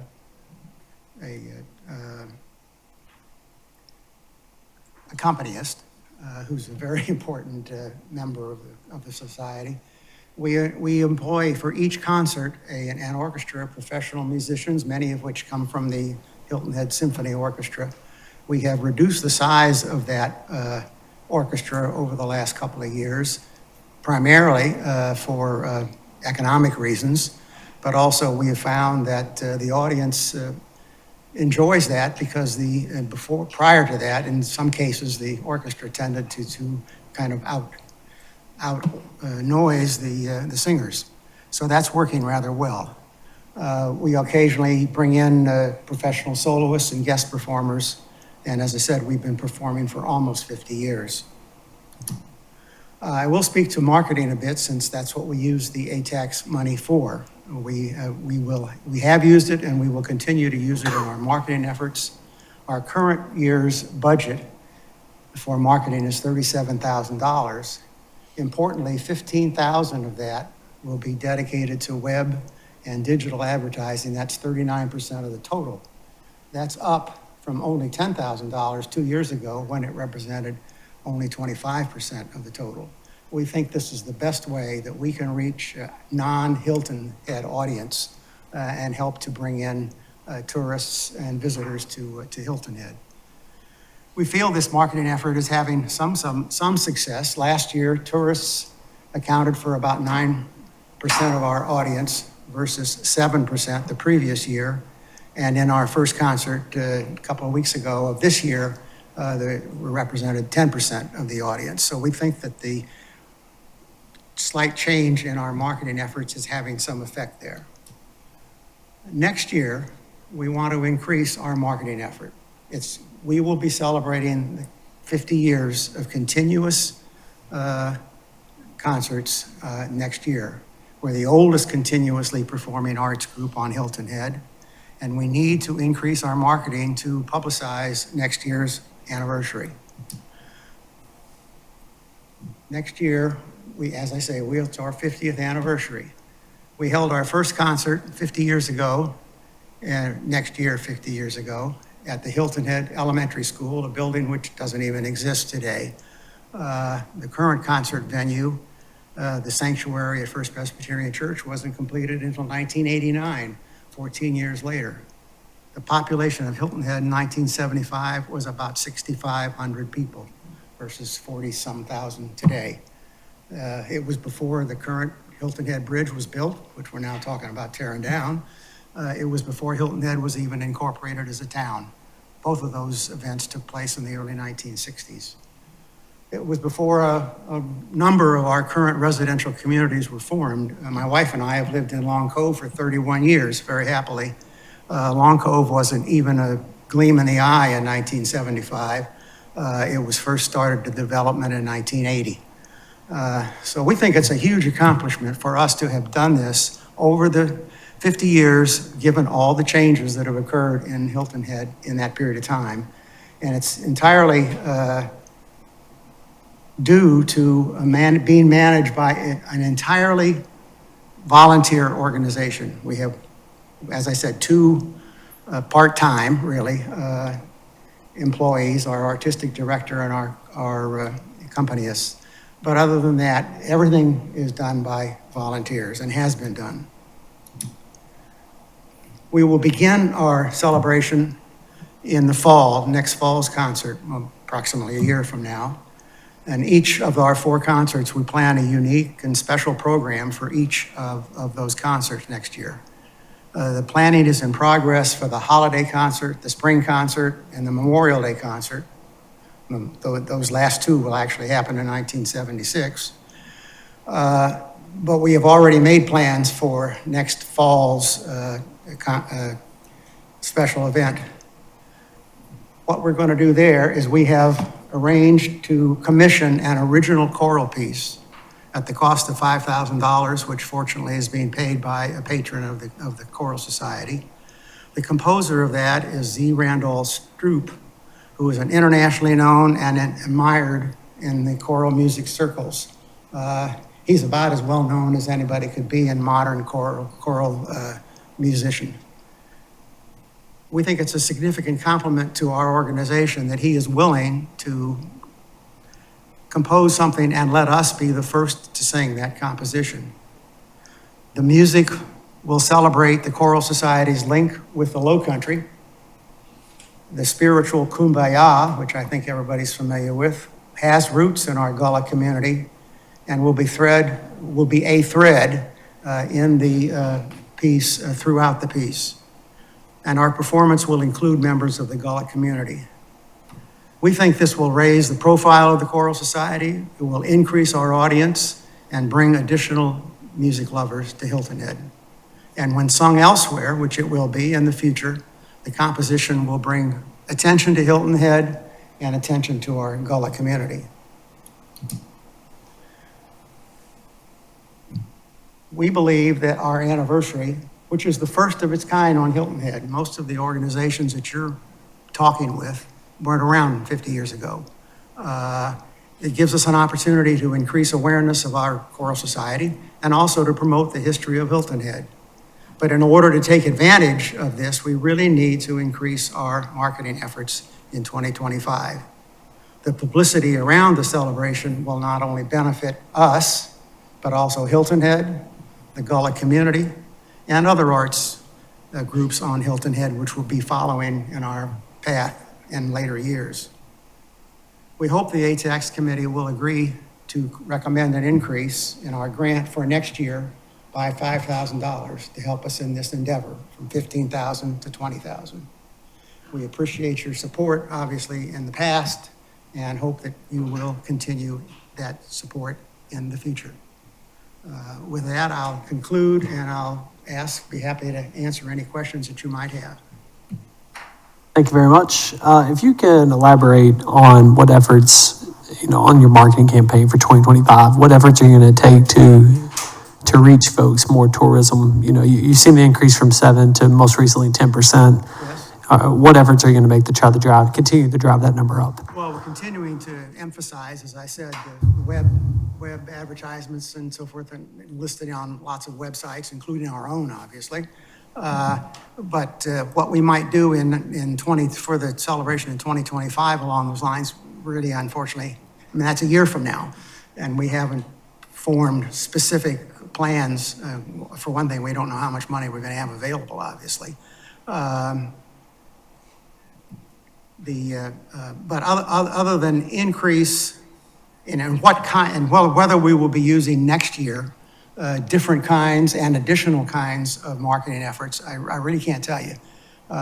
We will hopefully be doing that. We'll hopefully have the money to do it, because if we can't, we're not going to get the real appreciation of what we're doing next year. Okay. As you make those efforts, it'd be nice to know what you plan on marketing with the funds that are being granted out. Well, without just, we'll make a plan after those grants are received, having a roadmap to increase from 10% up to 12%, 15% would be beneficial down the road. I think you have to take into consideration that what we're talking about starts a year from now. And we have already made significant plans for the very first event in that thing, which is a year from now. And I mean, your schedule of making grants once a year, late in the year for the following year, obviously makes it difficult to tell you exactly what we're going to do a year from now, other than we want to increase our marketing efforts. I wish if you were doing this in the spring for next year, we could be much more specific, obviously, about what we're doing. I mean, we have a committee, a special committee formed to come up with both the events themselves, one of which they have done, as well as how we are going about making sure that that is properly advertised, basically, to the community and to the community in Hilton Head and off of Hilton Head, obviously. So I say the timing is not perfect for us to be here talking about it, but the grant that you are going to make coincides with the first two of the 4 events that we have planned for our celebration. Thank you. Questions from the committee? Yes, sir. Excuse me, I may have missed it, so my apologies in advance, but what is the average attendance at your Well, for instance, the most recent concert a couple of weeks ago, we had about 400? 489. 489, and that's typically the holiday concert and the Memorial Day concert are the 2 best attended, and that can range anywhere from 600 to 800. So the average might be something like 500, well, more than that, 600 or 700. The holiday concert brings attendance of 800 plus. Thank you. Any other questions? Are there any options for you to target market folks in maybe the 50 to 100 mile radius? So rather than go local marketing or national via social media, are there any communities out there that you're looking at that you might be able to attract people here? You mean in A busload from this community or a van load from that Georgia or community? South Carolina, North Carolina? Not specifically, but I mean, all our web and social media, et cetera, is something that's available nationally, obviously, but of more interest to people from Ohio on down to South Carolina, et cetera. So. Thank you. Any other questions? Thank you very much. Thank you, and thank you for your consideration and your past support. Okay, that puts us way ahead of schedule here. Are we able to get on the phone? I know we have our last presenter here. Would it be okay to jump ahead and let that applicant go? Or do we need to take a break and follow this order? Do you have anyone else coming, Karen? Yeah, we're way ahead of schedule, so. That would be up to Ms. Kazimjak if you're ready to go. We appreciate you being here early. We are running well ahead of schedule, and being that you're scheduled for 4:10, we don't want to make you sit here for 2 hours either, so. It's okay. Glad you're here. You don't have to. Sorry to put you on the spot, but welcome. It's okay. I just need to get rid of my gum. I was gonna say.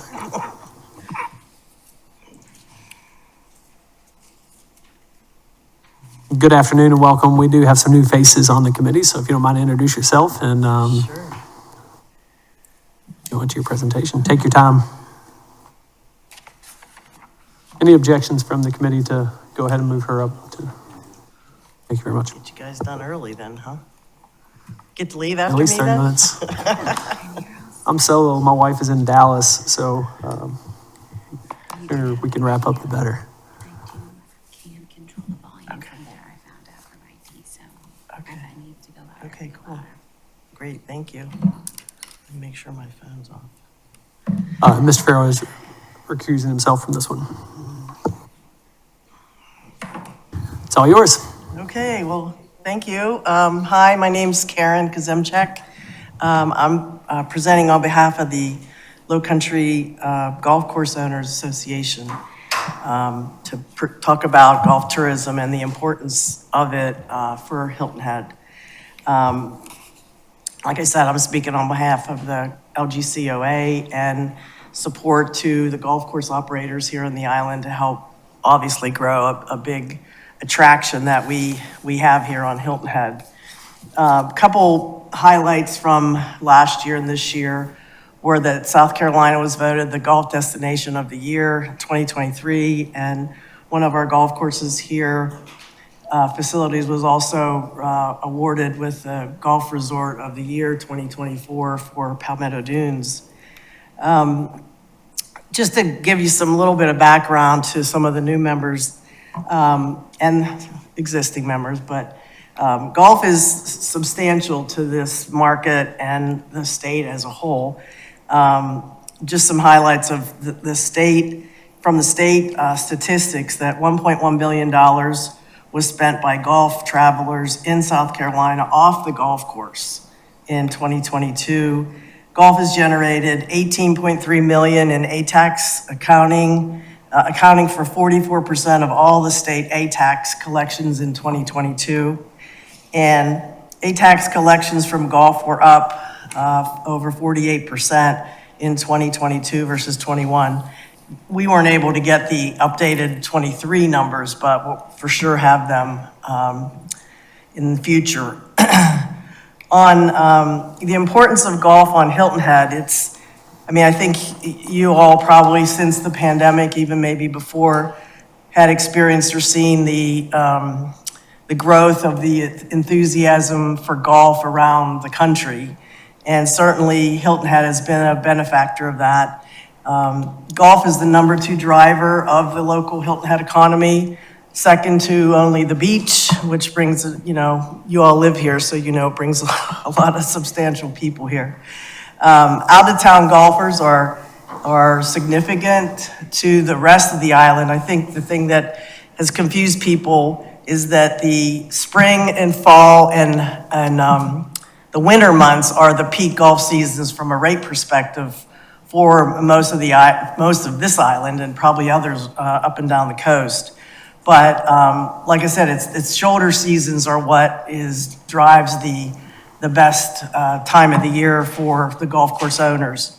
Golf tourism certainly puts heads in beds averaging on research that we were able to conduct last year, 4 nights per stay. And the fact that golf tourism and people traveling here to play golf helps generate ATAX funding every day, every week, and all year long. Like I said a little bit ago, that the growth of golf has been busier, and one of the things that's have been very significant is that golf has grown into a more younger audience, as opposed to, a lot of people think it's an older type of clientele, but we've seen a lot of growth in the under 50-year-old range, which in the past had been more skewed towards some heavier or larger numbers or older people.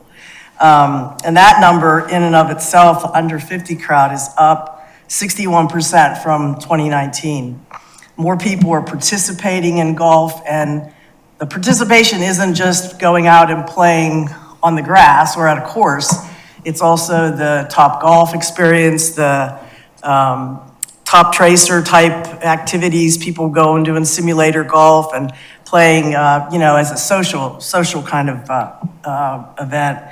One of the other big things for Hilton Head is that the industry here creates a ton of jobs. I mean, over 55% of all of the tourism related jobs are part of golf course operations. And over 7,000 we have 7,000 direct and indirect jobs that result from tourism just on this island. This is a little highlight of all of we did the research last year, and the responses, it's over 1,500 responses, which is a lot. A lot of times you do surveys and sample sizes are like 300, 400, 500. So this was significant to get these kinds of numbers. 98% of the golf vacationers here on Hilton Head travel from outside 50 miles. 87% of the golf vacationers stayed in hotels, rental homes, villas, which all, as you know, generate accommodations tax. 40% of the golfers spend between $1,000 and $2,000 per person from their group trip. And while accommodations of late, I mean, pandemic, everything rose after that, so it's sort of flattening out a little bit, but accommodations on the island has slowed, the growth of that has slowed. For those who've been on the committee for over the last couple of years, you've seen it grow, and then it's sort of flattening down now. But, golf rounds continue to be popular. People are traveling, they're playing. So that's significant for the island. 79% of the golfers, the vacationers, prefer to come in the spring and the fall. Because of the weather, obviously, I mean, this time of year, we all live here, so you sort of love to enjoy this kind of pretty outdoor weather. 99% of the golf vacationers say that they are likely or very likely to return to Hilton Head, and that's significant as well. Obviously, bringing return visitors here is critical to the island's, make the island's success. And 45% of golf vacationers stay for 1 week or more and play 4 or more rounds. This year, the funding that the ATAX or we were able to get approved for last year went towards specific TV campaigns, some expanded coverage of some of the digital marketing into the Florida. Florida is a very popular, we're a travel spot, very popular to North Florida kind of customers. Social media, went backwards. Social media influencers, we had a few of those visits this year, which helped create more content, more targeting more of the younger type customer. And we reached into the New York golf world.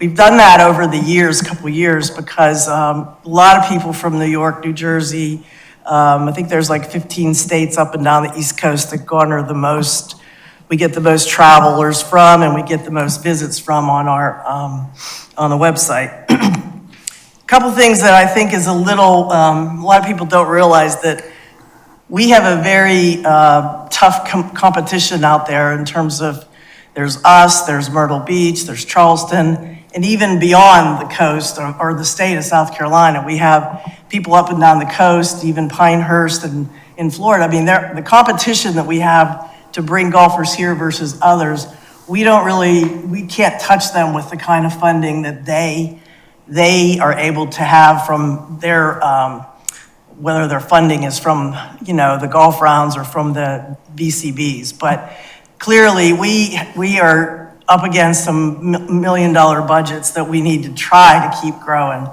The one thing that we do too, more than I think others, is really try to push, like I said earlier, about a new generation of golfers, trying to get the younger people, and you'll see some more of that later in this presentation. Prior to COVID, it was, we were really restricted with trying to get people to come here to the island. So it's taken a couple of years to get that rhythm back, and we're actually seeing, really strong results from it. As I mentioned a couple of minutes ago about the different states, but 100% of the marketing dollars that we have, we focus on pushing them out to 50 miles and beyond. It's everywhere that we push out to all these different states, and a number of the different type of campaigns that we push in publications and or websites or content creators that literally can help us energize people, broaden the awareness of this destination. And people know us well because of, obviously the RBC tournament that's been here for, 55 years now, 56 years? And one of the big events we had this year was really, it was a partnership with PGA Tour Radio and the state of South Carolina. This just happened like a month or so ago, but we partnered with PGA Tour Radio and engaged their golf personalities that are on air that have the different shows throughout the day, and literally had 16 shows broadcast live from Hilton Head, while a lot of the players that came in for this tournament were able to enjoy it. There's a picture of Brian Katrick and Michael Collins. He's with ESPN too, but it was really a nice event that brought a lot of exposure to us that most people don't get the flavor of Hilton Head unless they come. So when they're listening to that, they get to get educated and maybe look more into making a trip. But it was over 30 hours of live coverage, so it was pretty exciting. The request for this year, the 2025 funding, really is, it's based on us trying to grow the market share, our market. We're, like I said earlier, continuing to reach out to a new generation, a younger generation of golfers, and we've been successful in that this year. As it grows, as golf grows, and we get the broader reach of some of the younger people that really will bring more groups back, bring more friends back, bring the people that we know that they come here as a child, they may get married here, they end up honeymooning here, they bring their families. I mean, we see that all across the island throughout the whole year of the different type events that we also are engaged in. I'm not going to read every piece of this, but there's certainly a lot of effort that goes into pushing us out and getting Hilton Head as a top of mind kind of destination. And, I think we just have a lot of momentum right now.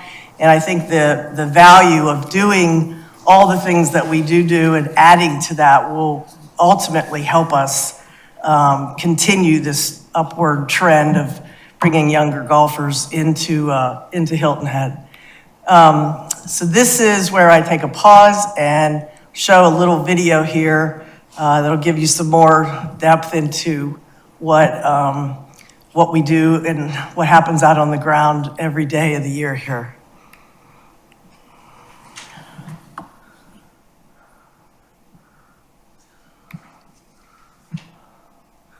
What's happening?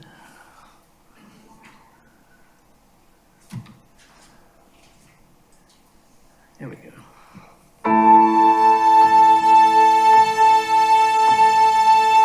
There are a handful of places in America that just have that particular kind of vernacular to that environment. And golf course architects have interpreted golf to those spaces. And this is one of those places. The Low Country is a unique setting, and to be able to play golf in that setting is really wonderful. And if you're a fan of golf, and you're a fan of golf course architecture, and you're a fan of doing those things in beautiful places, this is somewhere you really have to come. Over 20 years we've been doing this together. The group's been coming down since 1991. I've been coming down personally since 1982. The quality of golf courses, the weather, the look and feel of the island. We've been doing this since 1991. We've had as many as 44 guys travel. We're playing two rounds a day, and then we're going nice dinners, each night. And, it's a beautiful area. It's like 3 vacations in one. We golf in the morning, we sit around the pool in the afternoon, and then come 5 o'clock, cocktails, go out to dinner. So it's a full week. This was my first experience ever being in Hilton Head. And as I'm here, preparing to depart after a few days on the ground, playing golf, enjoying great cuisine and friendship and fellowship, I am eager for my return trip. Yeah, we already have guys in here plotting to come back in March. Almost all of us are in our 70s except for the next generation. And, in years to come, they'll think about us when you're still down here. The Surge Restaurant Group is going to celebrate 40 years in 2024. And honestly, our businesses wouldn't have been able to flourish without the golf consumer that we've seen down here those 40 years. Specifically in the fall, the winter, and the spring, we've been able to build our off-season business around that core clientele that spends a great amount of money within our restaurants, brings groups, not just single or two-person diner groups. So we look at it as an integral part of our success.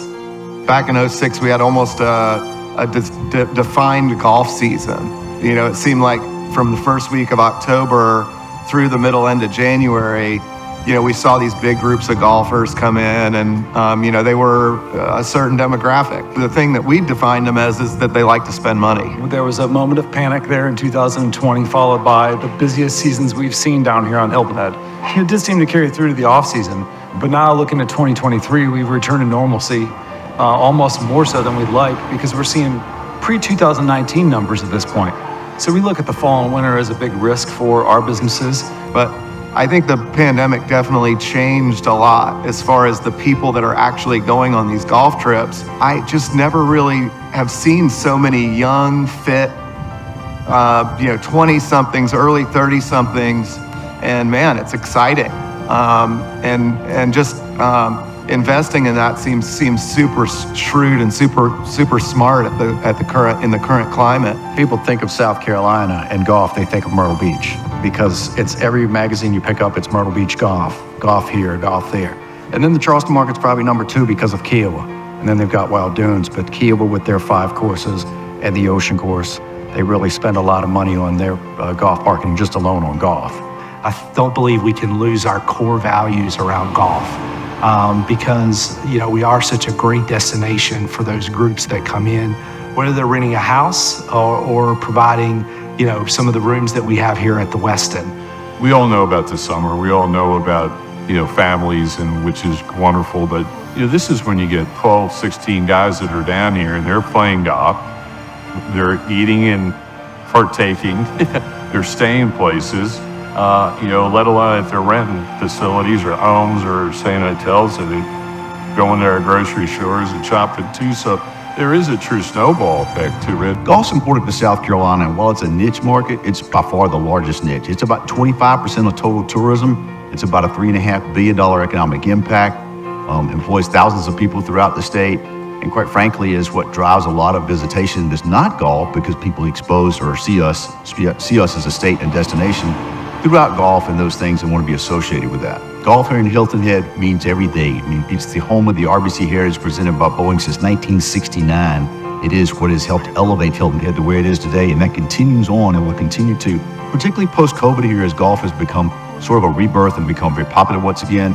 It is what drives the economy in many respects. It is what one of the things that Hilton Head is known for, along with its wonderful beaches, is a critical part of this economy. If we don't advertise and spend money on bringing golfers here, they're going to go somewhere else. And I think that's a huge thing to remember when we have 28 golf courses or whatever it is on island. We need to do everything we can to keep us full, and that feeds the restaurants, and it feeds the hotels, and it feeds everything else. So I think it's a safe investment. I think it is a valuable investment, and I think it's something that there is plenty of market share to grab right now. As a traveler, what I'm always looking for is where are those places that are worth coming back to, that are worth telling a story about to your family and friends and neighbors when you get back home. You know, I've already had people sending me texts like, hey, what did you think about Hilton Head? And I've had really great things to say. And, you know, one of the answers that I keep kind of pinging on some of my golf buddies in particular is next time you'll have to come see it with me.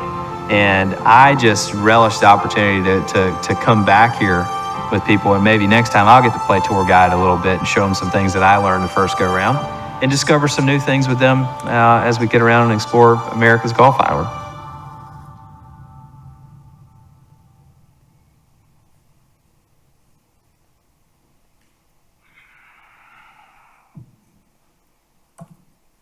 So, thank you. Thank you for your time, consideration. I'm sorry I didn't introduce myself at the beginning. I'm Karen Kazemchek.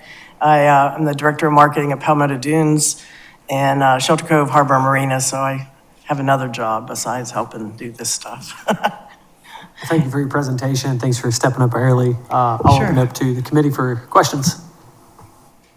Have any questions here? Sir. Just a question, your request has doubled from previous year. So, and my understanding is because of some funding changes from the chamber. Will the chamber still continue to support you and promote you? They do, and there is a portion of the funds that they support, but it's certainly not enough to do with the amount of funds that the LGCOA has to put out there. Don't even touch where else we need to go and continue to push to bring new golfers here and new visitors in general, not just, you know, people come for multiple reasons, but golf is certainly it's a double support to the accommodations generating function. So, and it needs to be, it's like, there's not just a one-time fix on it. Costs of media and everything else are so much more expensive too now. So, you know, we'll certainly appreciate any additional funds that you guys can, you know, support us with, but it is, we did, because we're seeing success from what we did from last year into this year. So that's why, you know, the rationale was to try and think that if we can increase more and push more out and get more content out and TV campaigns and things that around the big seasons in the spring and getting people to come here in the off season is super productive for the island. So will these funds then revert back to the chamber to do a lot of the promotion for you, or? Not necessarily. I mean, the chamber does they support the RBC week that goes on, but we need constant support. It's not just like a one time, it's every day of the year that we need to, you know, keep trying to bring people to the island. So the chamber does support us, and there are other, you know, ancillary things. Maybe it be some of the social stuff, or maybe it be things differently on the website or emails they send. A lot of those things aren't necessarily cost, so to speak, because they're happening anyway with them sending out like emails for getting people to come and visit and stay at the hotels or a rental or whatever.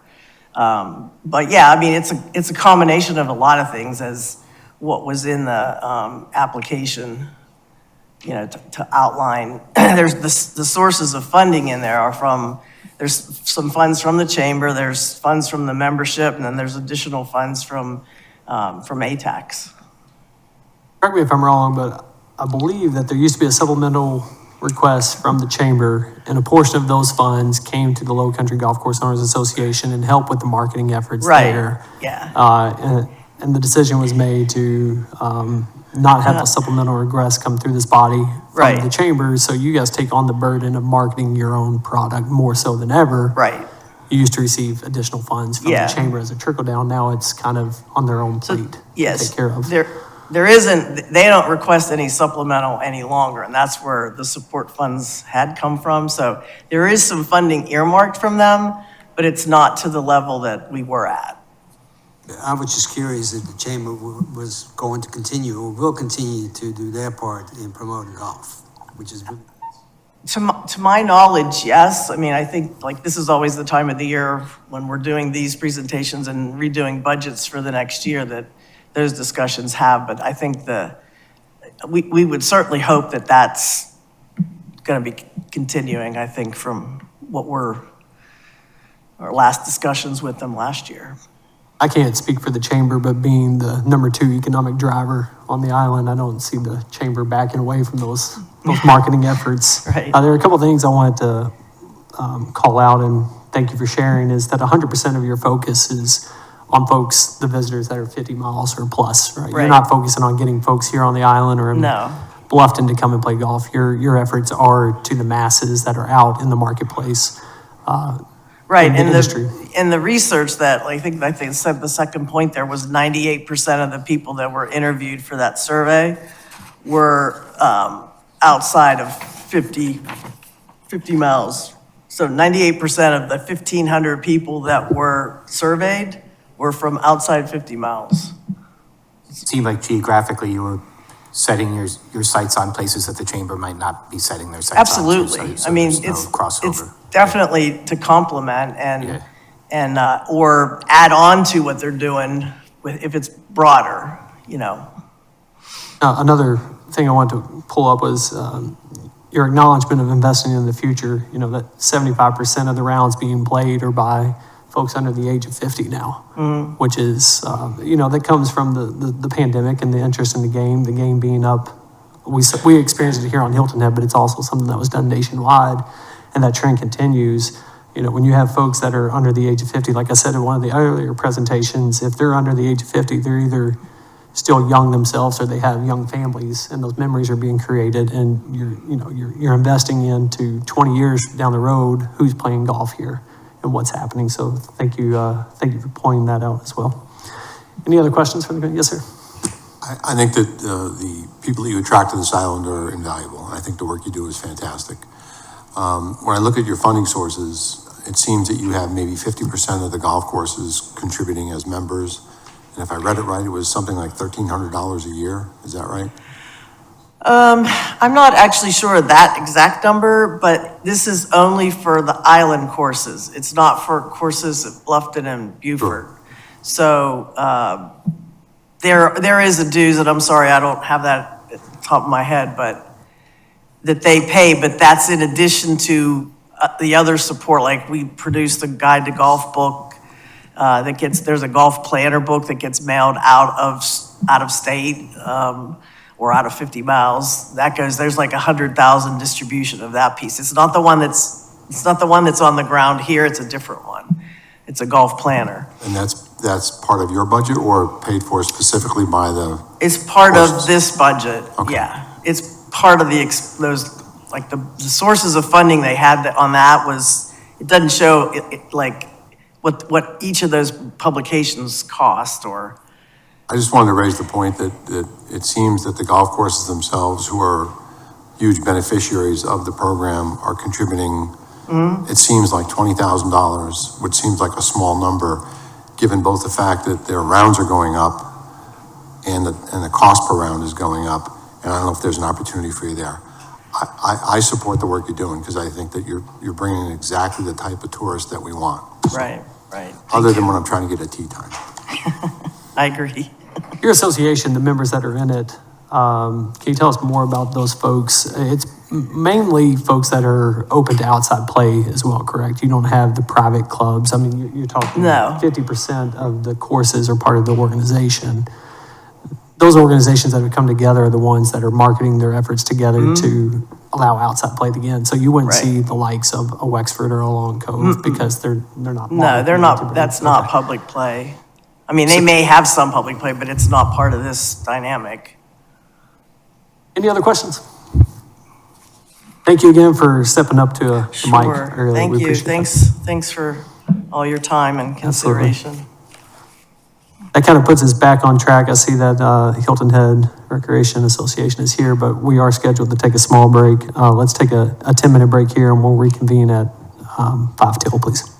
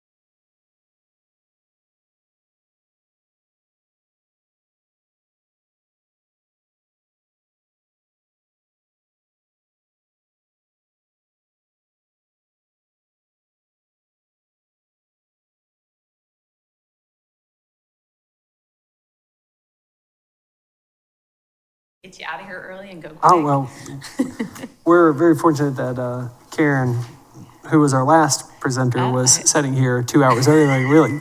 You want to go ahead and go? You want to get it over with?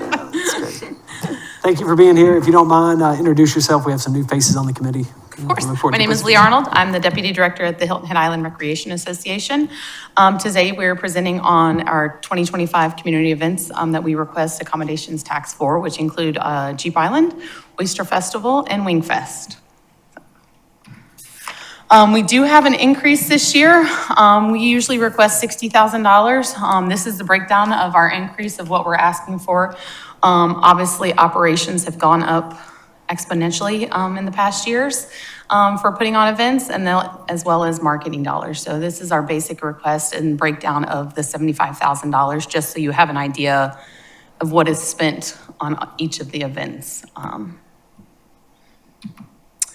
The first event I'd like to speak about is our Jeep Island event. We just held it last week, so these numbers are from 2023 because we are not that fast in getting our numbers turned around and produce an event and come and present it to you guys the following 5 days later. So these are our 2023 numbers that you'll see next and what you have in your presentation. But this is the third year, I believe, that we have partnered with the Hilton Head Island Kiwanis Club to produce Chili Cook-Off in Jeep Island. And it has been a great partnership. They bring in a lot of different people, and then they bring in our expertise, as well as a lot of different Jeep people, and Jeep people, fortunate for us, enjoy chili. So it's been a great partnership. This is the first year that we moved it down to Low Country Celebration Park instead of Coastal Discovery Museum, and we have had great reviews from all of our surveying that we did, that everybody has loved the new location. And we got a lot of foot traffic being down there at that park and location as well. So it was a great move for us. So we'll go through that event. Our surveying from last year, as you can see, one of the big questions we ask in all of our surveys is obviously, do you live in the Hilton Head or Bluffton area? And you can see from Jeep Island in our numbers, a lot of those people do not. It's about 50-50, but we're proud to say that over 50% of our Jeep Island participants live outside of that 50-mile radius of Hilton Head. Something else you probably noticed in your packet is this past year, we have taken on the survey in-house. We have worked with USCB in the past, and we felt that by bringing it in-house, it has a more personal touch because our staff members are working that survey, because a lot of times when people will come up to take that survey, they have questions about the event overall or the Island Rec Association, and the USCB students are great, but they don't know about the event and they don't know about the association. So we like to have our staff there manning those surveys, so it gives it a little bit more personal touch that they can ask questions that the attendees might have. Just another question we like to highlight in all of our event surveys is how influential was Jeep Island Chili Cook-Off when planning your trip. Over 60% of the attendees plan their event or plan their trip around Jeep Island and Chili Cook-Off. So we like to see that. Another breakdown, we map everybody out from their zip codes. We collect zip codes from all of our entries when people enter the event or a Jeep Island. You have to register for your Jeep, so we collect all of those zip codes. So you can see just from the southeast, we know we're not getting a lot of Jeepers that are coming from California or overseas, because driving a Jeep that far would probably not be okay. But you can see our southeast region from last year that we had a lot of people coming from outside of Savannah. We have a lot of people in a Jeep club over there that are coming and spending the weekend in Hilton Head because they love the area. And they will make the trip up this weekend to Myrtle Beach, to Jeep Beach, I think is what it's called up there. So they travel in packs, as you can see, with those 95 people coming over and staying. So. Another thing from Jeep Island is what we always like to ask people is, would they return? Did they have a good time? On here, you'll see 92% of that people said they would return, or almost 92%, over 90% said they would return to Jeep Island, which we think is a great thing because we already have people saying, well, when is next year's date? And we just finished 5 days ago because they want to go ahead and book their hotel rooms and make sure they have it on their calendar. So we love to see those dates. You'll see we work closely with WTOC to do out-of-area marketing with all of our campaigns because they can provide us with a lot of data that we can use. With the surveying, we see that a lot of our attendees don't start planning their trips until about 3 to 4 months prior. We know we're drawing in the driving crowd most likely, or people that are flying for a short weekend. But you can see on that open rate, it's over 20% of the opens on emails. And we know that's a good number, and the click rates as well is also a high number. So we like to see those numbers as well. You'll just see some pictures with the partnerships. We were lucky enough this year, Monster Jeep, as you can see in the bottom right-hand corner, was out there. And if you've never seen a Monster Jeep, wheels will far outweigh your height. So it was pretty incredible to have it out there. He comes over, last year he couldn't come because it was broken down. So this year we were lucky enough to have him back out there. So it was a great success this weekend, wonderful weather, a perfect Hilton Head weekend this past weekend. So we were happy to be able to host that in October. Moving on to Hilton Head Oyster Festival. This is another question we asked.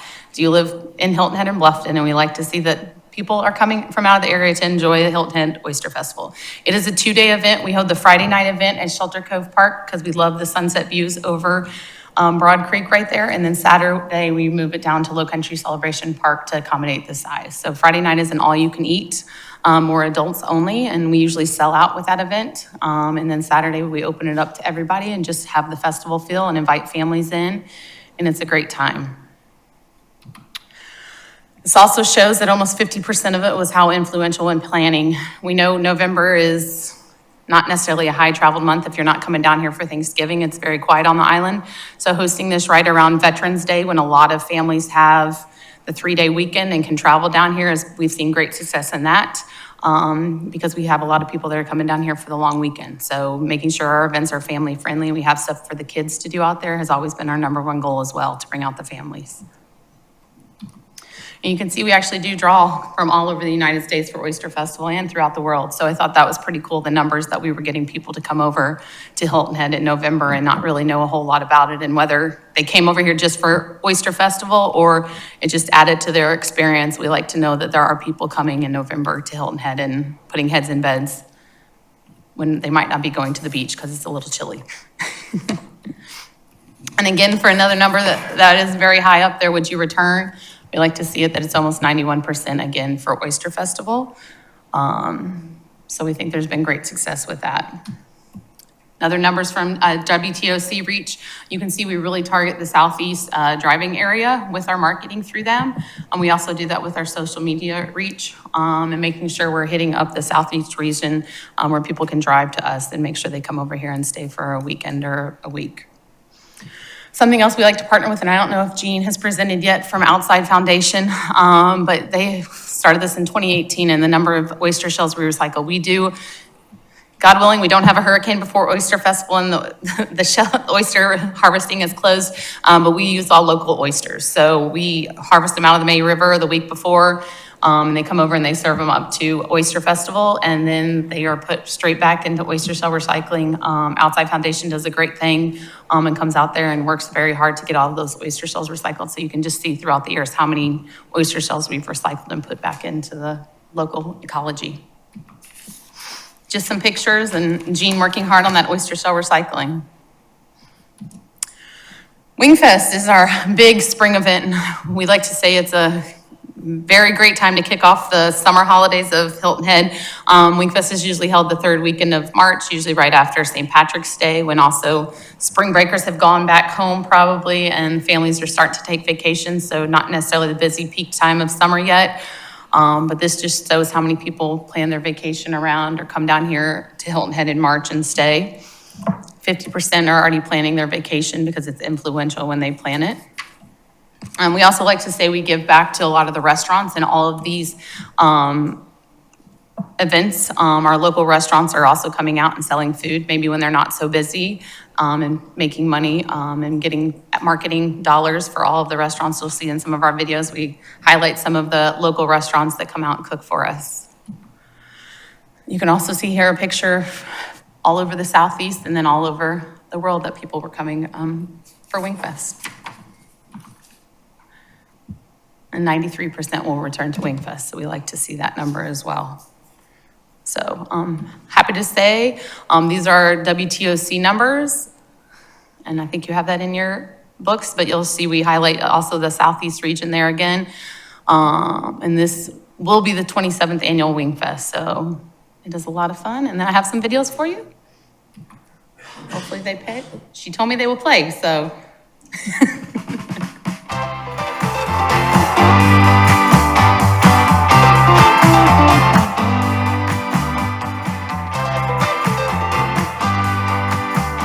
My name is Dave Peck, and we are here at Jeep Island 2022. Today we are here to help the Island Rec Center raise money for all of their really great causes that they do throughout the year. We've got hundreds of Jeeps out here, as you can see right now. We're here in conjunction with the Kiwanis Island Chili Cook-Off. So you can come in, you can eat some chili, you can drink some beer, you can look at some Jeeps. We have Show and Shine today. Show and Shine is basically a Jeep contest where you can actually vote on your favorite Jeep. There's Jeeps here with $30,000 stereo systems, and there's Jeeps that are 3 feet tall. There's small Jeeps, there's old Jeeps. They're all cool Jeeps, but anyway, there's lots of them to look at. We're also giving away a Jeep today. We're giving away a Jeep today at 4 o'clock. We do that every year.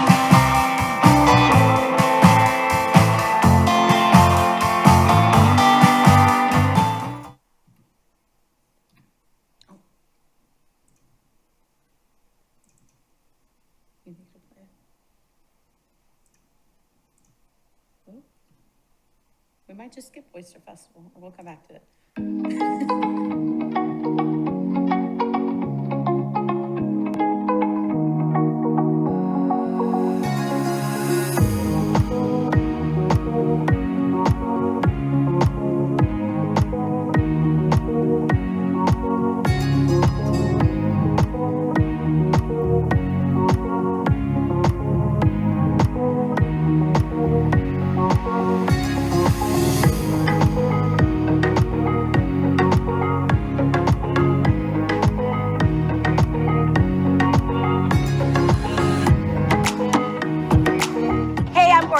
And I'm from One Hot Mamas, and we are here at Wing Fest. It's awesome. I've been coming for 25 years, participating for 18.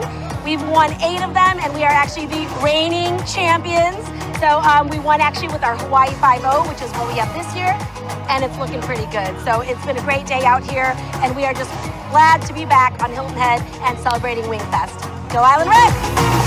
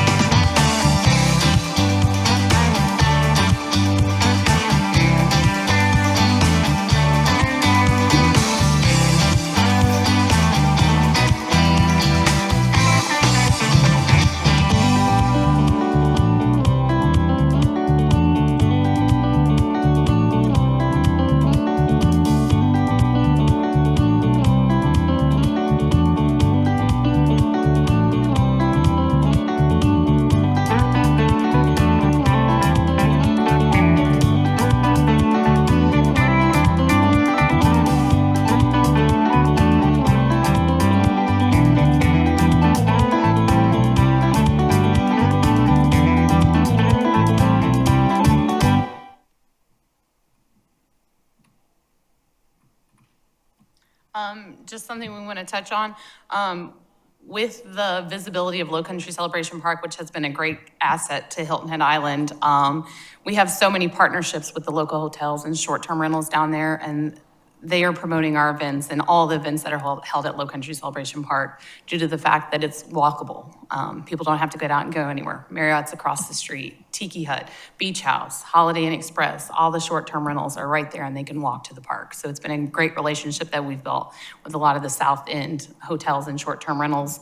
because it gives something for people to do when they might not be going to the beach or over the beach. And another question I think she told us to be prepared for is entrance numbers. How do we get those entrance numbers? We have volunteers that collect zip codes. When they come to the event, before you come into our events, zip codes are collected. Then we also send out anybody that has pre-purchased tickets. We collect those zip codes from those people as well. And then numbers, we take them from our entrance money that we collect. And knowing how many people come through there, or how many people have purchased tickets, we collect those numbers through that process. So I'll open it up for questions. Thank you very much. Questions from the committee? Say that I was at the chili cook-off on Saturday, and what a fantastic event. I think having it there at Celebration Park, increases visibility, foot traffic. It was a nice, warm, sunny day. I had to make a walk over to the grocery store to get some sunscreen. Yes. And there were plenty of folks some. around the area asking what was happening over there, right? Yeah. So again, being in a walking area where it wasn't at a destination area per se, I would imagine you had several folks that weren't planning on coming but saw the event and they come trickling in. So And that was even really nice to with see. setting up, when we start set up on Thursday or Friday before, the number of questions we take of what's going on this weekend. So we always like to have our fence put up the day before so we can put a big banner out on the fence and say, Wing Fest this weekend, chili cook-off this weekend. Like, people are just asking and driving past there that might have no idea what's going on, but it's giving them something to do when they're in Hilton Head. I was able to have a conversation with some folks, and there were two different families I spoke to who had come up from Florida, escaping from the hurricane coming through, and this was their first time to Hilton Head, and they were just over the moon of the hospitality, the organization, the community support through the rec center. It really made us feel good as residents here for how fortunate we are to have the rec center and the events you guys put on, and you do it so well. So, any questions? No, those are the only three that we ask for accommodations tax for. We put on 15 events probably throughout the year with our summer jams and our party in the parks. But these, yeah. So, Beer mile. yeah, beer mile, yes. So those turkey trot, beer mile. We have pumpkin patch coming up tomorrow night. Then a trunk or treat with the fire department. Winter Wonder Festival, Easter Extravaganza, all of our summer activities. So these are the three that we know that we wanted to focus our accommodations tax on and bring out of area people to us. So Thank you very much. Just wanted to say, additionally, the rec center also supplies support for all other festivals and events, through the things they have. Yeah. Thank you. Awesome. So thank you all very much. Thank you very much.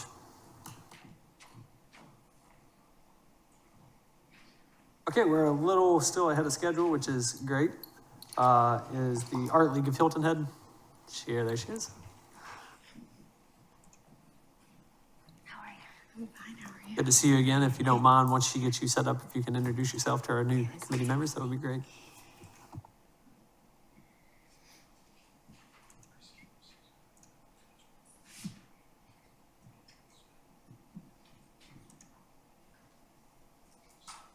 I think you can just have to use the arrows on this one. Okay. It's Canva, but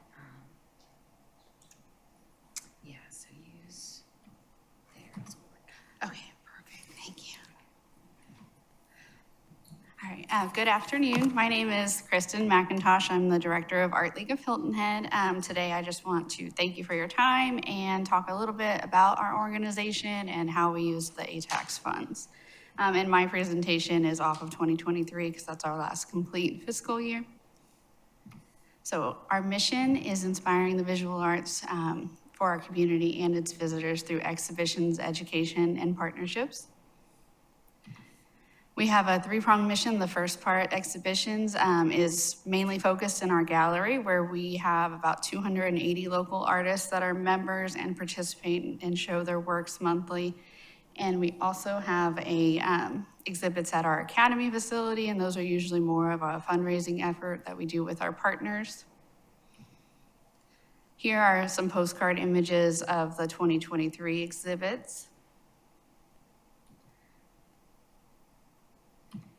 And the first half of 2024. We also have a national juried show every year. These national juried shows really bring attention to our island. We had 100 artists from 25 states in 2023, and our judge for Biennale 2025 will be Tony Armendariz. He's from Palatine, Illinois, and you can see a couple examples of his works up there. The second tier of our mission is education. We have our academy facility off of Cordillo where we have classes for artists of all skill level, including true beginners. And then we have weekly classes that we contract local art professionals to teach.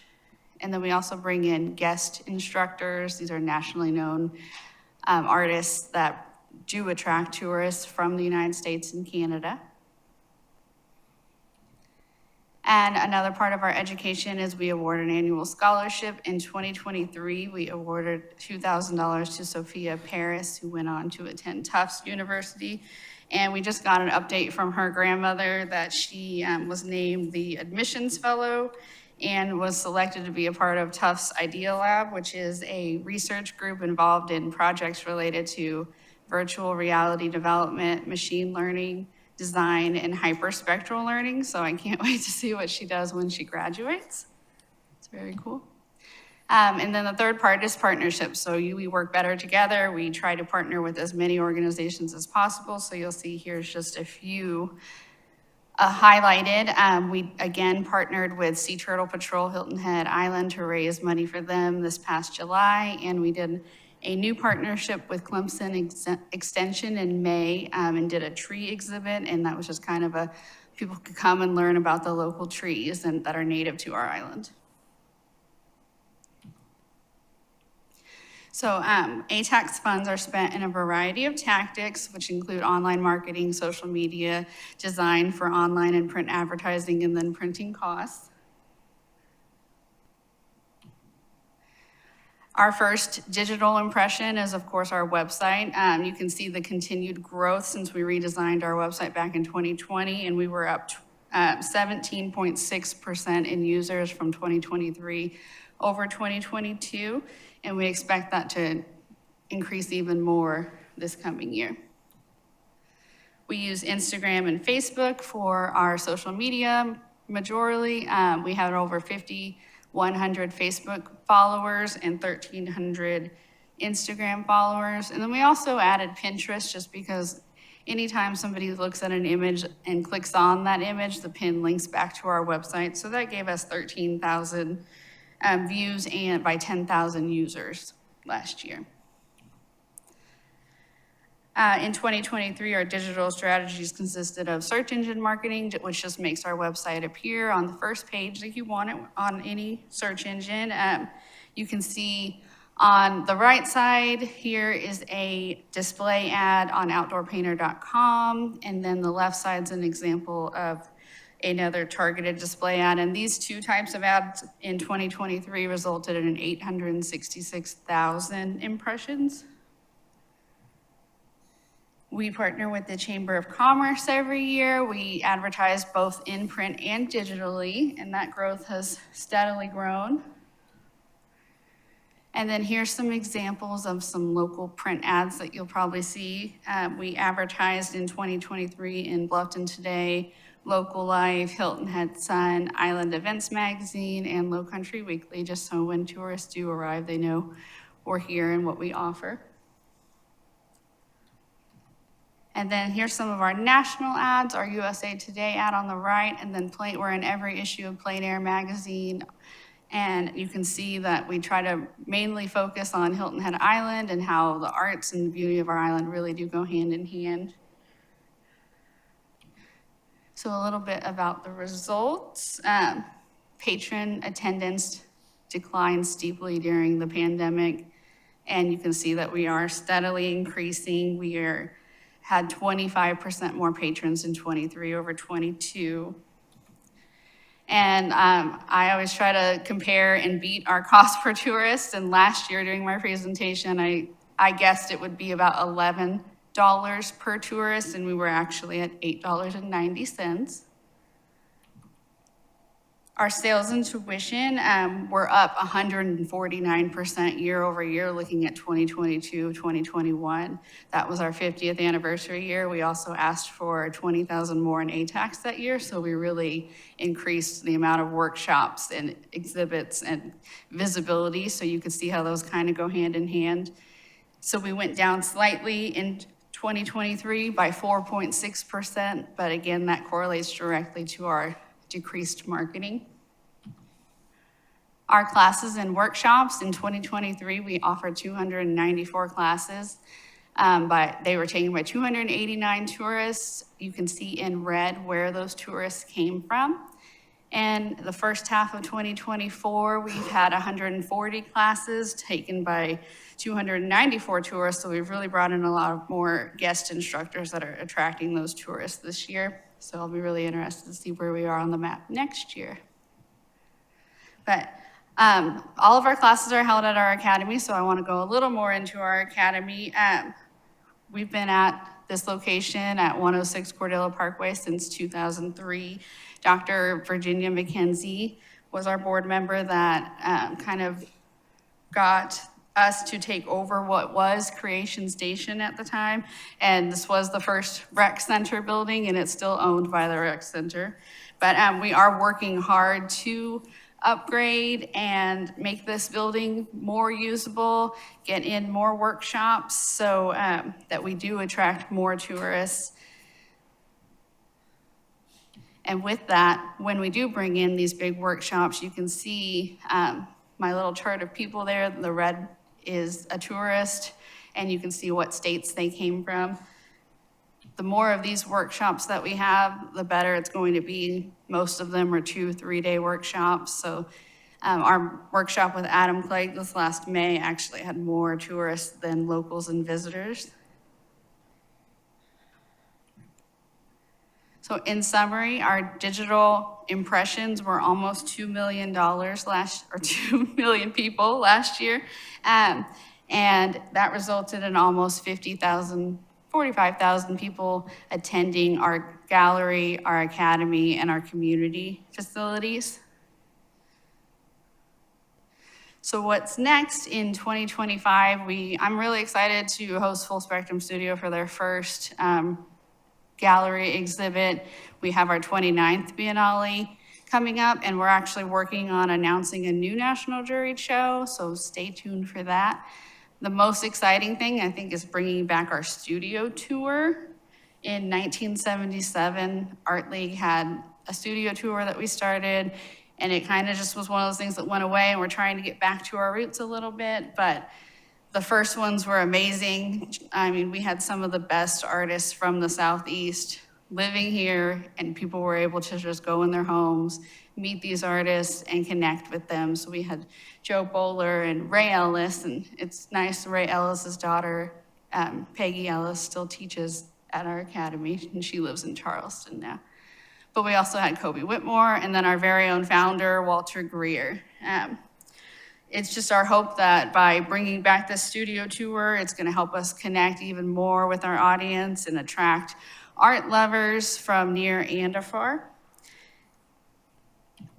And that's it. I'd like to thank you, and if you have any questions. Questions from the committee? Yes, sir. You mentioned that your cost per tourist went down. Why do you think that is? Going down? Yeah. Well, we strive to get back to where we were pre-pandemic. We were around $4.50 a person, and then we went way up. So we're chipping away, trying to get back and be very good, stewards of these funds. Yeah, congratulations on your rebound from the pandemic. You guys obviously, saw your numbers go down, but seeing that ladder of growth back towards to where you were, I think you'll continue to see that dollar go down and, get back towards $6, $5 per tourist. So congratulations on your successes on rebounding and stepping back up. Thank you. We're working very hard. Yes, sir. I noticed that a fair percentage of your marketing dollars is print media, and most of that's focused on local. But during the presentation, you said that a lot of the tourists pick those up and then come visit you.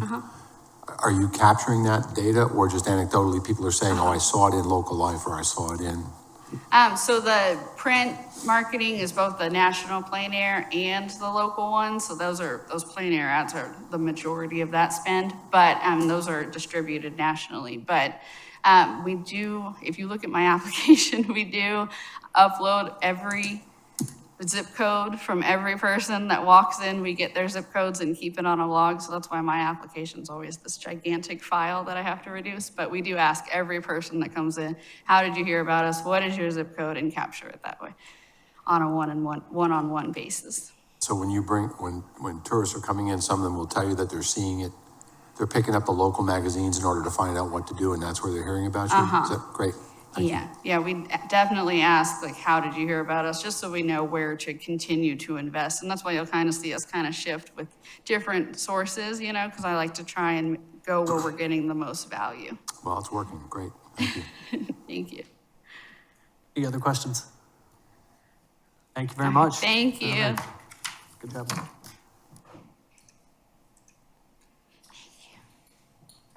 Okay, this will bring us to our last applicant of the day. First tee of the Low Country. For those who came in late and you see the agenda, we had the Low Country Golf Course Owners Association go quite a few, about an hour, 2 hours early. We're very ahead of schedule. Okay. You get to bring us on home. If you don't mind, we have new faces on the committee. Please introduce yourself. Several of us have met you in previous years, but if you can say hello and introduce yourself. Thanks.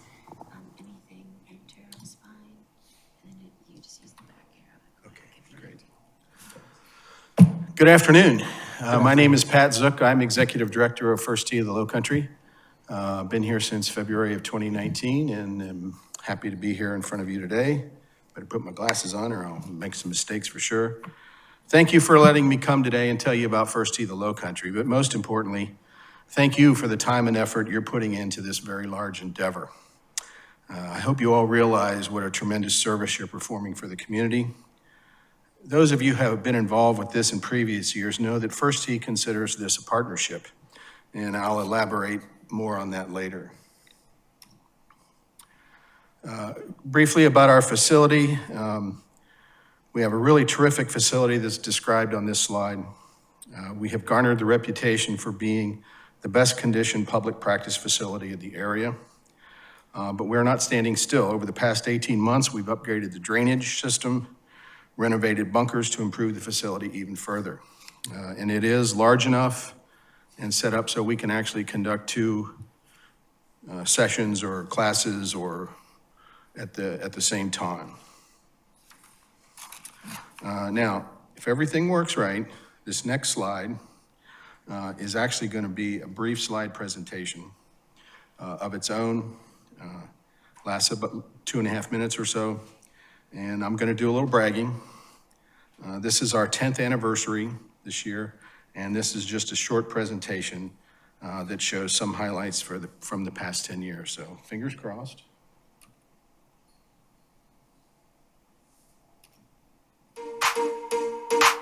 Oh, it had sound. I didn't know it had sound.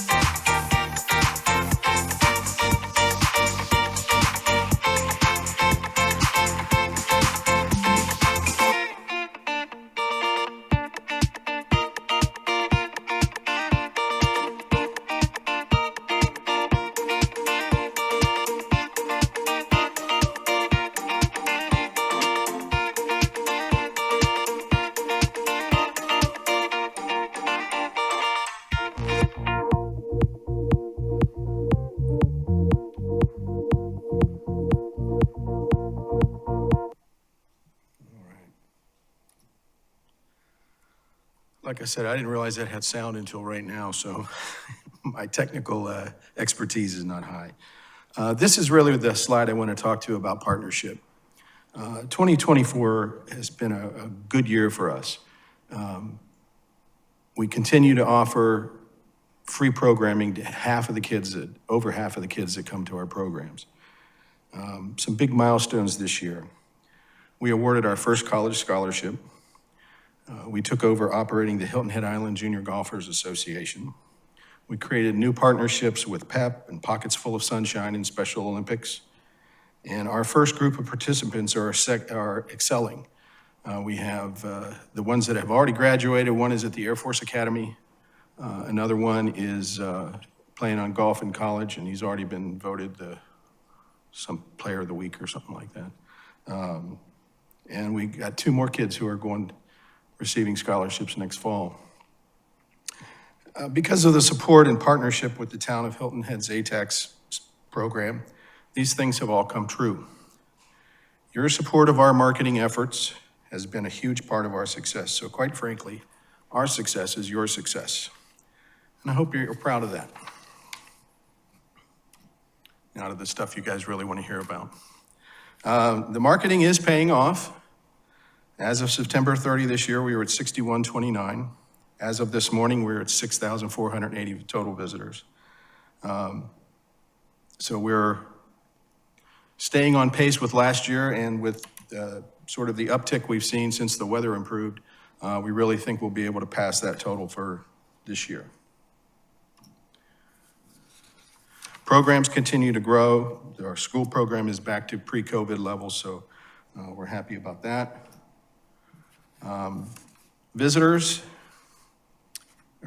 Tourists, our technology.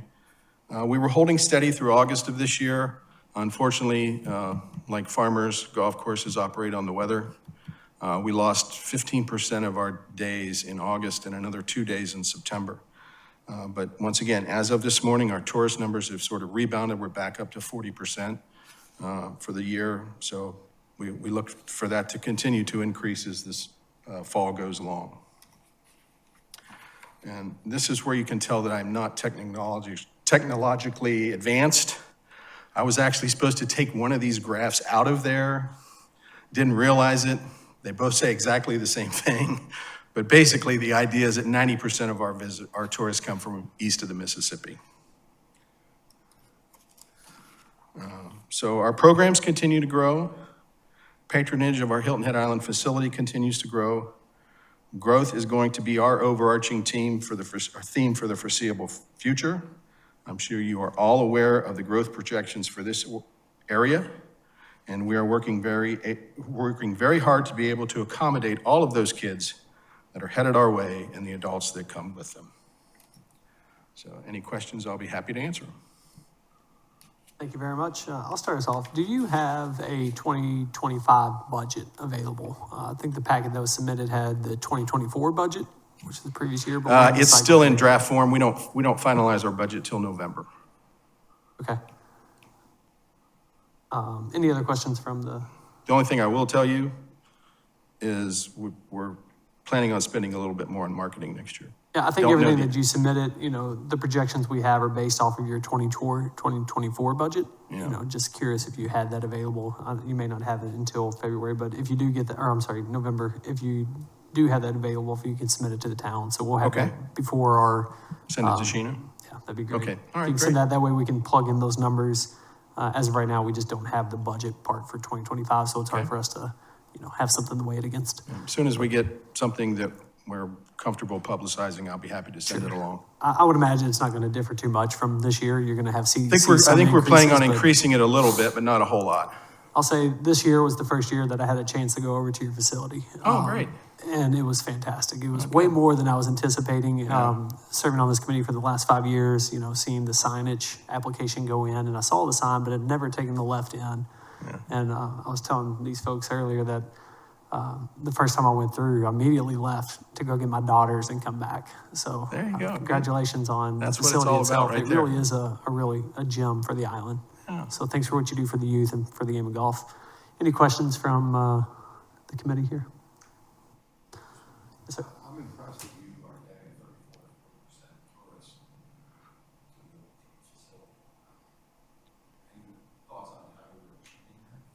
Well, we do marketing at the, what do you call them, visitor centers on the interstates. We're constantly sending them brochures and so forth. I think that helps. We have a pretty aggressive rack card program. That helps. You know, unfortunately, a great guy who was a great supporter of ours and always did the narration for all our radio ads passed away today. Monty Jett passed away, but we work on radio. We sponsor a daily show at the Heritage. So we approach it from a lot of different things. And one of the things that I've always wanted to do but never really had the opportunity is market our facility to First Tee chapters east of the Mississippi.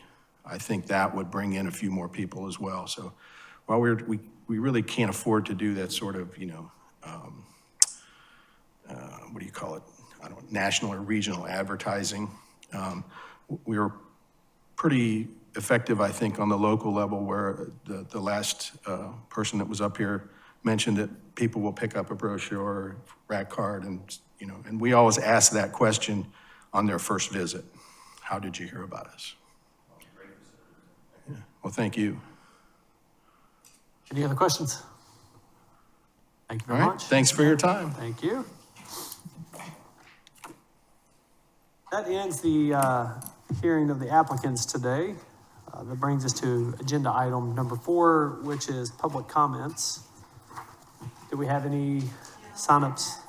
Okay. Well, I want to thank all the applicants today for your time, for the presentations. Thank you to the committee members here for sitting through what is a long day. Let's do it again next week. We had so much fun. We'll go through and get the second wave of this. Thank you to the town staff for the preparation and for the lunch that was provided. So with that, we will call this meeting adjourned.